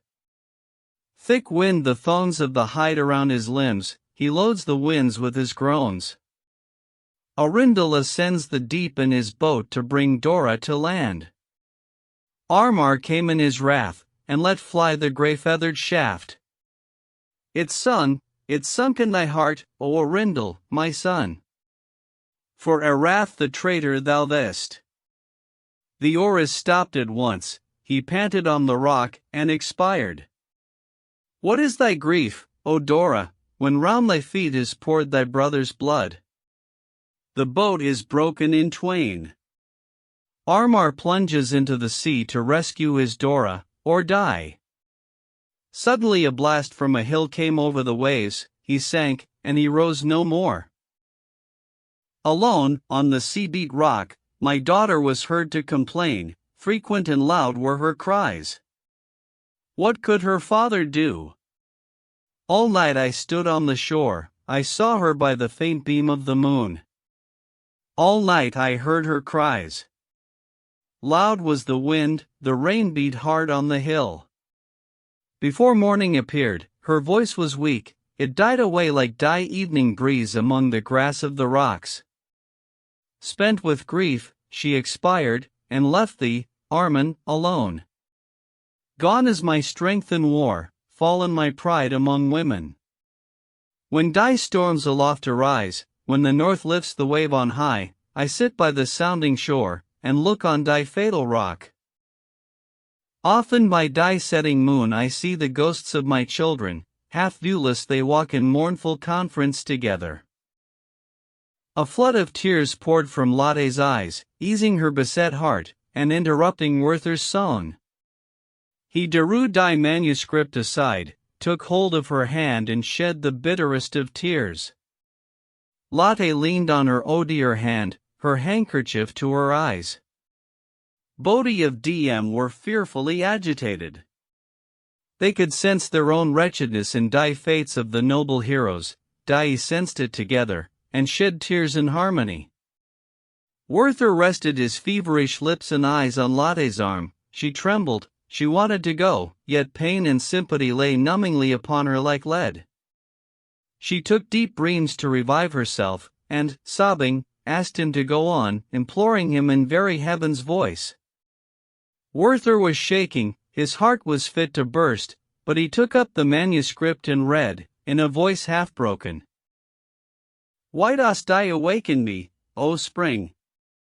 Thy voice woos me, exclaiming, I refresh me with heavenly dews, but the time of my decay is approaching, thy storm is nigh that shall wither my leaves. Tomorrow the traveler shall come, he shall come, who beheld me in beauty, his eye shall seek me in thy field around, but he shall not find me. The whole force of these words overwhelmed the unhappy Werther. He flung himself down before Lotte 66 in deep despair and seized her hands, pressing them to his eyes and forehead, and a premonition of his terrible intention flickered in her soul. Her senses were bewildered, she squeezed his hands and pressed them to her breast, bent towards him with feelings of deeply moved melancholy, and their warm cheeks touched. They were oblivious to the world about them. He clasped her in his arms, held her to his breast and covered her trembling, murmuring lips with fiery kisses to Werther, she cried in a choked voice, turning away from him, Werther. And with a feeble hand she pushed his breast from hers. Werther, she exclaimed, in the self-controlled tone of the noblest sentiment. He offered no resistance, released her from his embrace, and prostrated himself before her, distraught. Hastily she stood up, and in a voice of anxious confusion, trembling between love and anger, told him, this is the last time. Werther! You will never see me again. And, gazing upon the wretched man with the tenderest look of love, she hurried into the next room, and locked the door behind her. Werther stretched his arms out after her, but did not dare detain her. He lay on the floor with his head resting on the sofa, and in that position he remained for over half an hour, until a noise brought him to his senses. It was the maid, who wanted to lay the table. He walked up and down the room, and, once he was alone again, went to the door of the adjoining room and called in low tones, Lotte. Lotte. Just one more word. Just a word of farewell. She made no reply. He waited, repeated his request, and waited. Then he tore himself away, and cried, Farewell, Lotte. Forever adieu. He reached the town gate. The watchmen were used to his habits and let him pass in silence. A fine sleet was falling, and it was not until shortly before 11 that he knocked at the door. His servant noticed that when Werther returned home he did not have his hat. He did not venture to make any comment and helped him out of his clothes, which were wet through. The hat was later found on a rock, where a hillside crag overlooks the valley, and it is inconceivable how he should have climbed it on a dark, wet night without falling. He went to bed and slept late.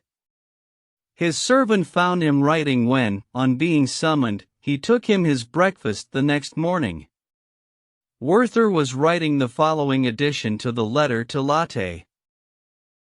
For the last time, then, for the last time I open these eyes.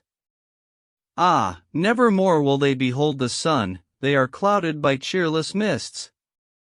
Then mourn, nature. For your son and friend and lover is nearing his end.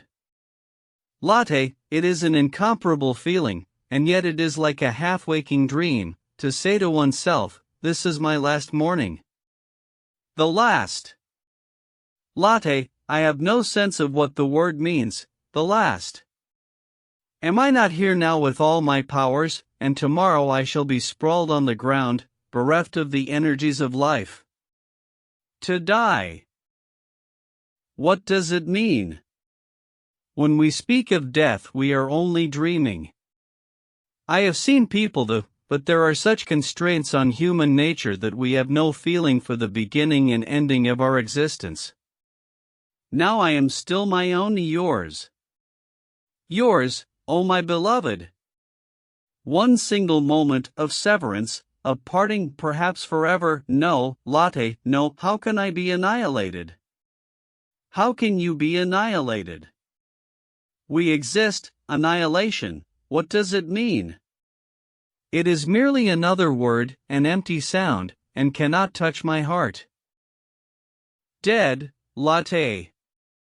And interred in the cold earth, in the dark and narrow grave. I had a friend who meant everything to me when I was a youth and knew nothing of life. She died, and I followed behind the body, and stood by the grave as they lowered the cohen, and heard the ropes were as they were quickly pulled through and up, and then the first clod was shoveled in, and the fearful cohen returned a hollow sound which grew ever more mummed, until at last it was covered.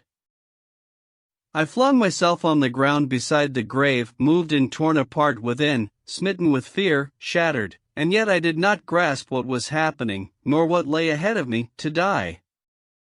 The grave. I do not understand the words. Oh, forgive me. Forgive me. Yesterday. It ought to have been the very last moment in my life. Oh, you angel. For the first time, for the very first time, without any doubt at all, I was burning deep within, burning with joy, knowing, she loves me. She loves me. The sacred fire they received from yours is still aflame on my lips, and a new and ardent joy is in my heart. Forgive me. Forgive me. Ah, I knew that you loved me, knew it from your first soulful looks, the first pressure of your hand, but once I was absent once more, and saw Albert at your side, I was disheartened again and fell a prey to feverish doubts. Do you remember the flowers you sent me, that time you were unable to say a word to me or give me your hand in that crowded gathering? Oh, I knelt before them half the night, and to my mind they sealed your love. But ah! They were passing impressions, just as the sense of God's mercy gradually passes from the soul of a believer. That mercy which a bountiful heaven granted him through sacred invisible signs. All of it passes away, but a whole eternity will not extinguish the living fire I enjoyed on your lips yesterday, and which I feel burning within me. She loves me. These arms held her, these lips trembled against hers, this mouth murmured upon hers. She is mine. You are mine. Yes, Lotte, for all eternity. Albert is your husband. Well, what of it? Husband. In the eyes of the world, and in the eyes of the world, is it sinful for me to love you, to want to tear you from his embrace into my own? Sin? Very well, and I am punishing myself. I have tasted the whole divine delight of that sin, and have taken balm and strength into my heart. From this moment you are mine. Mine, O Lotte. I am going on ahead. Going unto my father, 67 your father. I shall tell him my sorrows and he will comfort me until that time when you come and I fly to meet you, hold you, and remain with you in a perpetual embrace in the sight of the eternal. I am not dreaming or raving. As I approach the grave, I see things more clearly. There will be a life for us. And we shall see each other again. We shall see your mother.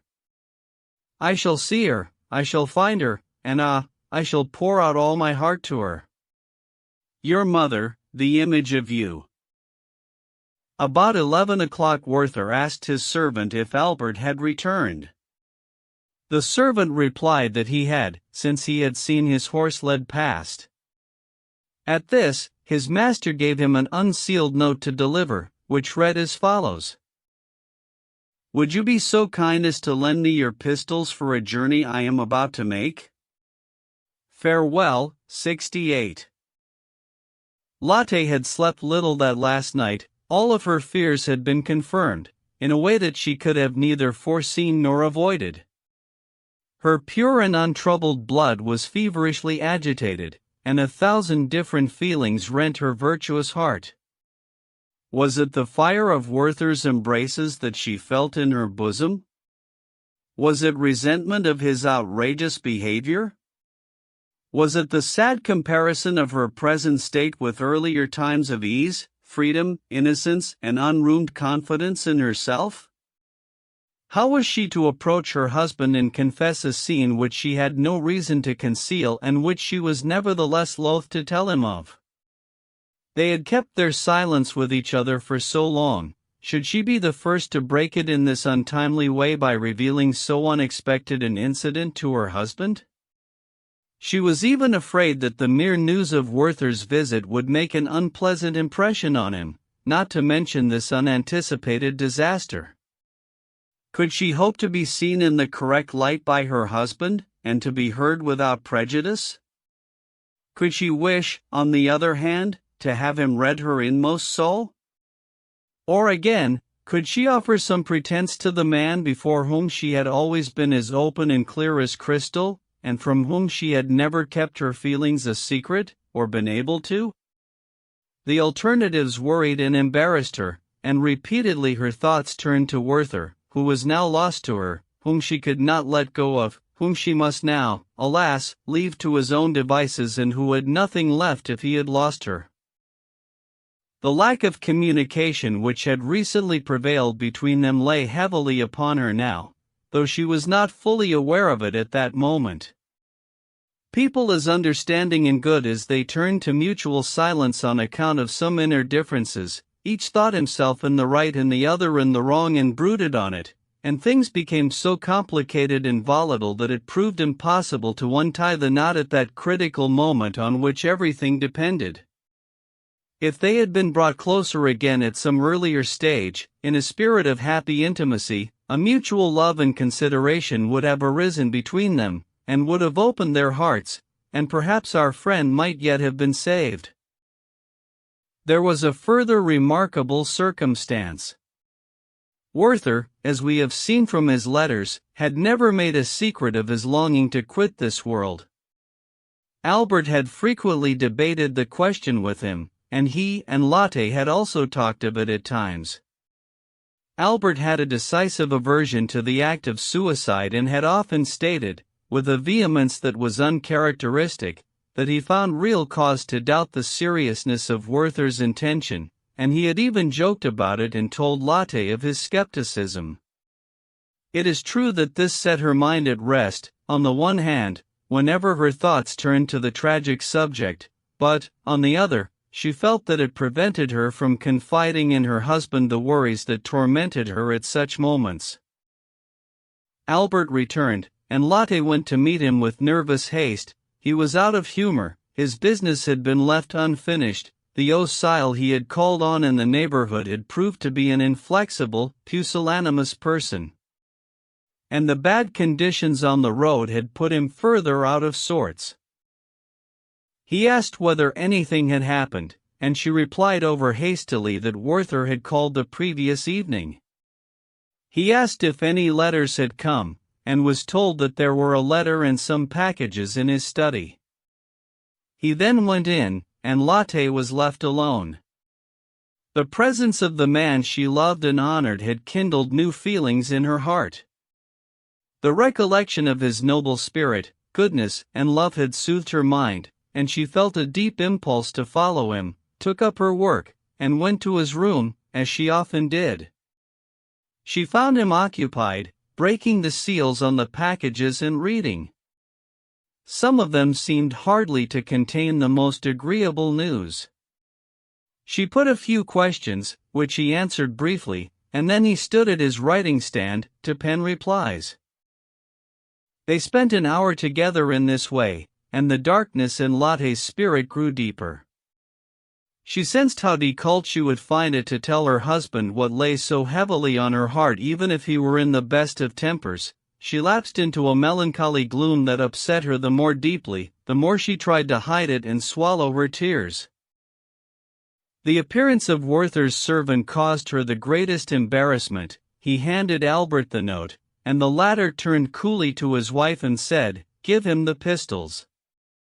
To the servant he added, "I wish him a pleasant journey." This struck her like a thunderbolt. She swayed as she rose, and did not know what she was about. Slowly she went to the wall and took down the pistols with a shaking hand, dusted them off, and hesitated, and would have hesitated longer if Albert had not hastened her with a questioning glance. She handed the fateful implements to the servant, unable to utter a word, and once he had left the house she packed up her work and retired to her room in an inexpressible quandary. Her heart was rilled with terrible forebodings. One moment she was on the point of casting herself at her husband's feet and confessing the entire history of the previous evening, where she had been at fault and what she feared. The next she perceived that nothing would result from the venture, and least of all could she hope to persuade her husband to go to see Werther. The table was laid. A good friend who had only stopped by to ask something and was going right away, and then stayed, made conversation at table bearable. They took just a little more, they talked, they told stories, and everything else was forgotten. The servant delivered the pistols, and Werther took them from him enraptured on hearing that it was Lotte who gave them to him. He ordered bread and wine, sent his servant to lunch, and sat down to write. "They have been through your hands, you wiped the dust off them, I kissed them 1,000 times, you touched them. Thou, Spirit of Heaven, lookest upon my resolve with favor, and you, Lotte, hand me the implements, you at whose hands I desired my death, and from whom, I now receive it. Oh, I asked my servant every detail. You shook as you handed them to him, and bade me no farewell, alas! Alas! You bade me no farewell. Have you closed your heart to me because of that moment that bound me to you forever? Lotte, an entire millennium could not wipe out that sensation. And I feel you cannot hate the man who bears such passion for you." After lunch he told his servant to pack everything, tore up a great many papers, and went out to settle a few small debts. He returned home, and then, despite the rain, went out once more beyond the gate to the Count's garden, then wandered further afield, and returned at nightfall, and continued writing. "Wilhelm, I have set eyes on the fields and woods and heavens for the last time. I bid you farewell as well. My dear mother, forgive me. Comfort her, Wilhelm. God bless you. My affairs have all been put in order. Farewell. We shall see each other again, in a happier place. I have requited you ill, Albert, but you must forgive me. I have disturbed the peace of your home and planted distrust between you. Farewell. I am going to make an end of it. Oh, if only my death might make you both happy. Albert. Albert. Make that angel happy. May God's blessing be upon you." That evening he sorted out his papers, tore up a great deal and threw it into the stove, and sealed a number of bundles which he addressed to Wilhelm. These contained short essays and stray reflections, various of which I have seen.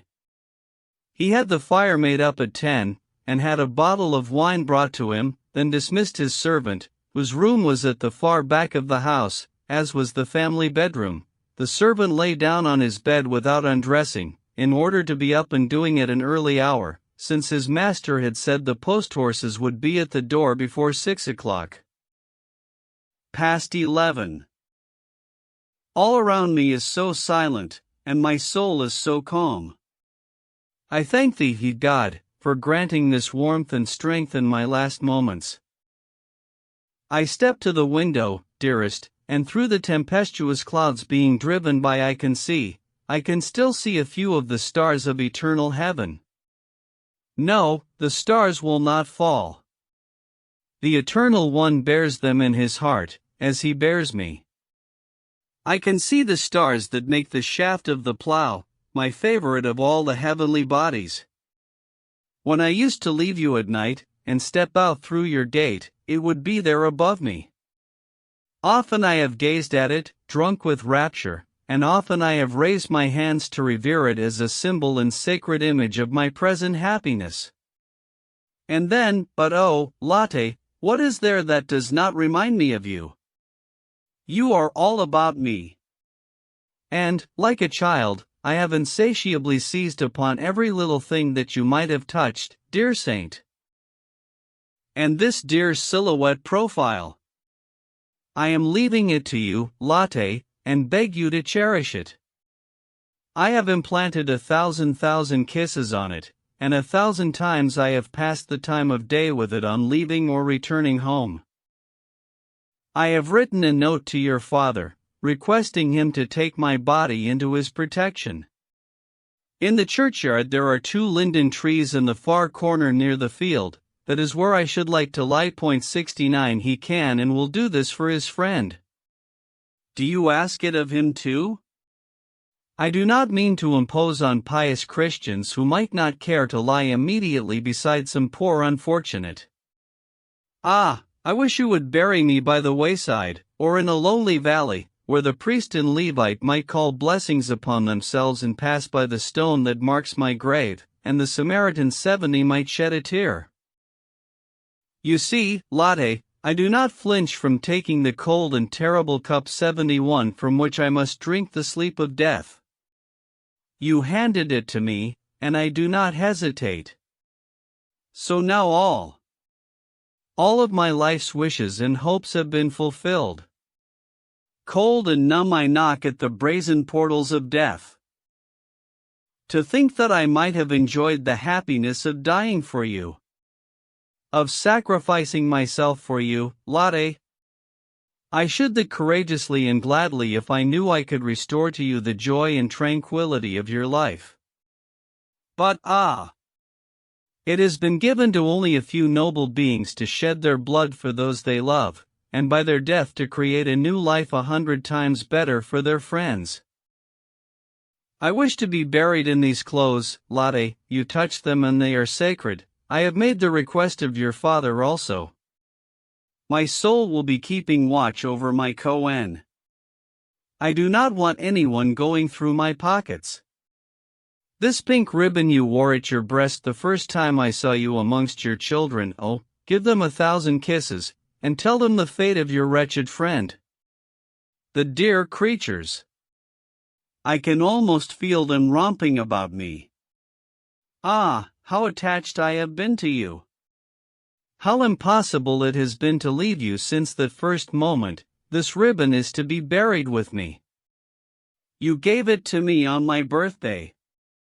I could not get enough of it all. I little thought that my path was leading me this way. Be of peaceful heart, I implore you.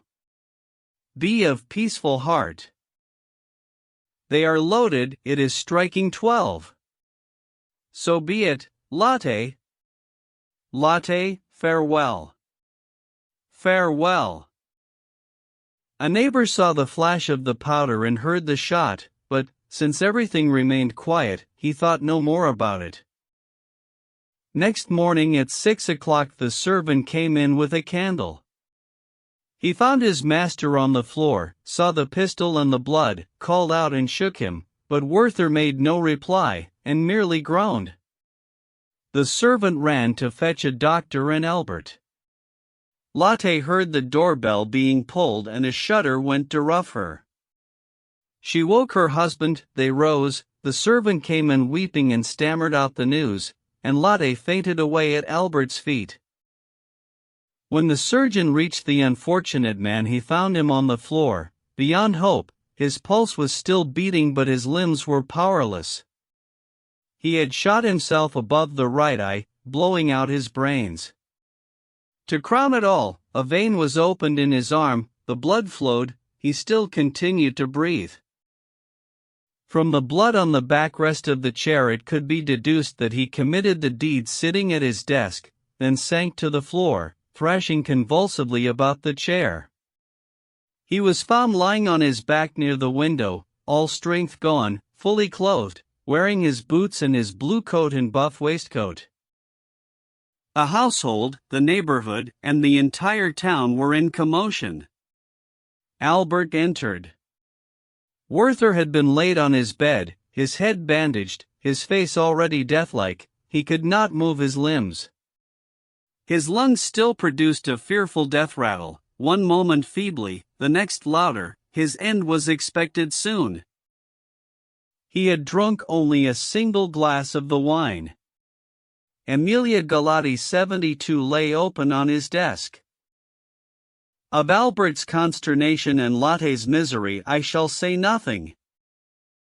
The old Oser arrived hastily on hearing the tidings, and kissed the dying man, shedding ardent tears. His eldest son soon followed him on foot, drew themselves down by the bedside in immeasurable pain, kissed his hands and mouth, and the eldest, of whom he had always been fondest, kissed his lips until he expired, and then the boy had to be forcibly taken away. It was 12 midday when he died. The presence of the Oser, and the precautions he took, prevented any disturbance.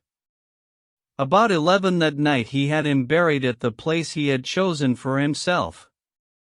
The old gentleman and his sons followed the corpse, but Albert was unable to. There were fears for Lotte's life. Guildsmen bore the body. No priest attended him. Finus. About the author.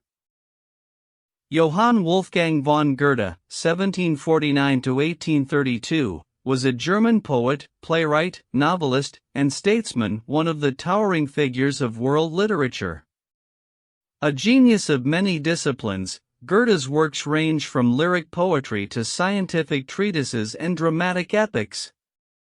His influence shaped the entire Romantic movement in Europe. At just 25, Goethe achieved instant fame with The Sorrows of Young Werther, a novel that captured the raw emotional turbulence of youth. Later, he would produce the monumental Faust, a lifelong work that explored humanity's eternal struggle between ambition and redemption. Beyond literature, Goethe made notable contributions to science, philosophy, and art, embodying the spirit of the Enlightenment while paving the way for Romanticism. Through his profound understanding of human emotion and the natural world, Goethe remains not just a writer of his age, but a universal voice for all who seek meaning in beauty, love, and loss. Pigeon, Publishing House, presented The Sorrows of Young Werther. Author, Johann Wolfgang von Goethe. Thank you for listening to this audiobook. We hope you enjoyed it.